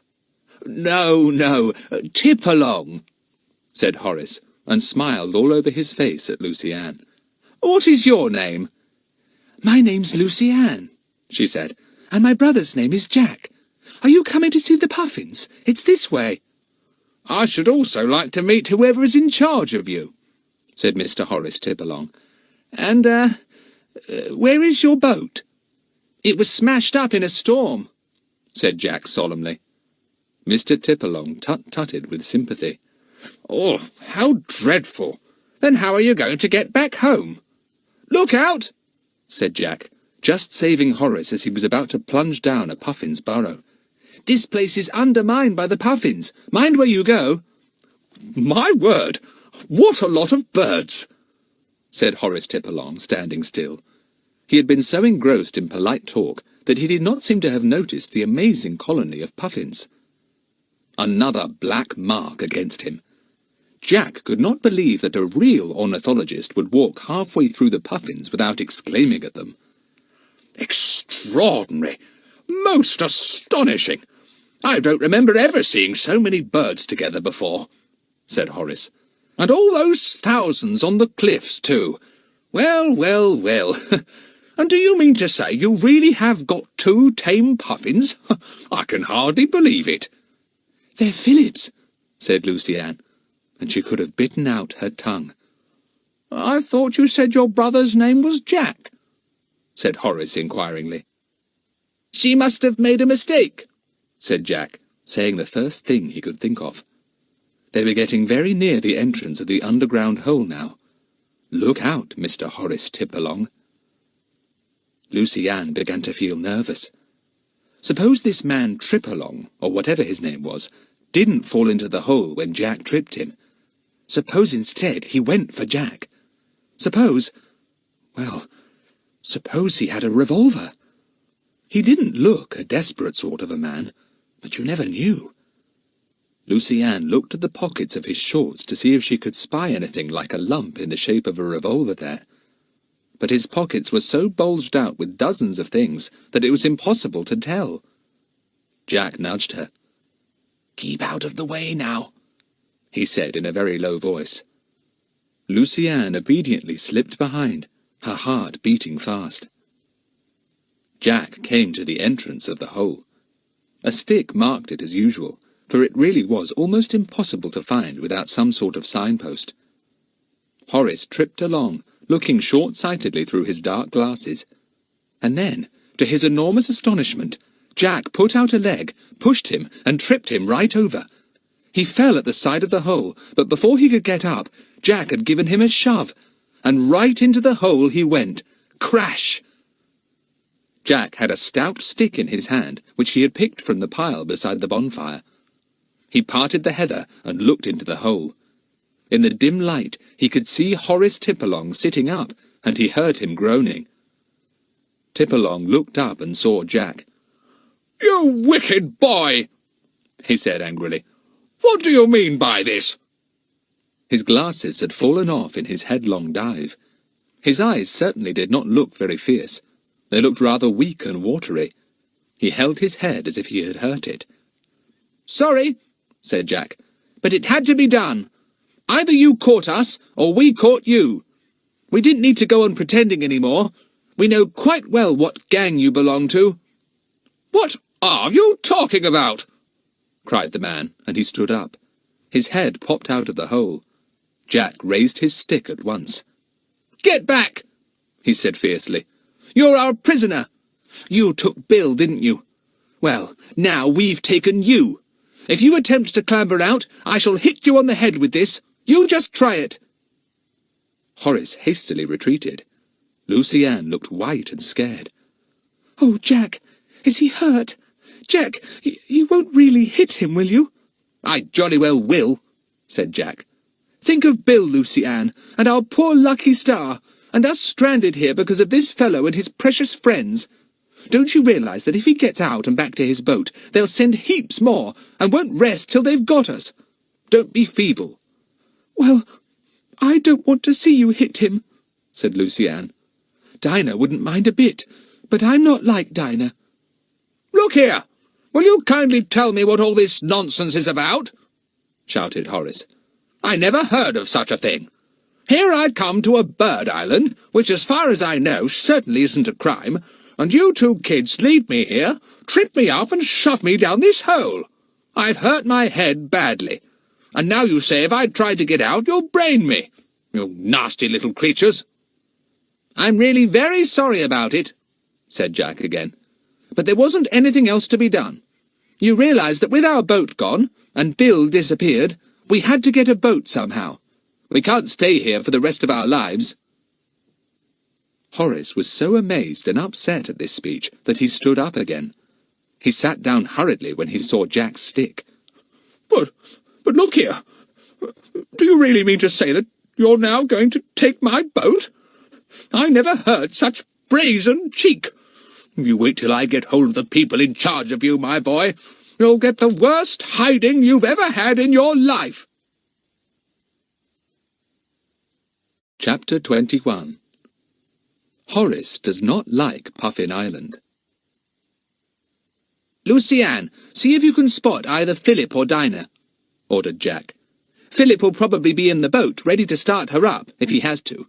But Dinah will possibly be looking out to see if there is any sign from us." Lucy Ann stood up.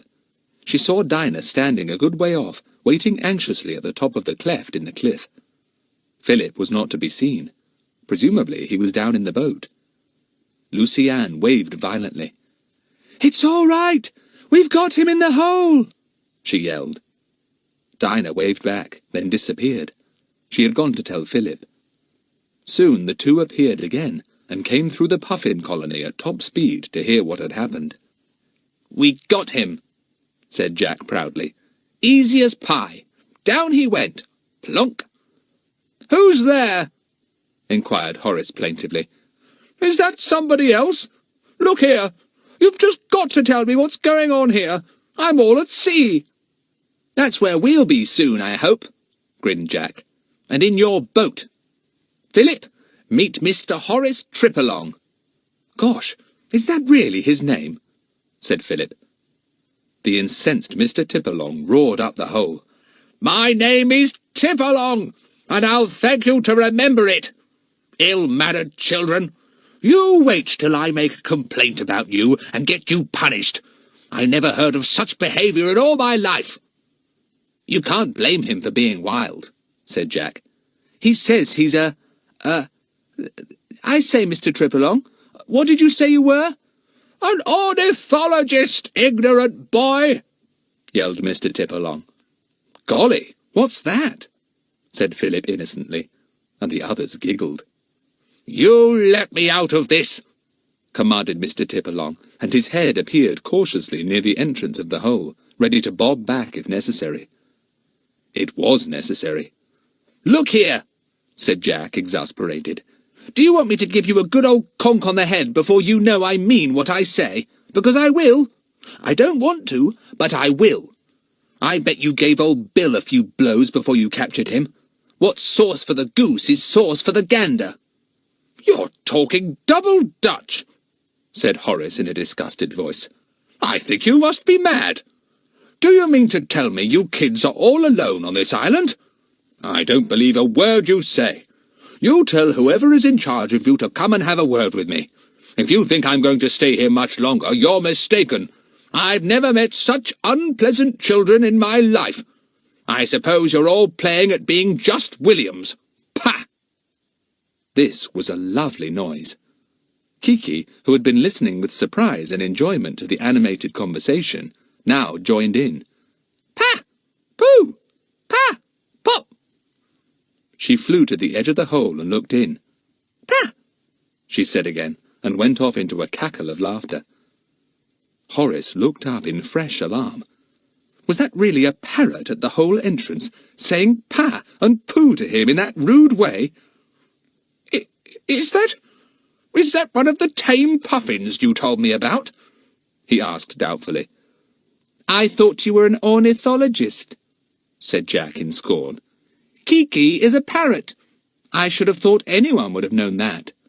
But how can a parrot live here? Said Horace. It's not a seabird. Oh, this is all a dream. But what a very silly dream. At that moment, a puffin came down the end of the burrow that led into the back of the hole. Ah! It announced in a deep and guttural voice. Mr. Tipalong jumped violently. All he could see in the dimness of the hole was a baleful eye and a big and many-coloured beak. Go away, he said weakly. Shoo! Shoo! Said Kiki from the hole entrance in great delight. Pa! Pooh! Shoo! Ah! You're all mad, said poor Horace. I'm mad too, I suppose. Oh, shoo, I tell you.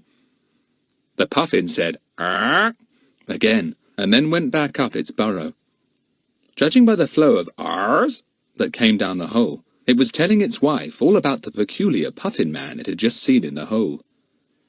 "What are we going to do now we've got him?" said Philip in a low voice. "I suppose he is an enemy. I mean, he does sound rather a goof, doesn't he?" All part of a clever plan, said Jack. He's no ornithologist. He's been told to dress up like a goofy one and act the part. Some birdmen are awful goofs, you know. We've met them. Well, this one is just about too goofy for words. He's overacting, if you know what I mean. I'm glad he hasn't got a revolver. I've been afraid of that all the time. Yes, so was I, admitted Philip. There may be one in the boat. I hope there is. It might come in useful. Well, what are we going to do? Do you think he can hear what we're saying? Said Lucy-Anne, looking frightened. Not if we talk as low as this, said Philip. Jack, the boat is a nice little bit of work. Smaller than the Lucky Star, but it has a little cabin and will easily take us all and some food. Are there oars in it, in case we want to cut out the engine and go in quietly to shore anywhere? Asked Jack. Yes, said Philip. I noticed those. Have you got a good plan, Jack? I keep on and on thinking, but all I can make up my mind about is to sail off in the boat. But where to, I don't know. We want to escape, but we want to escape to somewhere. And not out of the frying pan into the fire, either. We'd better do it soon, too, because if dear old Tripalong doesn't get back to the gang with news pretty soon, they'll send others here. Yes, I'd thought of all that, too, said Jack, and the girls nodded. The thing is, shall we try to make for the outer islands and find one where a few fishermen live and try to get help? Or shall we try for the mainland? Or shall we hunt for Bill? There was a silence. Everyone was thinking hard. Lucy Ann spoke first. I vote for hunting for Bill, she said. We could try that first, anyway, and then make for safety afterwards if we're not successful. But I do think we ought to try to find Bill first. Good for you, Lucy Ann, said Jack. That's what I think. Now for some more planning. Horace Tipalong suddenly demanded their attention again. Stop all that talk, talk, talk, he cried fretfully.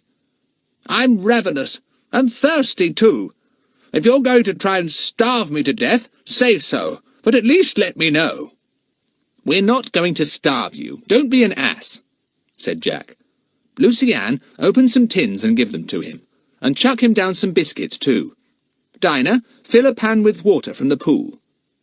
Right, Chief, grinned Dinah, and went off to the pool in the rocks. Horace was handed down the full pan of water and some tins and biscuits. He began to eat hungrily. The sight of the food made the others feel hungry too. We'll have a feed as well, said Philip. Shall I take a turn at holding the stick and sitting by the hole, Jack? Yes, said Jack. But mind, give him a good old conk if he so much as shows a hair. This was said in a very loud voice, so that Horace was sure to hear. But Horace said nothing. Apparently he was willing to bide his time now. The children were soon devouring a tinned chicken, tinned peas which they ate without heating, and a tinned fruit salad with tinned cream, washed down with water from the pool. Jolly good, said Jack with a comfortable sigh. I feel better. Wonderful what food does to you. It would make me sick if I ate as much as you've just eaten, said Dinah. You're a greedy pig. You ate twice as much as anyone else. Can't help it, said Jack. I was twice as hungry. Now then, lower your voices, please. We'll make our plans. Shall we set out at night?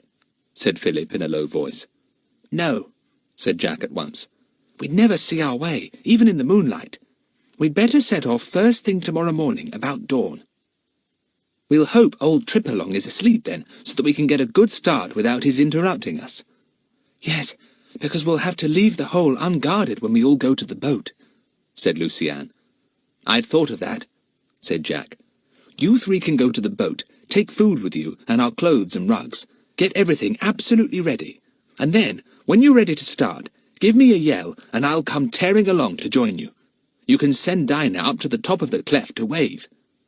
And by the time Horace has realized nobody's on guard to conk him on the head, we'll be out to sea in his boat, said Dinah, enjoying the thought. Poor old Horace. I feel quite sorry for him. I don't, said Jack unfeelingly.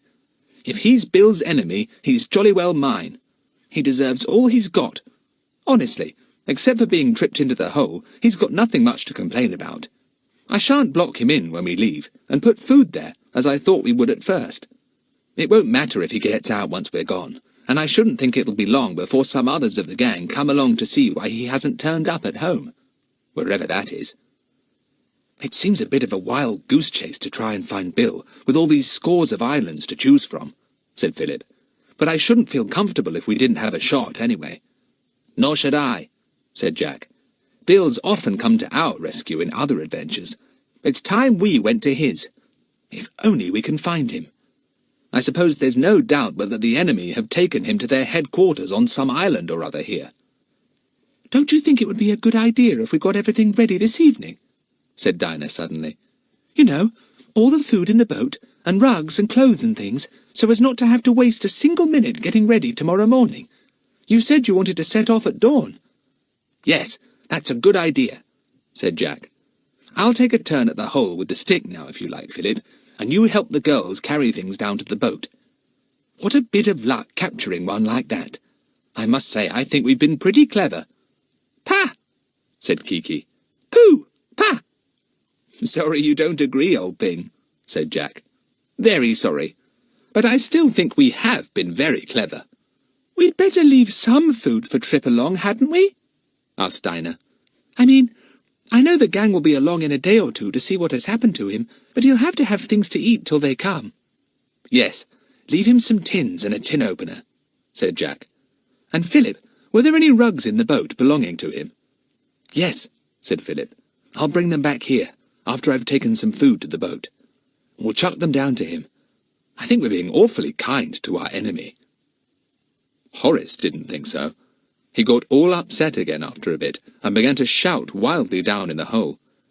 This has gone on long enough! You let me out, you little villains! Wait till I get my hands on you! What is the meaning of this, I'd like to know? Oh, don't keep up the pretence any more, Mr. Horace Tripalong, said Jack, bored. We're enemies, both of us, and you know it. You open up a bit and tell me where Bill is and a few things more. You might get off more lightly in the end if you do. Who is this Bill you keep talking about? Said Horace in an exasperated tone. Look here, are you playing at pirates or bandits or what? I never heard of anyone being kept prisoner down a hole like this by a pack of villainous children. No, I never heard of it either, now I come to think of it, said Jack. Well, dear Horace, if you won't admit what we all know, keep quiet. Pah! Said Horace, aggravated beyond words. Pah! Said Kiki at once, and went to the hole entrance. She looked down. Pah! Naughty boy! Pop goes the weasel! How many times have I told you to shut that door? God save the Queen! Pah! Mr. Tipalong listened in amazed horror. Was he really and truly mad? Could that be a parrot talking to him so rudely? I'll wring that bird's neck, he said fiercely, and got up. Ring the bell, please, said Kiki, and went off into one of her cackles. Then she poked her head in again, and screeched like a railway engine in a tunnel. It was absolutely deafening in the hole below, and Horace fell back on the ground, defeated. Mad. Quite mad. All mad, he muttered, and, putting his head in his hands, he said no more. Chapter 22. The Enemy. The three children, accompanied by Huffin and Puffin, made various journeys to and from Sleepy Hollow with food, rugs, and clothes. Philip brought back a pile of rugs from the boat and thrust them down the hole entrance. They descended on poor Horace and enveloped him. He was very much startled, but glad to find in a moment or two that his captors were actually offering him something warm and soft to lie on. He arranged them underneath himself. Ah, that was more comfortable. He began to think longingly of all the things he would do to those children once he got free. At last, everything was in the motorboat, ready for the early start. It was now getting dusk. Philip, Lucy-Anne, and Dinah came and sat beside Jack. I suppose one or other of us must keep watch over the hole all night in case Horace escapes, whispered Philip. Jack nodded. Yes, we can't risk his getting out, just as we've got everything set. You take first watch, Philip. We won't ask the girls to watch, because I'm pretty sure they wouldn't enjoy hitting Horace good and hard if he popped his head out. I would, said Dinah indignantly. Lucy-Anne is kind, but I'm not. Lucy-Anne said nothing. She felt sure she wouldn't like to hit Horace hard. Anyway, the boys decided that only they should keep watch, so that was all right. The sun had gone down into the sea. The sky was pricked with the first few stars. The children lay about comfortably on the heather, talking in low voices. There was no sound from Horace. Perhaps he was asleep. Philip's 3 rats, which had suddenly begun to look very grown up, came out to sniff the evening air. Dinah removed herself at once. Huffin and Puffin regarded the rats with fixed eyes. Kiki yawned and then sneezed. Then she coughed in a very hollow manner. Shut up, Kiki, said Jack. If you want to practice your awful noises, go up on the cliff and make the seagulls and guillemots listen. Ah, said Huffin solemnly. Huffin agrees with me, said Jack. Pah, said Kiki. And pat to you, too, said Jack. Now shut up, Kiki, do. It's a lovely evening. Don't spoil it with your pieing and pooing.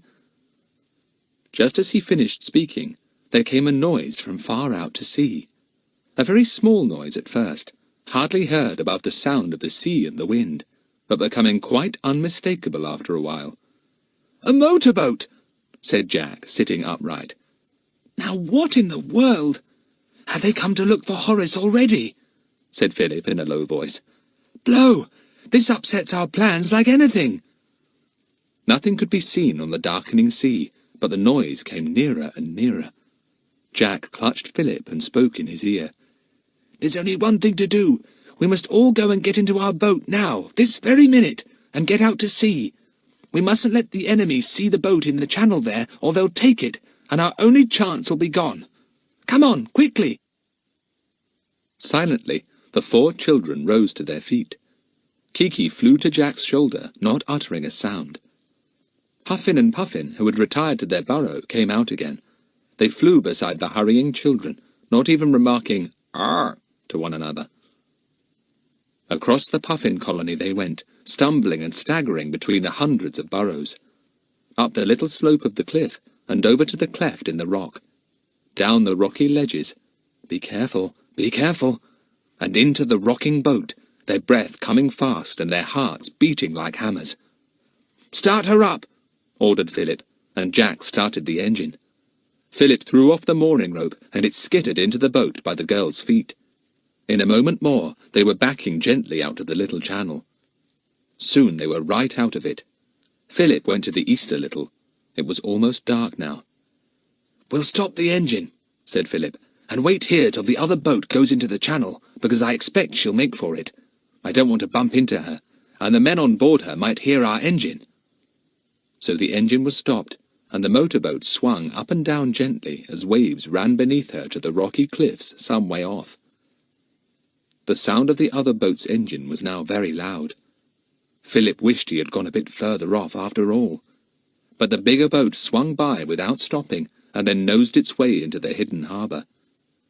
The children, crouching in their boat, straining their eyes, had just been able to make out a dark shape, and that was all. The other boat's engine stopped, and peace came back into the night. Some of the seabirds, disturbed, uttered a few wild cries, and then flew back to their roosting places on the ledges. Horace will be glad to be rescued, said Dinah at last. Yes, he'll probably be out of the hole already, said Jack. He'd soon known when we were gone. I've no doubt there'll be a lot of bad language going on when they find out how we imprisoned poor Horace. And gosh, when they find out we've taken his boat— "Arr!" said a deep voice from the rail round the deck. The children jumped in the darkness. Oh, it must be Huffin or Puffin, said Philip, pleased. Fancy them coming with us. I do think that's friendly of them. They're sweet, said Lucy Ann, and put out her hand to Huffin. Both the Puffins were there, sitting side by side in the darkness. Kiki flew to join them. What are we going to do now? Said Dinah. Dare we go off in the dark? We might bump into rocks and wreck the boat. We'll have to stay here till the first light of day, said Philip. Then we'll set off and hope the men on the island won't hear our engine and come after us. We shall have got a good start, said Jack. Well, what about having a snooze if we're going to stay here? Where's the anchor? Shall we let it down? I don't fancy drifting about at the mercy of the waves all night long. Whilst the boys were busy, the girls laid out rugs, mackintoshes and jerseys to lie on. It was a lovely warm night, and nobody minded. It's so nice to have the stars above us instead of a ceiling or a tent roof, said Lucy Ann, snuggling down. I don't feel a bit sleepy somehow. I suppose it's all the excitement. I've got used to this adventure now.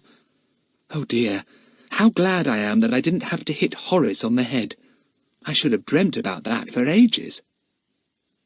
They lay for some time, talking. They all felt very wide awake indeed. Huffin and Puffin appeared to be awake too, because they occasionally remarked "Arr" to one another. Kiki was on Jack's feet. She was also wide awake, and began to recite the nursery rhymes she knew. Humpty Dumpty, puddingy pie, ding-dong bell, wring his neck. Shut up, said Jack. We're trying to go to sleep, you tiresome bird. I hope Huffin and Puffin stay with us, said Lucy-Anne. Wouldn't it be lovely if we could take them home with us? Shut up, said Kiki, and cackled. Parrots are not allowed to say that, said Jack severely, and sat up to tap her on her beak. But she had promptly put her head under her wing, so he couldn't. Artful creature, said Jack, and heard a faint "Pah!" from under Kiki's wing. Just as Lucy-Anne was falling off to sleep, the others sat up so suddenly that she was jerked awake. "What's the matter?" she began, and then she knew. The engine of the other motorboat was going again. Lucy-Anne sat up with the others, her eyes straining through the darkness. "They must have found Horace, heard his report, and all have gone back on board," said Jack. "They are evidently not going to spend the night here. Look, here they come! Gosh, they've got their lights on this time. Jack, Jack, they'll be going back to their headquarters," said Philip urgently. "Let's follow them. Get the anchor up, quick. They won't hear our engine because theirs makes such a row. Come on, let's follow them. They'll take us to where Bill is." The men's motorboat had swung round when it had come from the channel, and was now headed out to sea. It was not long before the children's boat set off in its wake. They could not hear the other boat's engine because of their own, and knew that theirs would not be heard by the men for the same reason. Huffin and Puffin were still on the deck rail. Clearly they meant to go wherever the children went. Lucy-Anne thought it was nice to have such staunch, loyal friends, even if they were only Puffins. Kiki was on Jack's shoulder again, her beak to the breeze. "All aboard!" she kept saying. "All aboard! Ha!" The first boat sped along quickly. It was easy to follow because of its light. The children stood with their noses to the wind in silence. Lucy-Anne spoke first. "This adventure is getting more adventurous," she said. "Oh dear, it really is." Chapter 23. The Secret Lagoon. For a long time the two boats sped across the sea. "It's the Sea of Adventure," Lucy-Anne thought. "Anything might happen here. Oh, I do hope we find Bill. Things always seem right when he's with us." "You girls better have a nap," said Jack at last. "You'll be tired out. Philip and I will keep awake and take turns at the wheel. You snuggle down and go to sleep." So they did, and it wasn't long before both girls were asleep and dreaming of swings and hammocks, because of the swinging, swaying motion of the boat they were in. After a good long time, Jack spoke to Philip. "Tufty, do you see the light flashing over there? It must be a signal of some sort, I should think. The boat in front is heading towards it. I hope we're soon coming to our journey's end, because the moon will be up soon, and we might be seen. That light must be a guide to the boat, or perhaps to an aeroplane," said Philip. "Blow! Here comes the moon, out of that bank of clouds. Well, she's not very bright, that's one good thing." By the light of the moon, the boys could see an island looming up in front of the boats. To the left was another island, 2 or 3 miles away from the first, or so it seemed to the boys. "Look here, Jack.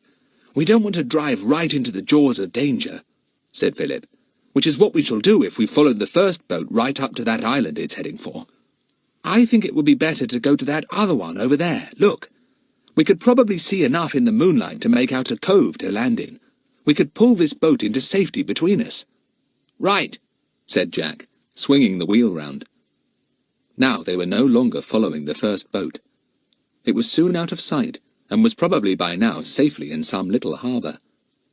Their own boat headed for the further island. By the time they got there, their eyes were used to the moonlight, and they could see everything fairly clearly. "Doesn't seem very rocky," said Jack, nosing in gently.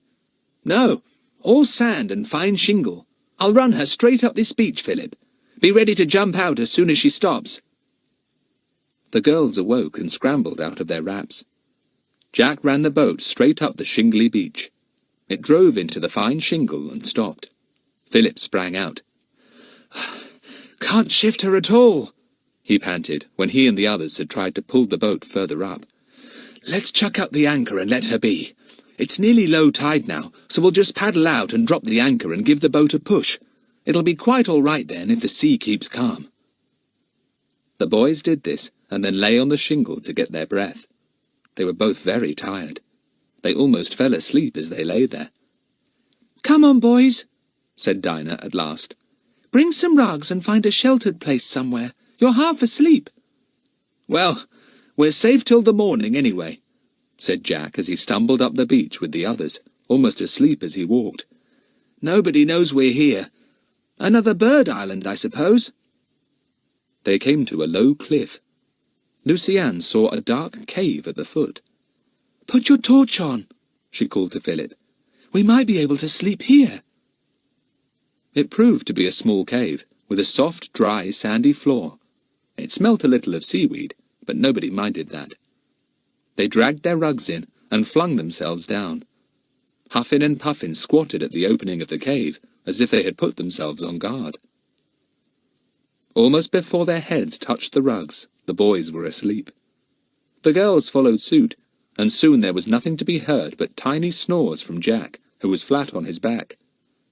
Kiki examined his face in the darkness to find out why her beloved Jack was making such queer little noises, then decided they weren't worth bothering about. She sat herself down in the middle of his tummy and went to sleep too. The next morning, Huffin and Puffin walked over to Philip and stood heavily on him. "Ah," they said, meaning, "Come on, wake up." Philip awoke. "Get off," he said. "Don't copy Kiki's bad ways, Huffin and Puffin. Oh, I say, thanks for the fish, but don't put them all over my chest, Huffin." Huffin had been diving for fish. He now deposited them carefully on Philip, opened and shut his mouth a few times, and made his one and only remark in a deep and satisfied voice. "Ah."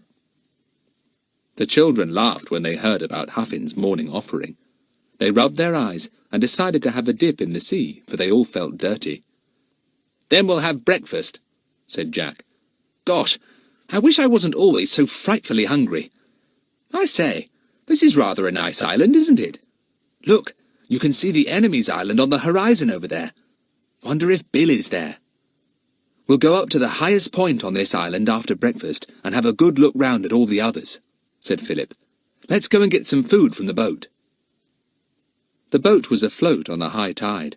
The children had to swim out to her. They rifled her for food, and whilst she was looking for a tin of salmon she knew she had put in, Lucy-Anne found something that made her shout. "I say, look! A radio! Do you suppose it is a transmitter as well as a receiver? Can we send a message on it?" "Don't know," said Jack, examining it. "It's not a bit like Bill's. If only we knew. Anyway, even if we could send out messages on it, I wouldn't know how to. I expect it's just some sort of portable radio. Come on, let's have breakfast. Phew, this sun's hot."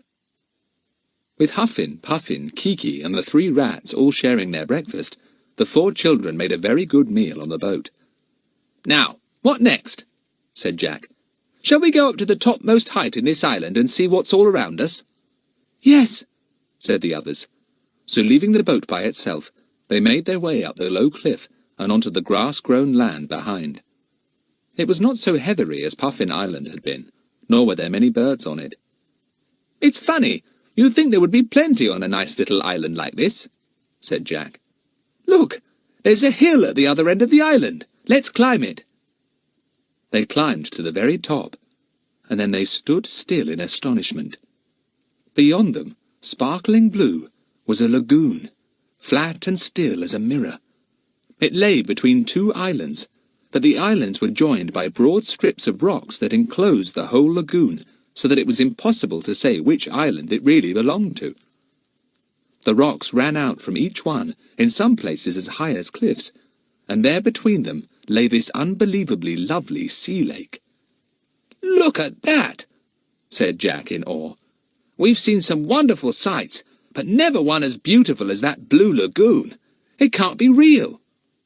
But it was. It stretched out below them for about 1.5 miles, so sheltered and protected that not a ripple broke its calm blue surface. And then something happened that gave the children a shock of amazement. They heard the low hum of an aeroplane. They saw it coming towards them. Jack pulled them down flat in case they were seen. It flew right over the lagoon, and as it flew, something dropped from it. Something that opened out, billowed white, and had something else fixed below it. The children watched in amazement. All sorts of ridiculous things flashed through their minds. Was it a scientific experiment? Bombs? Atom bombs? What was it? A little parachute had opened and was swinging down to the lagoon. The package underneath it was wrapped in glistening stuff. Some kind of waterproof material, Jack thought. It reached the water and disappeared. The parachute spread itself out on the calm surface and lay still. But as the children watched, it seemed to dissolve, and finally it too disappeared into the water. "Look, the plane is circling the lagoon again. It's going to drop another," said Philip. They all watched as the plane once more dropped a parachute, and the same thing happened. Down to the water it floated with its unknown package, and in a few minutes all trace of it had disappeared. A third one was sent down, and then the aeroplane circled round once and headed away. Soon it was lost in the distance. "Well, whatever in the world was it doing, dropping things into this lagoon?" said Jack in astonishment. "What a strange thing to do! What's in those enormous packages the parachutes carry? And why drop them into the lagoon?" wondered Dinah.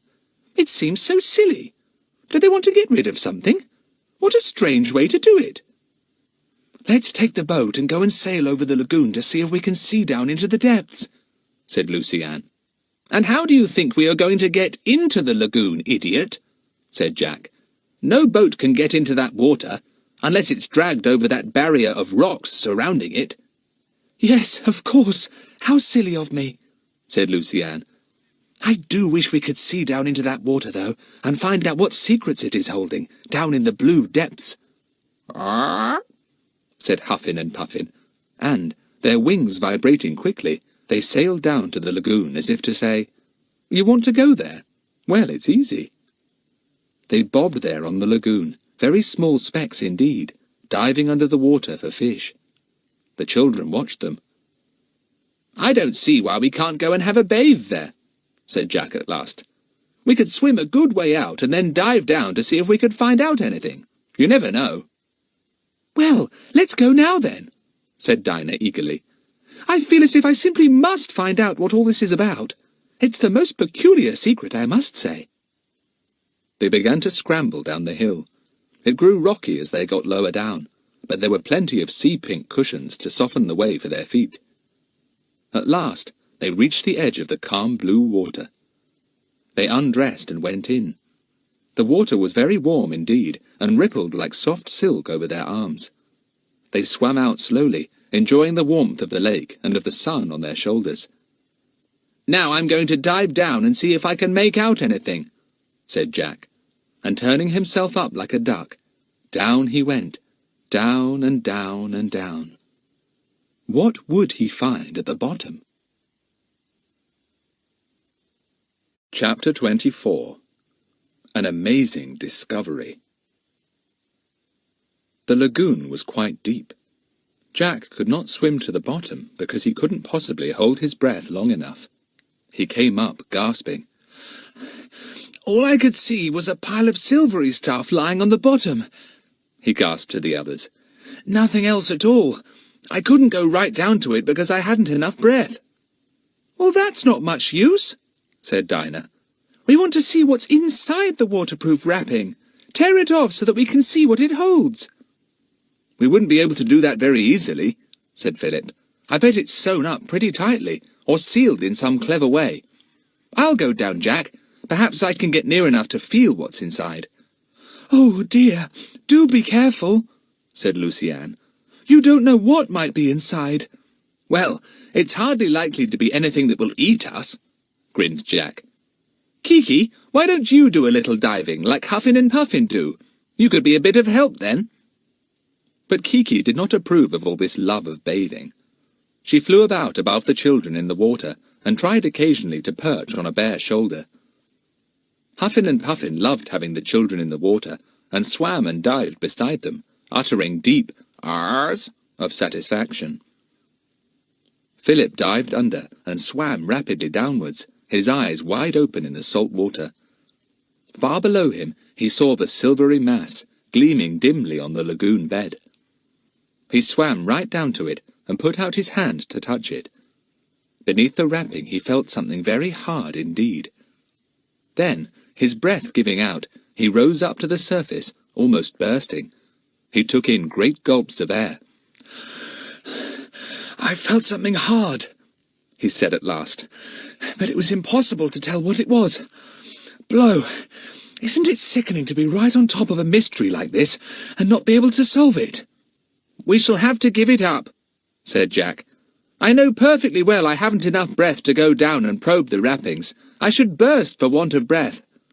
"I do hate giving things up," said Dinah.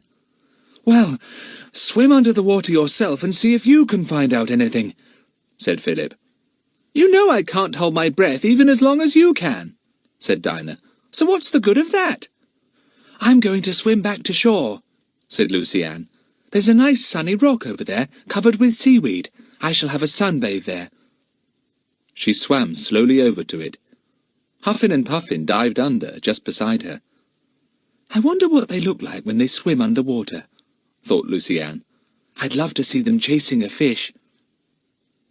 She turned herself up and duck-dived under the water. Ah, there was Huffin, using his wings to swim swiftly through the water after a big fish. "Quick, Huffin, or you'll lose it." Just as she was going to swim upwards again, Lucy Ann noticed something below her. The lagoon was not nearly so deep just there, for a shelf of rocks ran out into the water, making it fairly shallow, although it was much too deep still for Lucy Ann's feet to touch the bottom. The little girl took a quick glance to see what it was on the rocks below the water, but then her breath gave out, and, half choking, she rose up to the surface, gasping and spluttering. When she had got her breath again, down she went, and then she realized what it was she saw. One of the parachuted packages, instead of falling into the deeper waters of the lagoon, had fallen onto the shallow rocky bed just below her. The package had split open, and all its contents were spread and scattered on the rocky bottom below. But whatever were they? Lucy Ann could not make them out at all. They looked such peculiar shapes. She rose up to the surface again and yelled to Jack. "Hi, Jack! One of those secret packages has split open on the rocky bottom just here, but I can't make out what was in it." The boys and Dinah swam up in great excitement. They all duck-dived, and down they went, down, down, down. They came to where the silvery wrapping was split open, moving gently up and down with the flow of the water. All around it were the spilt contents. The boys, almost bursting for breath, examined them quickly, then shot up to the surface, gasping. They looked at one another, and then both shouted the same words. "Guns! Guns! Scores of them!" The children swam to the sunny rock that Lucy Ann was now sitting on, and clambered up. "Fancy that! Guns! What in the wide world do they want to drop guns down in this lagoon for? Are they getting rid of them, and why?" "No, they wouldn't wrap them up so carefully in waterproof stuff if they were just dumping them," said Philip soberly. "They're hiding them." "Hiding them? But what a very peculiar place to hide guns in," said Dinah. "What are they going to do with them?" "They're probably gun-running," said Jack. "Bringing hundreds of guns here from somewhere and hiding them till they're ready for them. Ready for some revolution somewhere. South America, perhaps." "Something like that, I bet," said Philip. "There are always people stirring up trouble somewhere and wanting weapons to fight with. Those who can supply them with guns would make a lot of money. Yes, that's what it is. Gun-running." "Well," said Lucy Ann, "to think we've dropped right into an awful thing like that. I expect Bill guessed it, and they saw him snooping round, and captured him so that he couldn't give the game away." "However do they get the guns away from here?" wondered Jack. "I mean, They can't be got away by boat, because this lagoon is absolutely enclosed by rocks. Yet the guns must be taken out of the water to be sent to wherever they are wanted. It's jolly strange." "Well, now we do know what that aeroplane was dropping," said Philip. "My word, this lagoon must be full of armaments. What an absolutely wonderful hiding place. Nobody to see what happens, nobody to discover the guns at the bottom." "Except us," said Lucy-Anne promptly. "I discovered that split package. I suppose it hit the rocks just below the surface and split open at once." They lay basking in the sun, talking over the curious discovery. Then Kiki suddenly uttered an astonished cry, and the children sat up to see why. "Goodness, there's a boat coming," said Jack in dismay. "Coming towards this very place, too, from the seaward side of the rocky barrier." "What shall we do?" said Lucy-Anne, frightened. "There's nowhere to hide, and we haven't time to make our way back without being seen." The boys gazed round in desperation. What could be done? Then Philip suddenly grabbed up a great armful of seaweed and flung it over the surprised Lucy-Anne.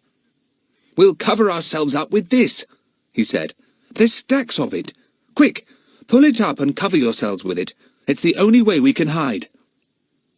Their hearts thumping loudly again, the 4 children piled the thickly growing seaweed, with its great ribbon-like fronds, all over themselves. Jack peered through his and spoke urgently to Dinah.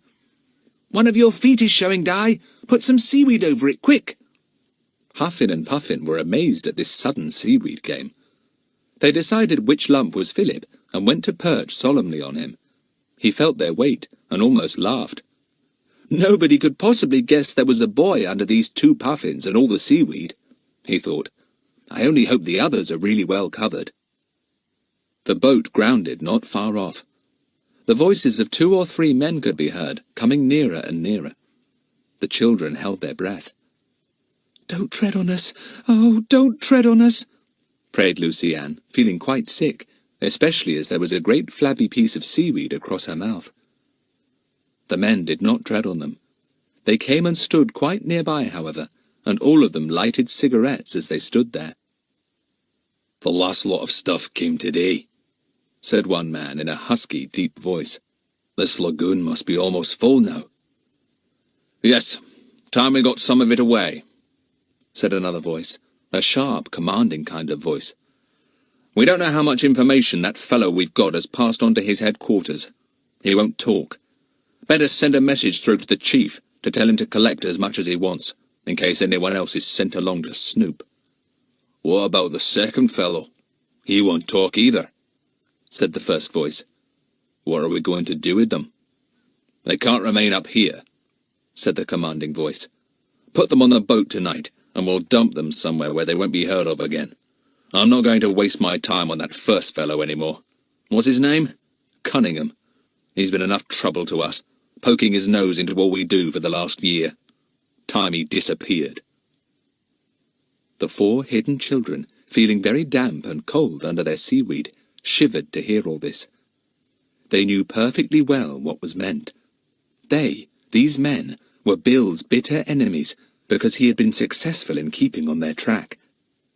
Now they had got him, and they were afraid he knew too much, though actually it was likely that Bill didn't know as much as they, the children, did. "And so they are going to remove all these guns and then dump poor Bill somewhere so that he never will be heard of again, because he will be drowned," thought Jack desperately. "We shall have to rescue him, and as quickly as possible, too. I wonder who the other fellow is they are talking about. Surely it can't be Horace. I thought he was one of the enemy." The men wandered away over the rocks. Evidently they had come to survey their extraordinary hiding place, though they could see very little of its contents. The children lay perfectly still, not daring to move, in case they should be noticed. They got very tired indeed of lying there, and Lucy-Anne was shivering. Then they heard the sound of the motorboat's engine starting up again. Thank goodness. They waited a while, and then Jack sat cautiously up. He looked round. There was no one to be seen. The men had gone back to the boat by a different way, and it was now some distance out to sea. "Phew!" said Jack. I didn't like that at all. Another inch or two nearer, and one of the men would have trodden on my foot. Chapter 25. Another surprise. They all sat up and removed the slippery seaweed from themselves. Huffin and Puffin walked down Philip's body, where they had perched the whole time. Kiki, to her fright and dismay, had been covered with seaweed by Jack, and forced to stay beside him, for he was afraid she might give them away by talking. She talked angrily now. Poor Polly! Send for the doctor! What a pity! What a pity! Ding-dong bell! Polly's in the well! The children looked at one another solemnly when they had finished uncovering themselves. Bill was in great danger. There was no doubt of that at all. "What are we going to do?" said Lucy Ann with tears in her eyes. Nobody quite knew. There seemed to be danger wherever they turned. "Well," said Jack at last, "we've got a boat of our own, that's one thing. And I think when it's dark tonight, we'd better set out for the other island, the one the men are on, and see if we can't find where they keep their motorboat. We know that Bill will be there." "And rescue him," said Dinah, thrilled. "But how shall we get close in to shore without being seen or heard?" "We'll go when it's dark, as I said," said Jack. "And when we get near to the shore, we'll stop our engine and get the oars. Then we can row in without being heard." "Oh, yes, I'd forgotten there were oars in our boat," said Dinah. "Thank goodness." "Can't we get back to our little cave on the shore at the other side of the island?" asked Lucy Ann. "I don't feel safe here somehow, and I'd be glad to know our boat was all right." "Also, we can't have anything to eat till we get back there," said Philip, getting up. "Come on, I'm frozen. We shall get warm climbing up the rocks, onto the height over there, and then over the island to the boat." So they went back over the rocks and found their clothes where they had left them. They stripped off their wet suits and dressed quickly. Philip's rats, which he had left in his pockets, were extremely pleased to see him again, and ran all over him with little squeals of delight. Huffin and Puffin accompanied the children as usual. All of them were secretly relieved to find their boat was safe on the shingly beach. They went to her and chose some tins of food.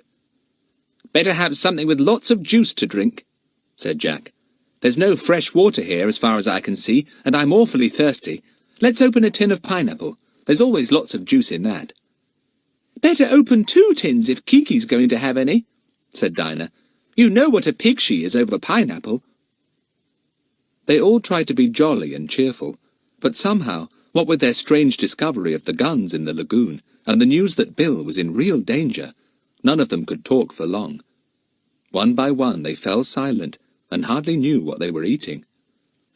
"I suppose," said Dinah at last, after a long silence in which the only noise was the sound of Kiki's beak scraping against the bottom of one of the pineapple tins. "I suppose we had better set out as soon as it's dark. But I do feel quaky about it." "Well, look here," said Jack. "I've been thinking hard, and I'm sure it would be best if Philip and I went alone to get Bill.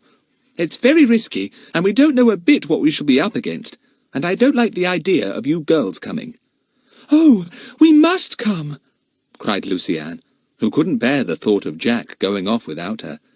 "Supposing something happened to you?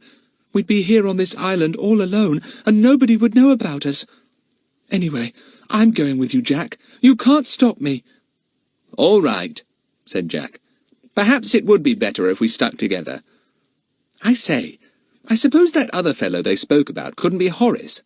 We couldn't have made a mistake about him, could we?" "Well, I did think he was too idiotic for words," said Dinah. "I mean, he looked it, not only acted it. I believe we did make a mistake. I think perhaps he really was a bird-lover." "Gosh, he must have thought we were frightful," said Jack, horrified. "And we took his boat, too, and left him to be taken prisoner by the enemy. And they must have thought he was Bill's friend, and have been wild with him when he said he didn't know Bill or anything about him," said Philip. Everyone thought solemnly about poor Horace. "I'm jolly glad none of us hit him on the head after all," said Jack. "Poor old Horace Trip-along." "We'll have to rescue him too," said Lucy Ann. "That'll make up a bit for taking his boat. But won't he be furious with us for all we've done? Huffin appeared at this moment with his familiar gift of 6 fish, neatly arranged head and tail alternately in his large beak. He deposited them at Philip's feet. "Thanks, old man," said Philip. "But won't you eat them yourself? "We daren't make a fire here to cook anything on." "Ah?" said Huffin, and walked over to have a look in the empty tins. Puffin took the opportunity of gobbling up the fish, and Kiki watched her in disgust. Kiki had no use for fish fresh from the sea. "Pah!" she said in Horace's voice, and the children smiled. "Kiki, you'll have to be jolly quiet tonight," said Jack, scratching her head. "No pieing or pooing to warn the enemy we're near." When the sun began to sink, the children took the motorboat a little way out to sea to make sure that there were no rocks about that they must avoid when setting out at night. Far away on the horizon line, they saw the island of the enemy. Somewhere there was Bill, and perhaps Horace too. "I hope to goodness we see some kind of light to show us where to go inshore," said Jack. "We can't go all round the island looking for the right place. We'd be heard, and we couldn't possibly row round." "Well, we saw that light that was signalling to the other boat last night," said Philip. "Maybe it will be signalling again. Let's go back now. There doesn't seem to be any rock to avoid tonight. We'll set out as soon as it is dark." They went back, and no sooner had they got to their little beach than they heard the humming of an aeroplane. "Surely they're not going to drop any more packages," said Jack. "Lie down flat, all of you. We don't want to be spotted. Get near those rocks." They crouched down near a mass of rocks. The aeroplane made an enormous noise as it came nearer and nearer. Jack gave a cry. "It's a seaplane! Look, it's got floats underneath." "What an enormous one!" said Dinah. "It's coming down." So it was. It circled the island once, and then came lower as it circled it again. It seemed almost to brush the hill that towered at the other end of the island, the hill that overlooked the lagoon. Then the engines were cut out, and there was a silence. "She's landed," said Jack. "She's on the lagoon. I bet you anything you like that's where she is." "Oh, do let's go and see as soon as dusk comes," begged Dinah. "Do you think she's going to get up the hidden guns?" "However could she do that?" said Jack rather scornfully. "Well, she's pretty big and hefty," said Philip. "It's possible she's got some sort of apparatus on her for dragging up the hidden armaments. If the men think there's a danger of our government sending patrols up here to look into the matter, always supposing that Bill has sent a message through to his headquarters, then our enemy will certainly try to remove the guns as soon as possible. It rather looks, seeing that this is a seaplane, as if the guns are going to be flown to South America, or somewhere far across the sea." As soon as it was dusk, the children could not resist the temptation to go across the island and climb up the heights to peep over and see the lagoon. Even in the twilight, they might be able to see something interesting. They were soon on the cliff overlooking the lagoon. They could just make out the great shape of the giant seaplane in the middle of the sea lake. Then suddenly, lights shone out from it, and a noise began. A grating, dragging noise, as if some kind of machinery was being set to do some heavy work. "I bet they're dragging up the packages of guns," whispered Jack. "We can't very well see, but we can hear enough to know something is at work. Something needing winches, I should think." Lucy Ann couldn't see any winches, but she could quite well imagine the kind of machinery that would send hooked cables overboard to drag up the heavy bundles of guns. Then the seaplane, when loaded up, would fly off again. And another would come, and another. Or maybe the same one would come back again and again. The lights showed the children the vast shape of the seaplane. It looked weird lying quietly there in the middle of the dark lagoon. Lucy Ann shivered. "It's awful to be up against enemies who have boats and aeroplanes and seaplanes and guns," she thought. "We haven't anything except poor Horace's little motorboat and our own wits." They went back soberly to their boat. The tide had taken it out a little way, but as they had tied a rope to a convenient rock, they pulled it in without difficulty. They all got on board. "Now this is the greatest adventure of all," said Jack rather solemnly. "Hiding is an adventure. Escaping is an adventure. But rescuing somebody else from the very jaws of the enemy is the greatest adventure of all." "If only we don't get captured ourselves," said Lucy-Anne. Jack started up the engine. The little boat nosed out to sea, leaving the lagoon island behind. Huffin and Puffin settled themselves on the deck rail as usual, and Kiki sat on Jack's shoulder. Philip's rats, frightened at the sudden noise of the engine, twined themselves together in a large bump in the hollow of Philip's back. "You tickle me," he said, but the rats took no notice. "Well, good luck to us all," said Dinah. "May we rescue Bill, and Horace too, defeat the enemy, and get back home in safety."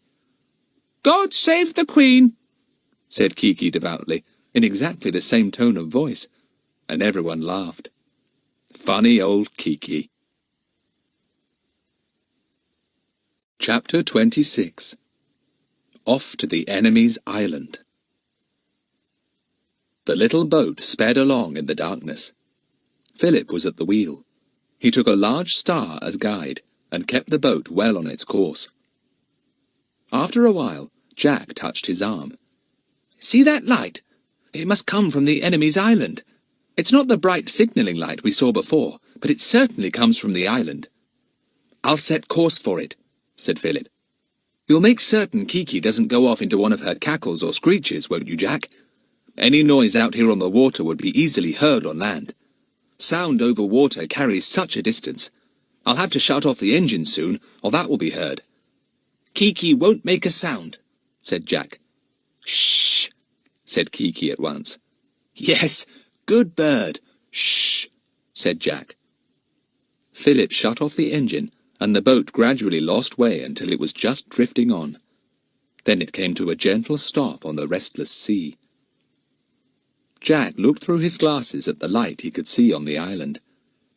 "I think it must be some sort of harbour light," he said. "Perhaps they have a small harbour there. They may have quite a fleet of motorboats, you know, continually patrolling to make sure no one visits islands near here.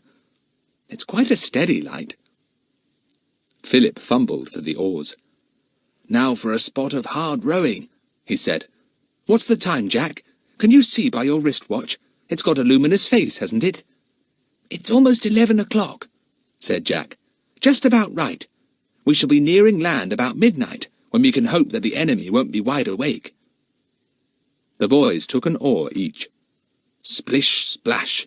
The oars went in and out of the water as the boys pulled with a will, and the boat glided smoothly along. "We'll take turns when you're tired," said Dinah.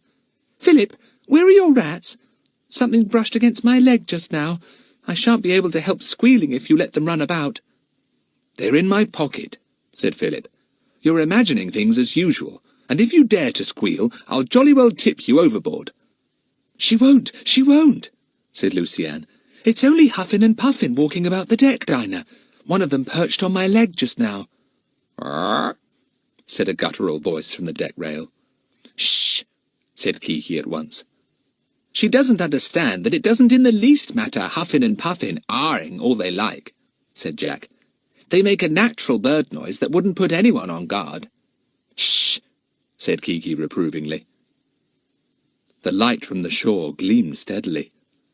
"Must be from a lantern," said Jack in a low voice, pulling hard at his oar. "Probably a guide to any motorboat going in or out. Oh, Philip, let's have a rest. I'm getting puffed." "Right," said Philip. The girls wanted to take a turn, but Jack wouldn't let them. "No, we're just having a rest. There's no hurry. The later we are, the better, in a way." They soon took the oars again, and their boat moved steadily over the water towards the light. "No more talking now," whispered Jack. "Only tiny whispers." Lucy-Anne's knees went queer again. Her tummy felt peculiar too. Dinah was strung up, and her breath came fast, although she was not rowing. The two boys were tense with excitement. Would they find the enemy's motorboat there, with Bill already in it, ready to be dumped, as the man had said that day? And would there be many men on guard? "Whatever's that noise?" whispered Dinah at last, as their boat drew nearer to land. "It does sound queer." The boys paused in their rowing and leaned on their oars to listen. "Sounds like a band playing," said Jack. "Of course, it's a radio." "Good," said Philip. "Then the enemy won't be so likely to hear us creeping in. Jack, look! I think that's a little jetty there. You can just make it out by the light of that lantern. Can we possibly creep in without being seen or heard? And look! Is that a boat lying under the lantern?" "I'll get the glasses," said Philip, and felt about for them. He put them to his eyes. "Yes, it is a boat.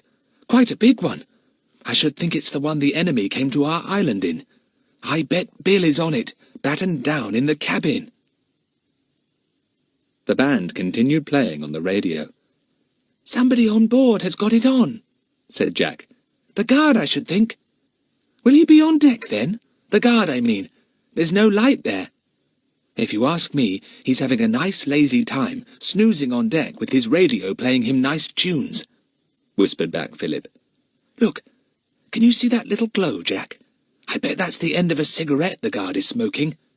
"Yes, it probably is," said Jack.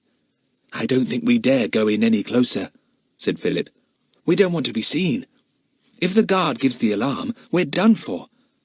I wonder how many there are on the deck. I can only see one glowing cigarette end." "What are you going to do?" whispered Lucy-Anne. Do something. I feel awful. I shall burst in a minute." Philip put out his hand and took hers. "Don't worry," he whispered. "We shall have to do something soon. It looks to be rather a good time. If only that guard would fall asleep. I say, Tufty, do you know what I think would be much the best thing to do?" said Jack suddenly. "If you and I swam to the harbour, climbed up, got on the boat and surprised the guard, we could probably tip him into the water, and before he could raise the alarm, we'd open up the hatch and get Bill out. Why, we could probably drive the motorboat off too. Then we'd have two." "Sounds a good plan," said Philip. "But we don't know yet if Bill is there, and it's quite likely we couldn't tip the guard overboard, especially if there are more than one. We'd better do a little exploring first. Your idea of slipping overboard and swimming to the harbour is jolly good, though. We'll certainly do that. We can clamber up a part where there are shadows, away from that light." "Oh dear, must you go swimming in the dark?" said Lucy-Anne, looking at the black water with a shiver. "I should hate it. Do be careful, Jack." "I'll be all right," said Jack. "Come on, Philip, strip off your clothes. We'll swim in our pants." It wasn't long before the boys silently slid overboard and entered the water. It was cold, and they drew their breaths in sharply. But they soon felt warm as they swam rapidly towards the harbour. They could hear the radio more plainly as they came near. "Good thing," thought Jack. "They won't be able to hear us coming at all." They avoided the light and clambered up the part of the jetty where there were black shadows. It was not easy. "The boat's just there," whispered Jack in Philip's ear. "Not right under the light, thank goodness." A sound made them stop suddenly. A loud and prolonged yawn came from the deck of the boat. Then the radio was snapped off, and silence came back to the night. "He may be going to sleep," hissed Jack. "Let's wait." They waited in complete silence for about 10 minutes. The man tossed a glowing cigarette end overboard, but did not light another. The boys heard him give several grunts as if he was settling down comfortably. Then he gave a loud yawn again. Still the boys waited, shivering in the darkness of the jetty, keeping close to one another in order to get a little bit of warmth from each other's bodies. Then, on the night air, came very, very welcome sounds. "He's snoring," whispered Jack, pressing Philip's arm in joy. "He's asleep. I'm sure there's only one guard, because otherwise they would have been talking together. Now's our chance. Come on, but quietly, so as not to wake him." The two boys, shivering now with excitement as much as with cold, crept along the jetty to the boat. They climbed cautiously on board, their bare feet making no sound at all. On the deck lay the sleeping guard, if he was a guard. Then another sound stopped them. This time it came from beneath their feet. Philip clutched Jack's bare arm and made him jump violently. They stood and listened. It was somebody talking down below in the cabin. Who was it? Could it be Bill? And who was he with? Horace, perhaps. But maybe after all it wasn't Bill down there. Maybe it was the enemy playing cards, and perhaps the sleeping man wasn't a guard. It would be very foolish to toss him overboard and open the cabin hatch to find the enemy down in the cabin. "We'd better listen and find out if it's Bill," said Jack right in Philip's ear. The boys could see thin streaks of light where the hatch was fitted down into the deck, covering in the little cabin, so they knew exactly where it was. They crept forward and then knelt down by the closed hatch. They put their ears to the cracks and strained to listen to the voices talking. They could not hear what was being said, but when one of the talkers suddenly cleared his throat and gave a little cough, the boys knew who it was all right. It was one of Bill's little ways. Bill was down there. It was Bill who was talking. Both boys felt a surge of tremendous relief. If only they could get Bill out and let him take charge of things. "If we throw this fellow overboard, we may find he raises the alarm so quickly that we shan't be able to get Bill out and explain things to him fast enough," said Jack in Philip's ear. "As he's so fast asleep, what about unbolting the hatch and letting Bill see we're here? Then he could help us with the guard and take charge of the boat. You undo the hatch, and I'll stand by the guard, so that if he wakes, I can knock him overboard," said Philip. "Go on, quick!" Jack felt for the bolt. His fingers were trembling, and he could hardly pull it. He was afraid it might make a grating noise, but it didn't. It slid back easily and smoothly. Jack felt for the iron handle that raised the hatch, and then lifted up the hatch itself, so that a bright mass of light came up from the cabin below. The men in the cabin heard the slight noise and looked up. One was Bill, and the other was Horace.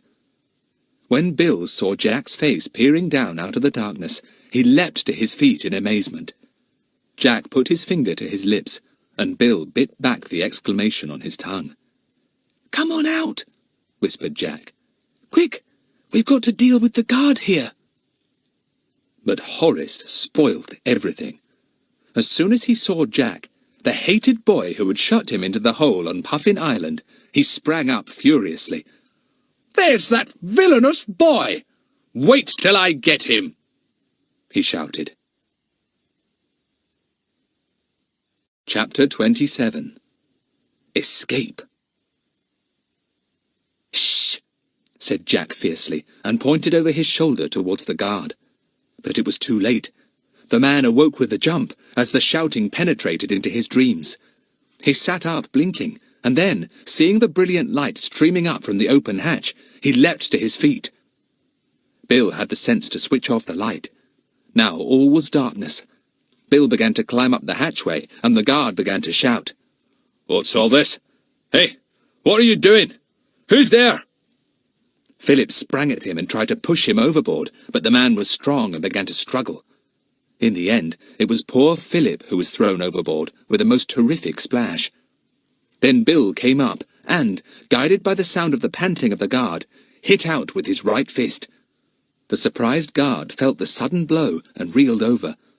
Bill put out a foot, hoping to trip him, and down he went to the deck. In a trice, Bill was on top of him, and Jack came to help. "Who was that going overboard?" panted Bill. "Philip," answered Jack, sitting firmly on the guard's legs. "He's all right. He can swim to the other boat." "Get the guard down into the cabin," ordered Bill. "Where's the other fellow? Tip along. The idiot spoilt the whole show." Horace was standing well out of the way, wondering what was happening. He could hear pants and groans and strugglings, and he was scared. Then there came another yell from the guard, and down the man went into the cabin, slithering sideways down the steps.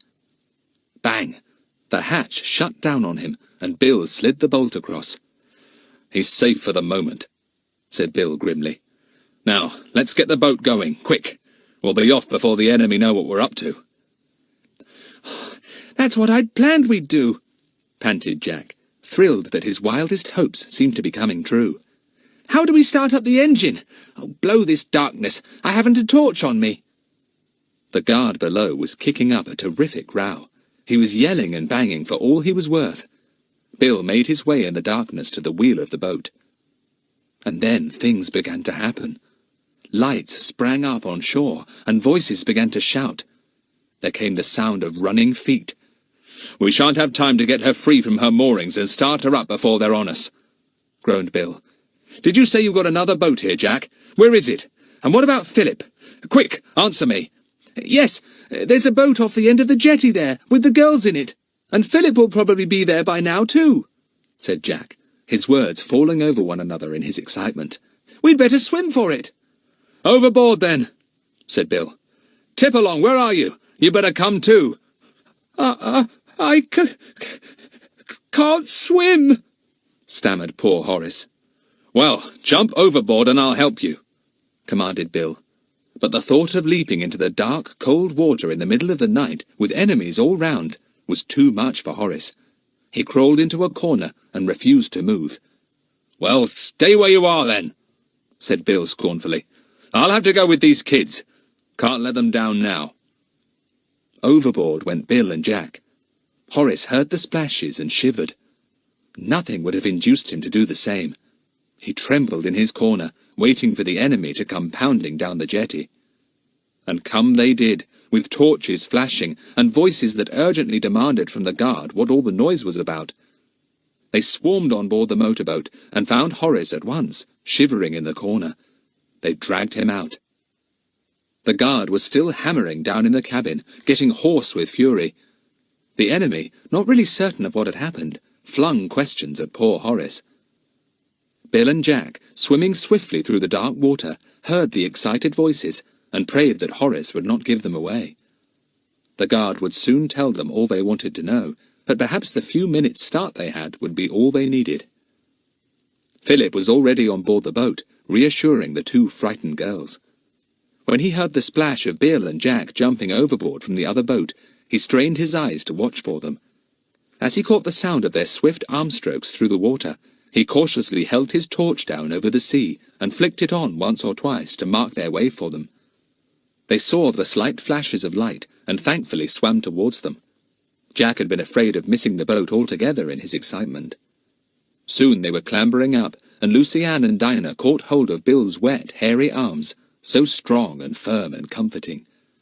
"Come on, we must get going," said Bill, giving each girl a quick pat. "My, what a row there is on that boat. They've let the guard out now. Come on, before they know where we are." "The engine will tell them when we start it up," said Jack. "We've got oars. Shall we row?" "No," said Bill. "We must get away as quickly as possible. They'll chase us, and we must get a good start. You girls lie flat on your tummies, and you boys lie on top of them. There'll be bullets flying after me in a tick." Bill started up the engine. Lucy Ann and Dinah lay down flat. The boys lay on top of them, almost squeezing the breath out of the girls. It was most uncomfortable. Oddly enough, not one of the children felt frightened. They all felt a terrific excitement, and Lucy Ann had a mad feeling that she would like to yell and dance about. It was hard to have to keep flat on the deck with Jack squashing her breath out of her. As soon as the engine of the motorboat started up, there came an astonished silence on board the other boat. Plainly the guard had not gathered that there was a second boat not far off, and had not told his friends about it. The enemy had thought that Bill and his rescuers were swimming somewhere about, and they were still quite in the dark about what had happened. But when the engine of Bill's, or rather Horace's, boat purred out in the night, the enemy knew that they must stop it somehow. That boat could not be allowed to get away. Crack! Somebody's revolver went off, and a bullet sped over the sea towards the boat. Crack! Crack! Crack! Bill crouched as low as he could by the wheel, as he heard a bullet whiz much too near the boat for his liking. "Keep down, you kids," he ordered anxiously. "We'll soon be out of reach." Crack! Another bullet went pinging by and struck the water beyond the boat. Bill said several things under his breath and wished the motorboat would go a little faster. Rrrr, went the engine steadily, and the boat swung over the waves out to sea. Crack! Crack! There came a sudden squeal from Kiki, who was sitting on top of Jack, puzzled by all the noise and excitement. Then she screeched wildly. "Oh, Kiki's hit!" shouted Jack, and sat up in anxiety, feeling for his beloved parrot. Kiki didn't say a single word, but continued to screech as if she was in the most terrible pain. Jack was beside himself with grief. "Keep down, you idiot!" roared Bill, sensing that Jack was not lying flat. "Do you hear what I say?" "But Kiki—" began Jack, only to be drowned out by an even more furious roar from Bill. "Kiki's all right. She couldn't screech like that if she was really hurt. Lie down flat and do as you're told." Jack obeyed orders. He lay down again and listened with anxiety to Kiki's screeching. The others, quite certain that the bird was wounded, were very anxious too. Lucy Ann wondered what had happened to Huffin and Puffin. She had not heard them say "Arr" for a long time. Perhaps they were shot too. Oh dear, when would they be out of reach of the enemy and safe? The shooting stopped, but another noise came, sounding faintly over the chugging of their own boat. Bill's sharp ears heard it. "They're after us," he called. "They've started up their own boat. Thank goodness it's a dark night. We must just go on and on till our petrol gives out, and hope for the best." The motorboat chasing them switched on a powerful searchlight. It swept the sea all round. "We're just out of reach," said Bill thankfully. "This little boat can certainly get a move on. Kiki, shut up screeching. You're not hurt." "Bill, we might have enough petrol to get to the island we came from, over to the east there," said Jack suddenly. "The men would probably think we'd try and make for safety miles away, and if we do, we shall certainly be overtaken. Their boat is more powerful than ours, and as soon as we get within the range of their searchlight, we'll be seen. Let's swing off to the left." "What island did you come from?" demanded Bill. "And what's been happening to you all since I was fool enough to let myself get captured? I've been worrying my head off about you." "We were worried about you too," said Jack. "Swing her to port, Bill. We'll make for the lagoon island and hope that the men won't guess we're there." The boat set course for the other island, across the dark, heaving sea. Far behind them, the searchlight was still sweeping the waters, but it was plain that the enemy's motorboat was now going off in the other direction. Another few minutes, and they would be out of sight and hearing. "Arr!" said a guttural voice from just behind Bill. He jumped. Then he laughed. "My goodness! Have you still got Huffin and Puffin? Now don't start screeching again, Kiki. I'm absolutely certain you're not hurt." "Can I sit up now and just feel if Kiki is hurt?" begged Jack anxiously. "They're not doing any more shooting." But before Bill could answer, the engine of the motorboat gave a series of coughs and wheezes, and then, with a curious sound like a tired sigh, stopped altogether. "Petrol's run out," said Bill bitterly. "It would, of course. Now we'll have to row, and it won't be long before the enemy catch us up." Chapter 28. A Night of Talking. The children all sat up at once, and the girls thankfully stretched their arms and legs. "You are heavy, Philip," grumbled Dinah. "Oh, Bill, what awful bad luck to have no petrol just as we must be so near shore." Jack reached out for Kiki. His hands felt over her body anxiously, and down her legs, and over her beak. Where was she hurt? Kiki nestled close to him, murmuring funny little words that had no sense. "You're not hurt, silly bird," said Jack thankfully. "You made a fuss for nothing. I'm ashamed of you." Poor Kiki, send for the doctor," murmured Kiki, and put her head under her wing. "She's not hurt, as far as I can make out," said Jack to the others, "but she must have had an awful scare. Perhaps a bullet zipped very near her." "Oh, forget Kiki for a moment, and let's talk about ourselves," said Dinah. "Bill, what are we going to do?" Bill sat lost in thought. What was the best thing to do? It was no joke to be in charge of 4 children with such dangerous enemies so near. Would it be best to make for this lagoon island, whatever it was? It should at least be within rowing distance. Or would it be best to row further on? "We'll make for your lagoon island," he said at last. It's the best idea. It can't be far away, said Jack, straining his eyes in the darkness. I think I can make out a dark shape over there. Can you, Philip? Yes, said Philip. Look, over there, Bill. Can you see? Not a thing, said Bill, but I'll take your word for it. You youngsters have got such sharp eyes and ears.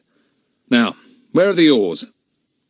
They were soon found, and the slow splish-splash of rowing came to the ears of the girls as they sat huddled together for warmth.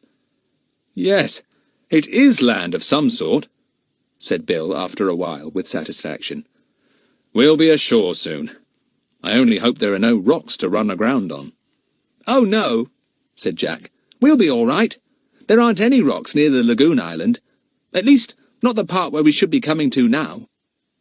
But hardly were the words out of his mouth before there came a horrid grinding noise, and the boat shivered from end to end. Everyone got a terrible shock. Whatever was happening now? On the rocks, said Bill grimly. And I don't somehow think we'll get her off. She means to stay here all right. The boat could not be moved.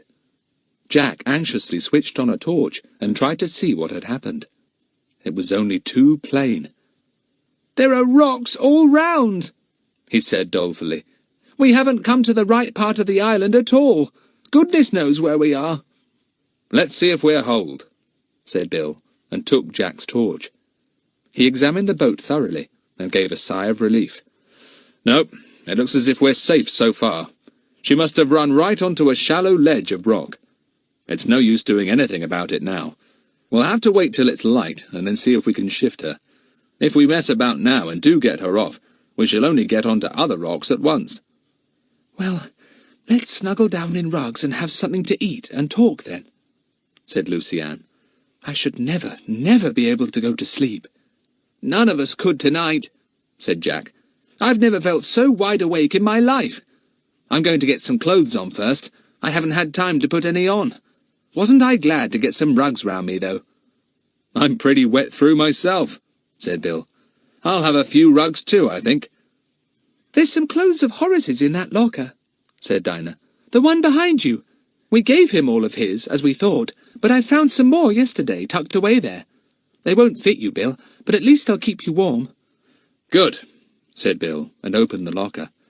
I'll put them on now, if I can feel what they are in the dark. You girls get some food, if you've got any. Pity we can't boil a kettle and get something hot into us.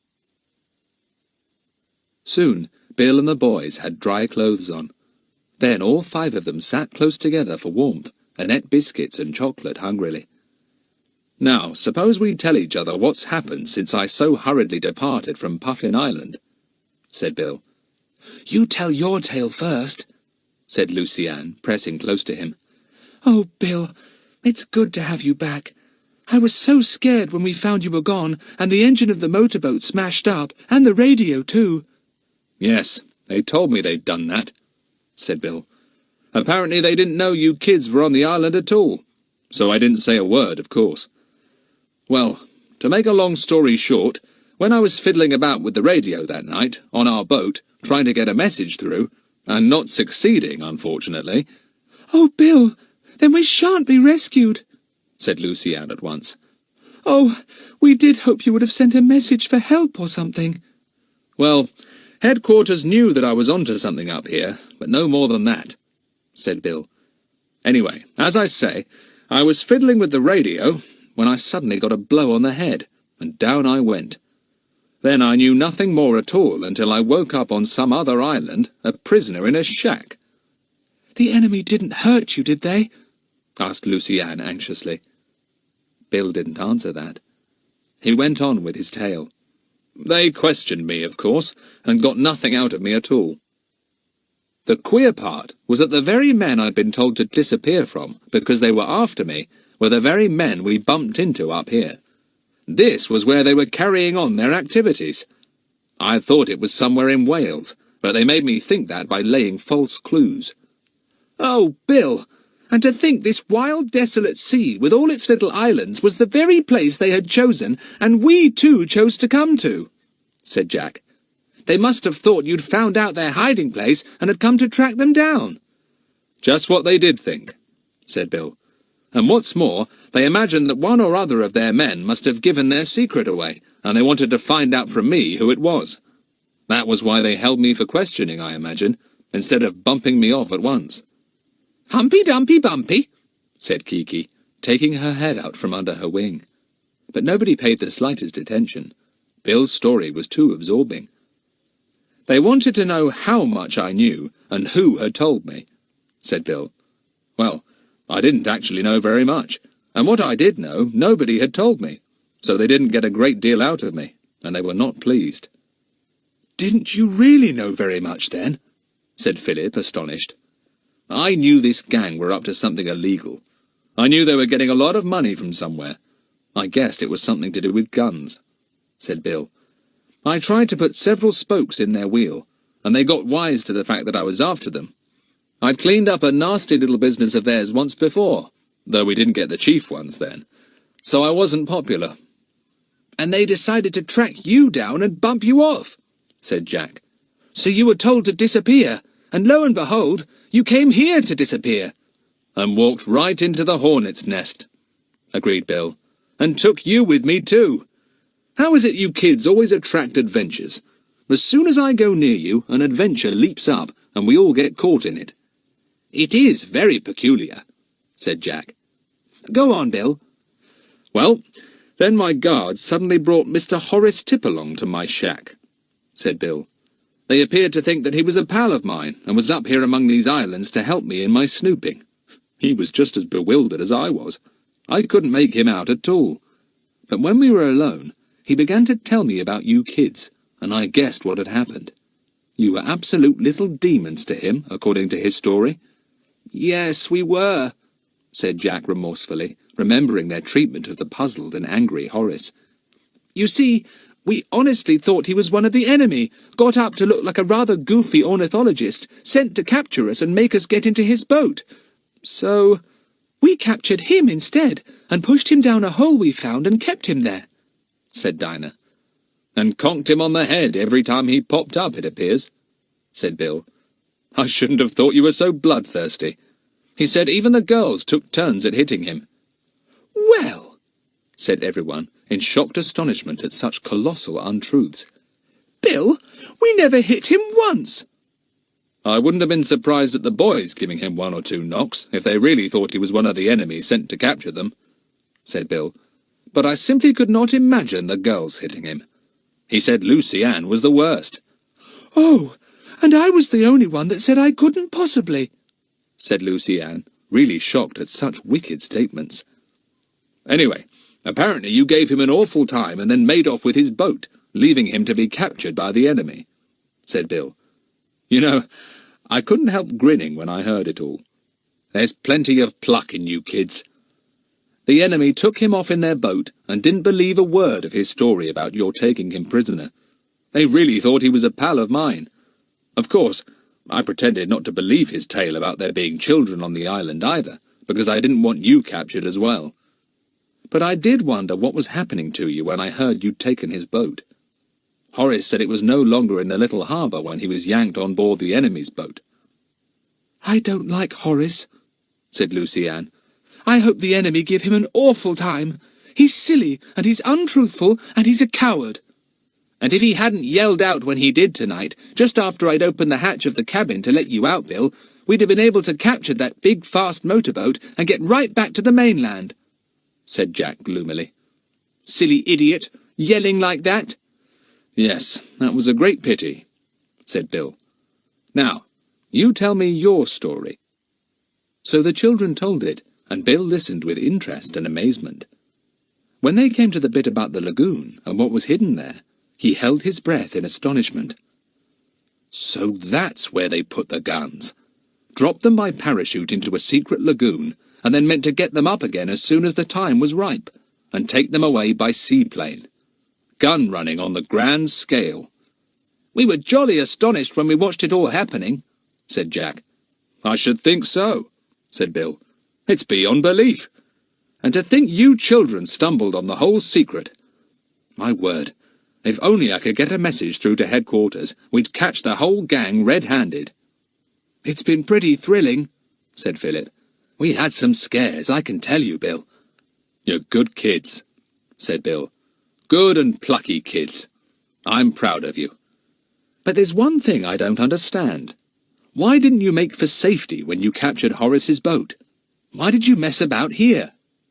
Well, said Jack, you see, we had the choice of making for safety or trying to find you, and we chose to try and find you, Bill.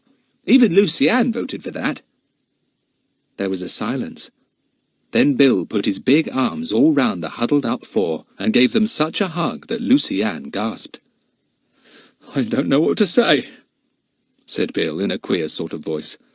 "You're only kids, but you're the finest company of friends anyone could have. You know the meaning of loyalty already, and even if you're scared, you don't give up. I'm proud to have you for my friends."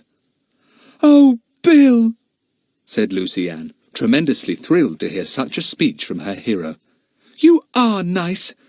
You're our very, very best friend, and you always will be. Always," said Dinah. The boys said nothing, but they glowed inwardly at Bill's praise. Friendship, loyalty, staunchness in face of danger. They and Bill both knew these things and recognized them for the fine things they were. They felt very close to Bill indeed. "Look," said Lucy Ann suddenly. "The dawn, over there in the east.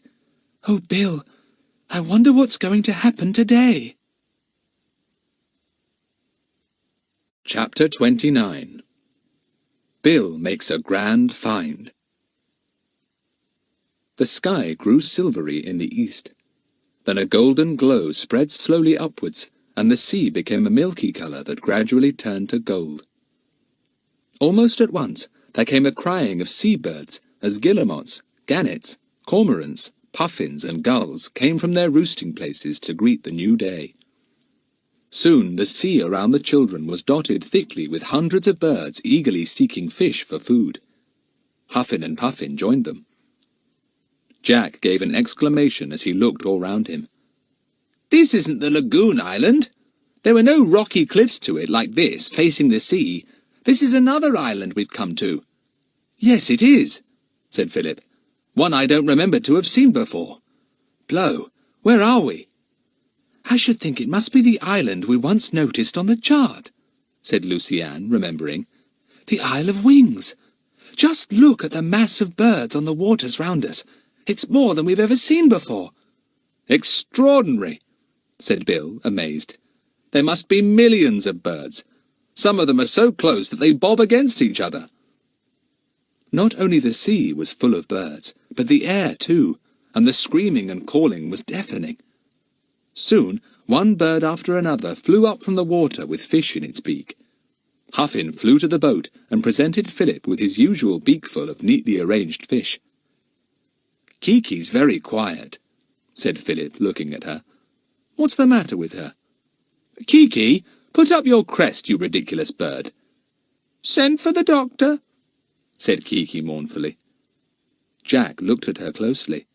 Then he gave an exclamation. "She's lost some of her crest.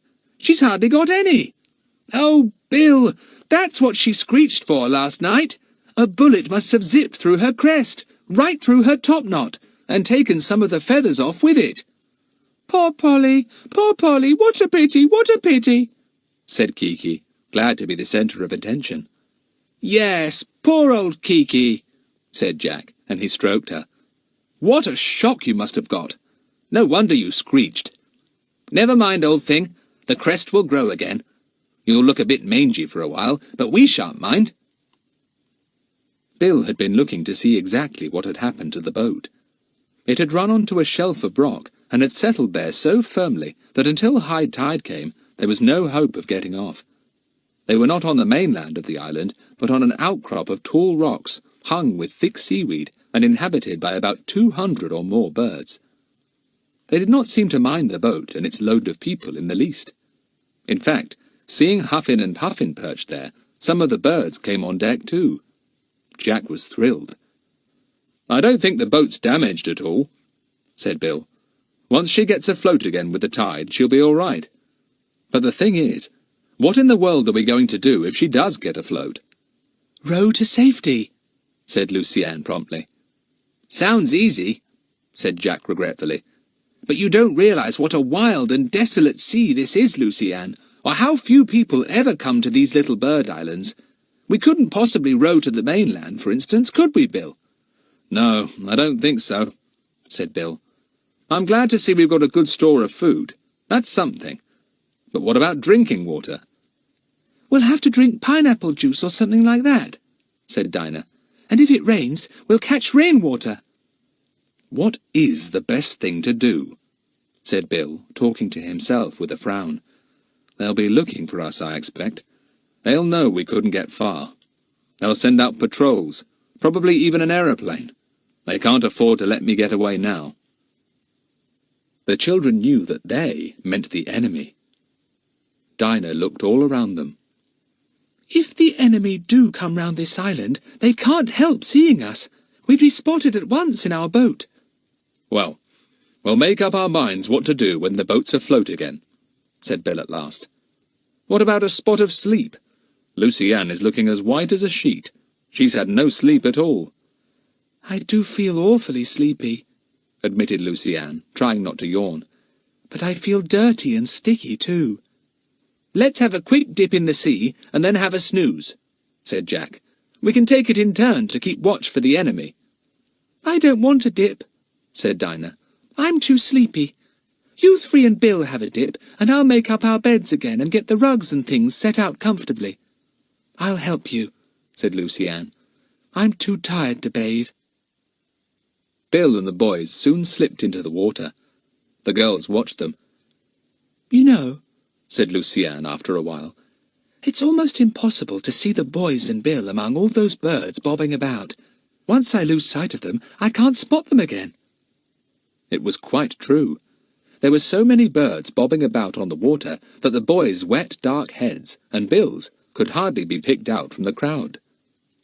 Let's tell Bill when they come back, said Dinah, a sudden idea sliding into her head.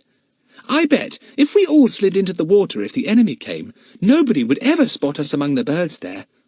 No, they wouldn't, agreed Lucienne. It would be a marvellous idea, Dinah.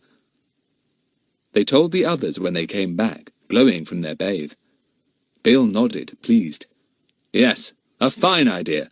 If the enemy comes in sight, that's what we'll do. Our heads would be completely lost among the bodies of the swimming birds. What about the boat, though? Said Jack. We could do what we did for ourselves when we were on the rocks beside the lagoon, said Philip. Drape it with seaweed so that it looks like a rock. You're full of bright ideas, you kids, said Bill. Whilst you're all having a snooze, I'll do a little boat draping. If the enemy come, they'll come soon. They won't waste many hours before they try to find us. I'll wake you if I see or hear any sign of them, and you must all be prepared to drop over the side of the boat. Better sleep in your undies, so that you don't wet all your clothes. Your bathing suits are wet. Ours aren't, said Lucienne. Oh dear, I'm so awfully sleepy. I do hope the enemy don't come yet. I'm not at all sure I shall wake if they do. Bill tucked them all up in rugs.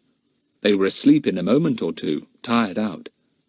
Bill began to do a little boat draping. He pulled great fronds of seaweed off the nearby rocks and hung them over the boat sides till the little vessel looked like a boat-shaped rock. Having finished his task, Bill sat down in the cabin. He idly removed a cover from something there, and then stared in surprise. A radio! Was it a transmitter, too? Surely Horace, going off all alone into the wilds, would have the sense to take a transmitter with him in case he got hurt or became ill. With trembling hands, Bill began to examine the radio. He gave a loud exclamation that woke up Jack. The boy sat up in alarm. Is it the enemy, Bill? No, but look here. Why on earth didn't you tell me there was a radio in this boat? I can get a message through with luck. Golly, I forgot all about it, said Jack. But is it a transmitter, Bill? Yes, not a very good one, but I'll do my best to try and work it so that I can send a message to headquarters, said Bill. There's always someone standing by there, hoping to hear from me. I haven't reported for days. Bill began to hunt about, and Jack wondered why. "What are you looking for, Bill?" he asked. "The aerial," said Bill. "There must be an aerial somewhere for the transmitter. Where on earth can it be?" "I remember seeing something on a shelf at the back of the cabin," said Jack sleepily. "It was about 6 feet long." "That would be it," said Bill, and went to look. He pulled out something long and slender. "Good, here it is. I can soon fix it up." Jack watched Bill for a few minutes. Then he felt his eyes closing, and he slumped down in his rugs again. It was very, very exciting to watch Bill putting up the aerial and trying to make the transmitter work. But not even that excitement could make Jack's eyes keep open. In half a second, he was fast asleep again. Bill worked and worked, groaning occasionally with disappointment, as first one thing failed and then another. Curious sounds came from the radio, and little lights glowed here and there within it. There was something the matter with it, and Bill didn't know what. If only he knew! Oh, if only he could get the thing to work, just for a minute or two! At last, he thought he had got it fixed. Now to send a message through. Now to send out his code number and wait for a reply. He sent out his code time and again. There was no reply. The radio seemed to be quite dead at his end. There was nothing for it but to send a message and hope it would be received. But Bill had grave doubts about it. He rapidly sent a message through in code, asking for immediate help. He repeated the message time and time again, but got no reply at all. He gave the lagoon island as a guide to their whereabouts, knowing that they must be somewhere near it. Surely it must be on some map and could be located. He was so busy trying to send his message and listening for a reply which never came, that he almost didn't hear the distant purr of a powerful motorboat. But the sound did at last penetrate his mind, and he looked up with a start. He shouted to the children, "Wake up! Quick! Into the water with you! The enemy are here! Wake up!" They all woke up with a jump. The enemy! Splash! Into the water they slid, all 5 of them, the 2 girls hardly awake. The enemy! Yes, there was the motorboat heading straight for them all. Chapter 30. Ahoy there! Show yourselves! There was a sudden flash of sunlight on the lenses of a pair of field glasses. They were being levelled at the island, on whose rocks the children's boat had been grounded. The glasses swept the rocks and the island, and then came back to the rocks again. The boat was there, draped end to end with seaweed. The glasses rested on it for a few moments. Then they swept the sea, but among the bobbing birds it was impossible to pick out the 5 wet heads. The children kept as close to swimming birds as possible. Philip was all right, because Huffin and Puffin perched on his head and hid him beautifully. Lucy Ann was near a big cormorant, who eyed her with interest, but did not swim away from her. Dinah and Jack were among a crowd of bobbing, diving puffins, and Bill, fearful of his big, somewhat bald head being spotted, kept bobbing under the water and holding his breath there as long as he could. After what seemed an age, the enemy's motorboat swung round and went away, going right round the island. Or so Bill thought. They heard the sound of its engine growing fainter and fainter. Not until it had completely died away did Bill let the children get back into the boat. Then, when he thought it was quite safe, they all clambered back, wet and hungry, but no longer sleepy. "How slippery the boat is with all this seaweed," said Jack. "Dinah, your idea worked well. I don't think the enemy even guessed there was anyone here, and there were 5 people and a boat within easy sight of their glasses." "Yes, a very fine idea, Dinah," said Bill. "Now, what about breakfast? I'm starving." They sat down and opened a few tins. Kiki screeched with delight when she saw the chunks of pineapple in one of them. She tried to raise her crest, but as she only had 1 or 2 feathers left in it, it was not a very successful effort. Jack suddenly thought of something. "Bill, do I remember something? Something about you and Horace's radio, or did I dream it?" "Yes, perhaps I dreamt it." "You certainly didn't," said Bill. "I found Horace's radio, most unexpectedly, I must say.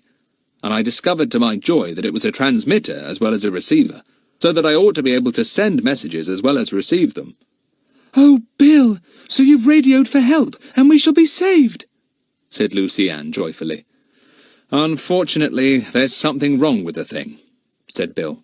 Couldn't get a chirp out of it, and whether or not my messages have gone through I can't tell. But probably not. It's not a very good set, this one of Horace's.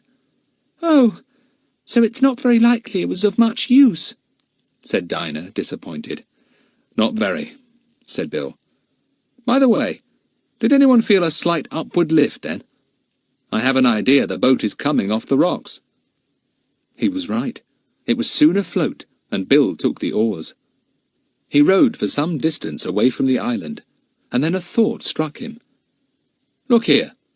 Horace couldn't possibly have come all the way up here and hoped to get back again without a store of petrol. Have you examined this boat thoroughly? No, not really thoroughly, said Jack. It isn't much of a boat. I grant you that, but there really should be some petrol somewhere, said Bill. Philip, pull up those piles of rope and stuff. There would be room under the board there for tins of petrol. Philip and Jack did as they were told. They hauled up 3 loose boards, and there, neatly arranged below, was Horace's store of petrol. Gosh, said Jack. What a find! Now we'll be all right. We'll be on the mainland in no time. Good old Horace. They handed Bill a tin. He emptied it into the petrol tank of the engine, and then took another tin. That was emptied in too. Hurrah! Now they could really make headway. Soon the engine was purring happily away, and the little boat was speeding over the waves. No more rowing. Bill set his course for the southeast. "Hark! There's an aeroplane about somewhere," said Lucy Ann suddenly. "I can hear it." They all looked up into the sky. Soon they saw the plane coming from the northeast. It was flying low. Looks as if it's trying to spot us, said Bill uneasily. It belongs to the enemy, then, said Jack. They all looked intently at the approaching plane. It seemed suddenly to see them and veered in their direction. It flew down very low, circled round them, and then made off. Blow, said Bill.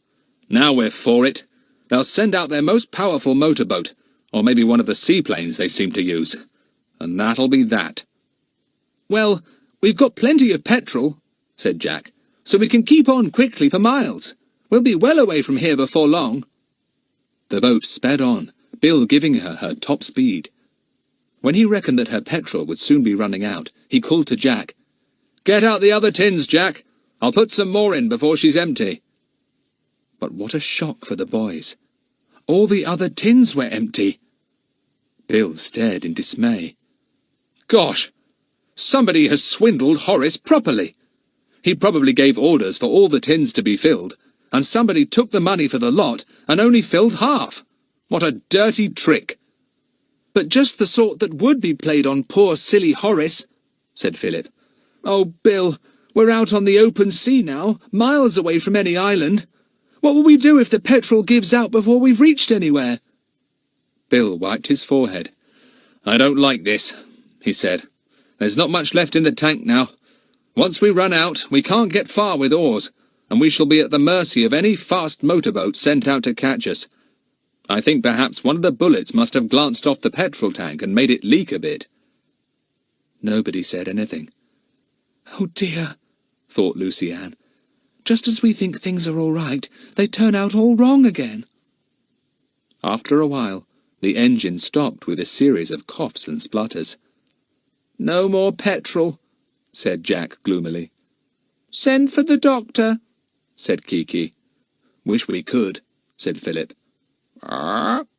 Said Huffin from the deck rail. Both Huffin and Puffin were still with the little company. Lucy Ann had begun to hope that they would travel right home with them. What excitement they would cause. This is really disgusting, said Bill. So near, and yet so far. There was a dead silence, and only the plish-plash of the sea against the sides of the boat could be heard. Philip's rats, surprised at the quiet, ran out of the various hiding places in his clothes and sniffed the air. Bill hadn't seen them since he had been captured from Puffin Island, and he stared in surprise. "My word, how they've grown! Well, who knows? We may have to eat them in the end." He meant this as a joke, but both Lucy Ann and Dinah squealed in horror. "Oh, Bill, how could you say such a horrible thing? Eat a rat? I'd rather die." "Shall we row, just for something to do?" said Jack. "Or have a meal, or what?" "Oh, have a meal," said Philip. Then a thought struck him. "I say, Bill, I suppose we oughtn't to start rationing ourselves, ought we? I mean, do you think we may be marooned out here on this lonely sea for days on end?" "No," said Bill, who privately thought that before the day was up, they would all be back on the island in the hands of the enemy, now that their plane had spotted them. "No, we really don't need to think of things like that at the moment. All the same, I wouldn't have headed out for the open sea as we have done if I'd thought the petrol was going to give out. I'd have kept near the islands." It was a boring and anxious day. The 4 children were still very tired, but refused to try and sleep. No motorboat appeared in chase of them. The sun began to sink in the west, and it looked as if the little company was going to spend a night out on the open sea. "Well, thank goodness it isn't cold, anyway," said Dinah. "Even the wind is warm tonight. Don't we seem a long, long way from home, and from school, and from all the ordinary things we know?" Lucy Ann gazed round her at the vast open sea, green near the boat, but a deep blue beyond. "Yes," she said, "we're far away from everywhere, lost on the sea of adventure." The sun slid down further still. Then, on the evening air, came a familiar sound, the throb, throb, throb of a powerful engine. Everyone sat up straight at once. Motorboat? Aeroplane? Seaplane? What was it? "There it is!" cried Jack, making everyone jump. "Look over there! Golly, what a big one! It's a seaplane!" "It must be the one we saw in the lagoon the other day," said Dinah. "They've sent it after us. Oh, Bill, what can we do?" "All lie down flat," said Bill at once. "You've got to remember that if it's the enemy, they don't know I've got children with me. They probably think there are 3 or 4 men in the boat, and they may shoot, as they did before. So lie down flat and don't move. Don't show your heads at all." Lucy Ann's knees began their familiar wobbly feeling. She lay down flat at once, glad that Bill had not suggested that the boys should squash on top of them again. Bill put his arm over her. "Don't you worry, Lucy Ann," he said. "You'll be all right. They won't hurt children." But Lucy Ann didn't want them to hurt Bill either, and she was very much afraid they would. With her pale face pressed into the rugs, she lay as still as a mouse. The roar of the seaplane came much nearer. It circled just overhead. Then its engine cut out, and it landed not far off. Waves from it rippled under the boat and sent it up and down. Nobody dared to look overboard and see the great seaplane. Bill was afraid of a bullet if he did. Then a colossal voice came booming over the sea, the voice of a giant. "Ahoy there! Show yourselves!" "Don't move," said Bill urgently. "Don't move. Don't be frightened, Lucy Ann.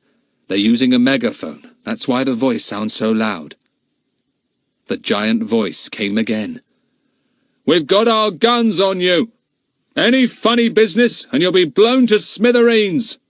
Show yourselves!" Chapter 31. Over the Sea of Adventure. "It's no good," said Bill in a low voice. "I must stand up. I don't want them to machine gun the boat." He stood up and waved, then put both hands up to show that he surrendered. A boat put off from the seaplane and came rapidly towards Bill's boat. In it were 3 men, one of them holding a revolver in his hand. The children waited, panic-stricken, fearing to hear a shot at Bill.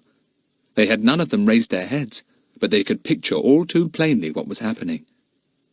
The boat came near, and then there came a loud cry of amazement from it. "Bill! By all that's wonderful, it's Bill! Why on earth didn't you welcome us instead of making us think you were part of the gang? Good heavens! It's you, Joe! Yelled Bill, and the relief in his voice brought all the children to their feet at once. Look here, kids! It's Joe, my colleague! Hey, Joe, you got my message then, all right? The boat came alongside with a gentle bump. Joe put away his revolver, grinning. Yes, I got your radio message all right, but I guess you didn't get ours. We kept asking you questions, and all you did was to go on repeating the same old thing. So this seaplane was sent out, and we were just cruising along looking for the lagoon you told us about when we spotted your boat here. So down we came to investigate. Thank goodness, said Bill. We'd run out of petrol. We were expecting the enemy to send a plane or a boat out after us at any moment. Come along to the seaplane, said Joe, who had bright blue eyes and a very wide grin. Will the kids mind flying? Oh, no, we're used to it, said Jack, and helped the girls into the boat where Joe stood. Are we rescued? Said Lucy-Anne, hardly believing it could be true after all their alarms and fears. You are, said Joe, and grinned at her. Sent one of our biggest seaplanes after you to take you home. Have to do that for Bill here, you know. He's a VIP. What's that? Asked Lucy-Anne as they sped towards the seaplane. Very important person, of course, said Joe. Didn't you know he was? Yes, said Lucy-Anne, beaming. Oh, yes, I always knew he was. We've left Huffin' and Puffin' behind, suddenly wailed Dinah. Good heavens! Was there somebody else in your boat, then? Said Joe in alarm. Never saw them. Oh, they're only puffins, said Jack, but awfully nice ones, quite tame. Oh, there they are, flying after the boat. Can we take them with us? Begged Lucy-Anne. But Bill shook his head. No, Lucy-Anne. They'd be miserable away from their home here in the islands. Soon they will nest again and lay an egg. Then they will forget all about us. I shall never, never forget them, said Lucy-Anne. They kept with us all the time. Here we are, said Joe, as they came to the enormous seaplane. They were helped into it, and then the plane took off smoothly and sweetly, circling into the air like a broad-winged gull. Horace's boat was left bobbing alone, waiting for one of the police boats to collect it. What about that lagoon? Said Joe suddenly. I'd like to spot it and plot it on our maps. I think we can find it. Will these kids know it if they see it? Oh, yes, said Jack. You can't mistake it. It's a most extraordinary sea lake, and much bluer than the sea. I shouldn't be surprised if you can see some of the packages under the water if you go down low. The water's so clear there. The seaplane roared through the sky. The children were thrilled. Down below was the blue sea, looking smooth and still. Then, as they looked, they saw little islands coming into view. What hosts of them there were! Then Jack caught sight of the lagoon. There it is! There it is! He shouted. Look down there!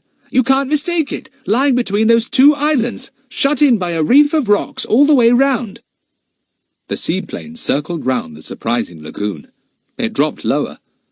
The children watched to see if they could make out any of the underwater packages, and sure enough, through the clear water glimmered the silvery grey wrapping that covered the hidden guns. That's where the guns are, said Philip. Look, Bill, you can see the waterproof wrappings. They had already begun to lift the packages from the water and load them onto seaplanes. We watched them loading one. Bill and Joe exchanged glances. We've got some pretty good witnesses, then, said Joe. Good bunch of kids, this, Bill. Are they the ones you've gone adventuring with before? They are, said Bill. You can't keep them out of adventures, you know, and they will drag me into them too. They left the lagoon with its sinister secret behind them, and flew over the island where Bill had been a prisoner. There's the little jetty, said Jack as they flew low. And look, there are 2 motorboats there now. I say, Bill, what about Horace? Horace will be rescued when we clean up these scoundrels, said Bill. They're the men who make fortunes when one country goes to war with another, or when civil war is fought, because they get the guns and sell them to each side. We try to stop it by all kinds of international treaties, but these men are against the law and scorn it. That's where I come in, to stop them." "How will you stop them now?" asked Jack. "Will you raid the island and capture the men, and destroy all the hidden guns? Suppose they escape by motorboat or plane?" "Don't you worry about that," said Joe, with his wide grin stretching across his brown face. "We've got messages through already. There'll be a fleet of our seaplanes up here in a few hours, and armed boats patrolling all round. There's no hope for any of the gang now." Except for the little jetty, which would hardly have been noticed if the children and Bill hadn't known it was there was nothing to see on the enemy's island at all. "Everything well camouflaged," said Bill. "A clever lot, and I've been after them for a long time. They sent me off on all kinds of false trails, and I'd almost given up hope of finding their lair. But there it is." "They must have been surprised to see you up here, Bill," said Luciane, as the seaplane left the enemy's island behind. "Oh, look! There's the island where we landed with Bill!" cried Dinah. "Puffin Island! Do look! There's the bird cliff, and you can just see the little narrow channel going into the cliff. Only you have to look hard to see it. And there's where we had our signal fire. "And there's where we had our tents that blew away in the storm, by those few trees," said Jack. "And look! There's the Puffin colony."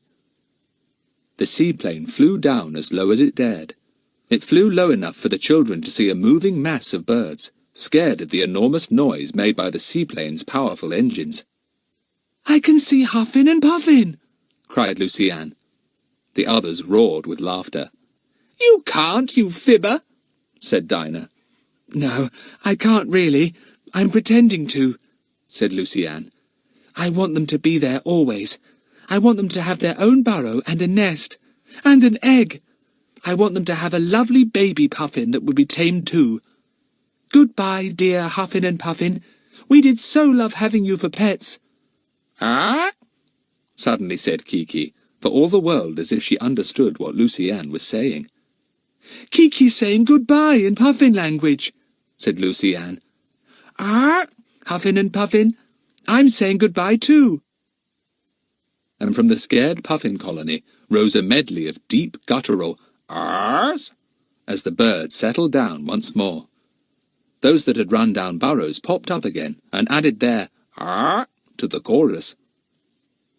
"What a lot we shall have to tell Mother," said Philip. "I wonder how she is." Joe smiled at him. "Getting on fine, except for worrying about you four," he said. "She'll feel better still when she gets our radio message." "Oh, have you sent one already?" asked Dinah.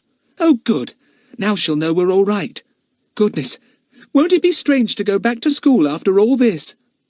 School.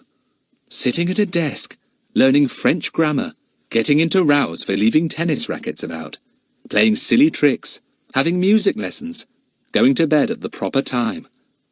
How very, very strange it would all seem. Only Luciane thought of it with real pleasure.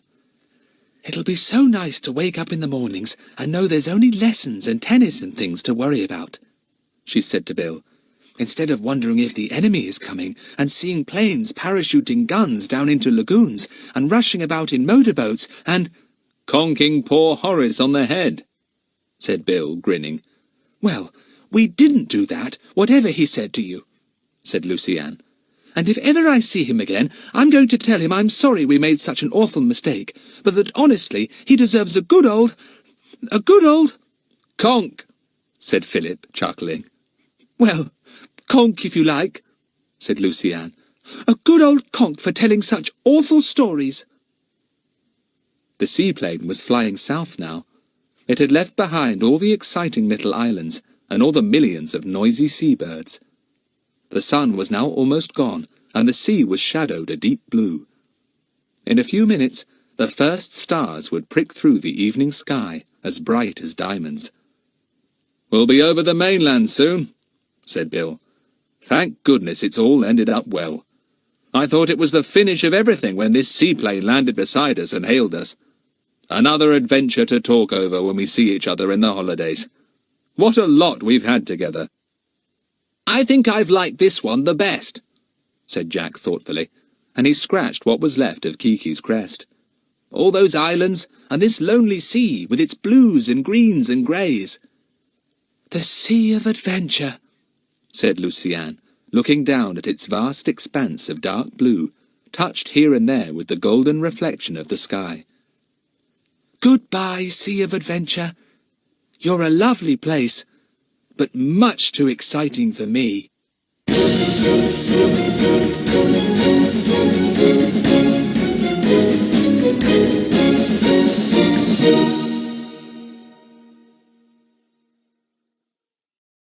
Audible hopes you've enjoyed this program.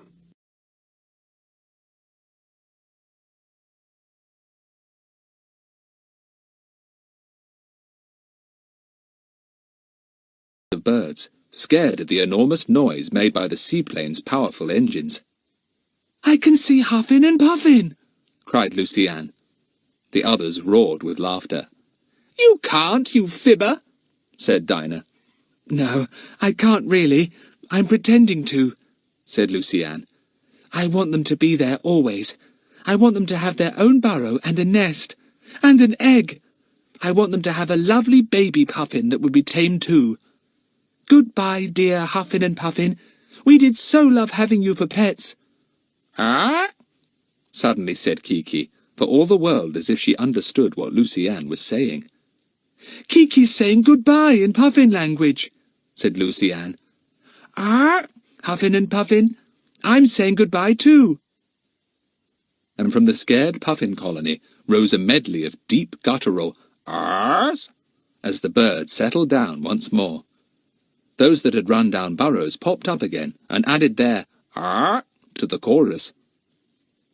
"What a lot we shall have to tell Mother," said Philip. "I wonder how she is." Joe smiled at him. "Getting on fine, except for worrying about you four," he said. "She'll feel better still when she gets our radio message." "Oh, have you sent one already?" asked Dinah. "Oh, good. Now she'll know we're all right. Goodness, won't it be strange to go back to school after all this?" School. Sitting at a desk, learning French grammar, getting into rows for leaving tennis rackets about, playing silly tricks, having music lessons, going to bed at the proper time. How very, very strange it would all seem. Only Luciane thought of it with real pleasure.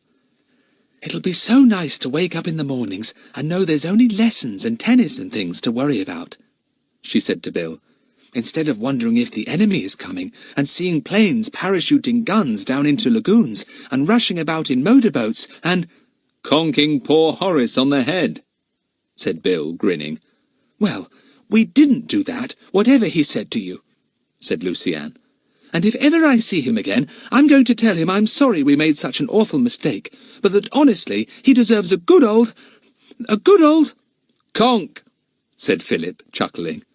"Well, conk if you like," said Luciane. "A good old conk for telling such awful stories." The seaplane was flying south now. It had left behind all the exciting little islands and all the millions of noisy seabirds. The sun was now almost gone, and the sea was shadowed a deep blue. In a few minutes, the first stars would prick through the evening sky, as bright as diamonds. "We'll be over the mainland soon," said Bill.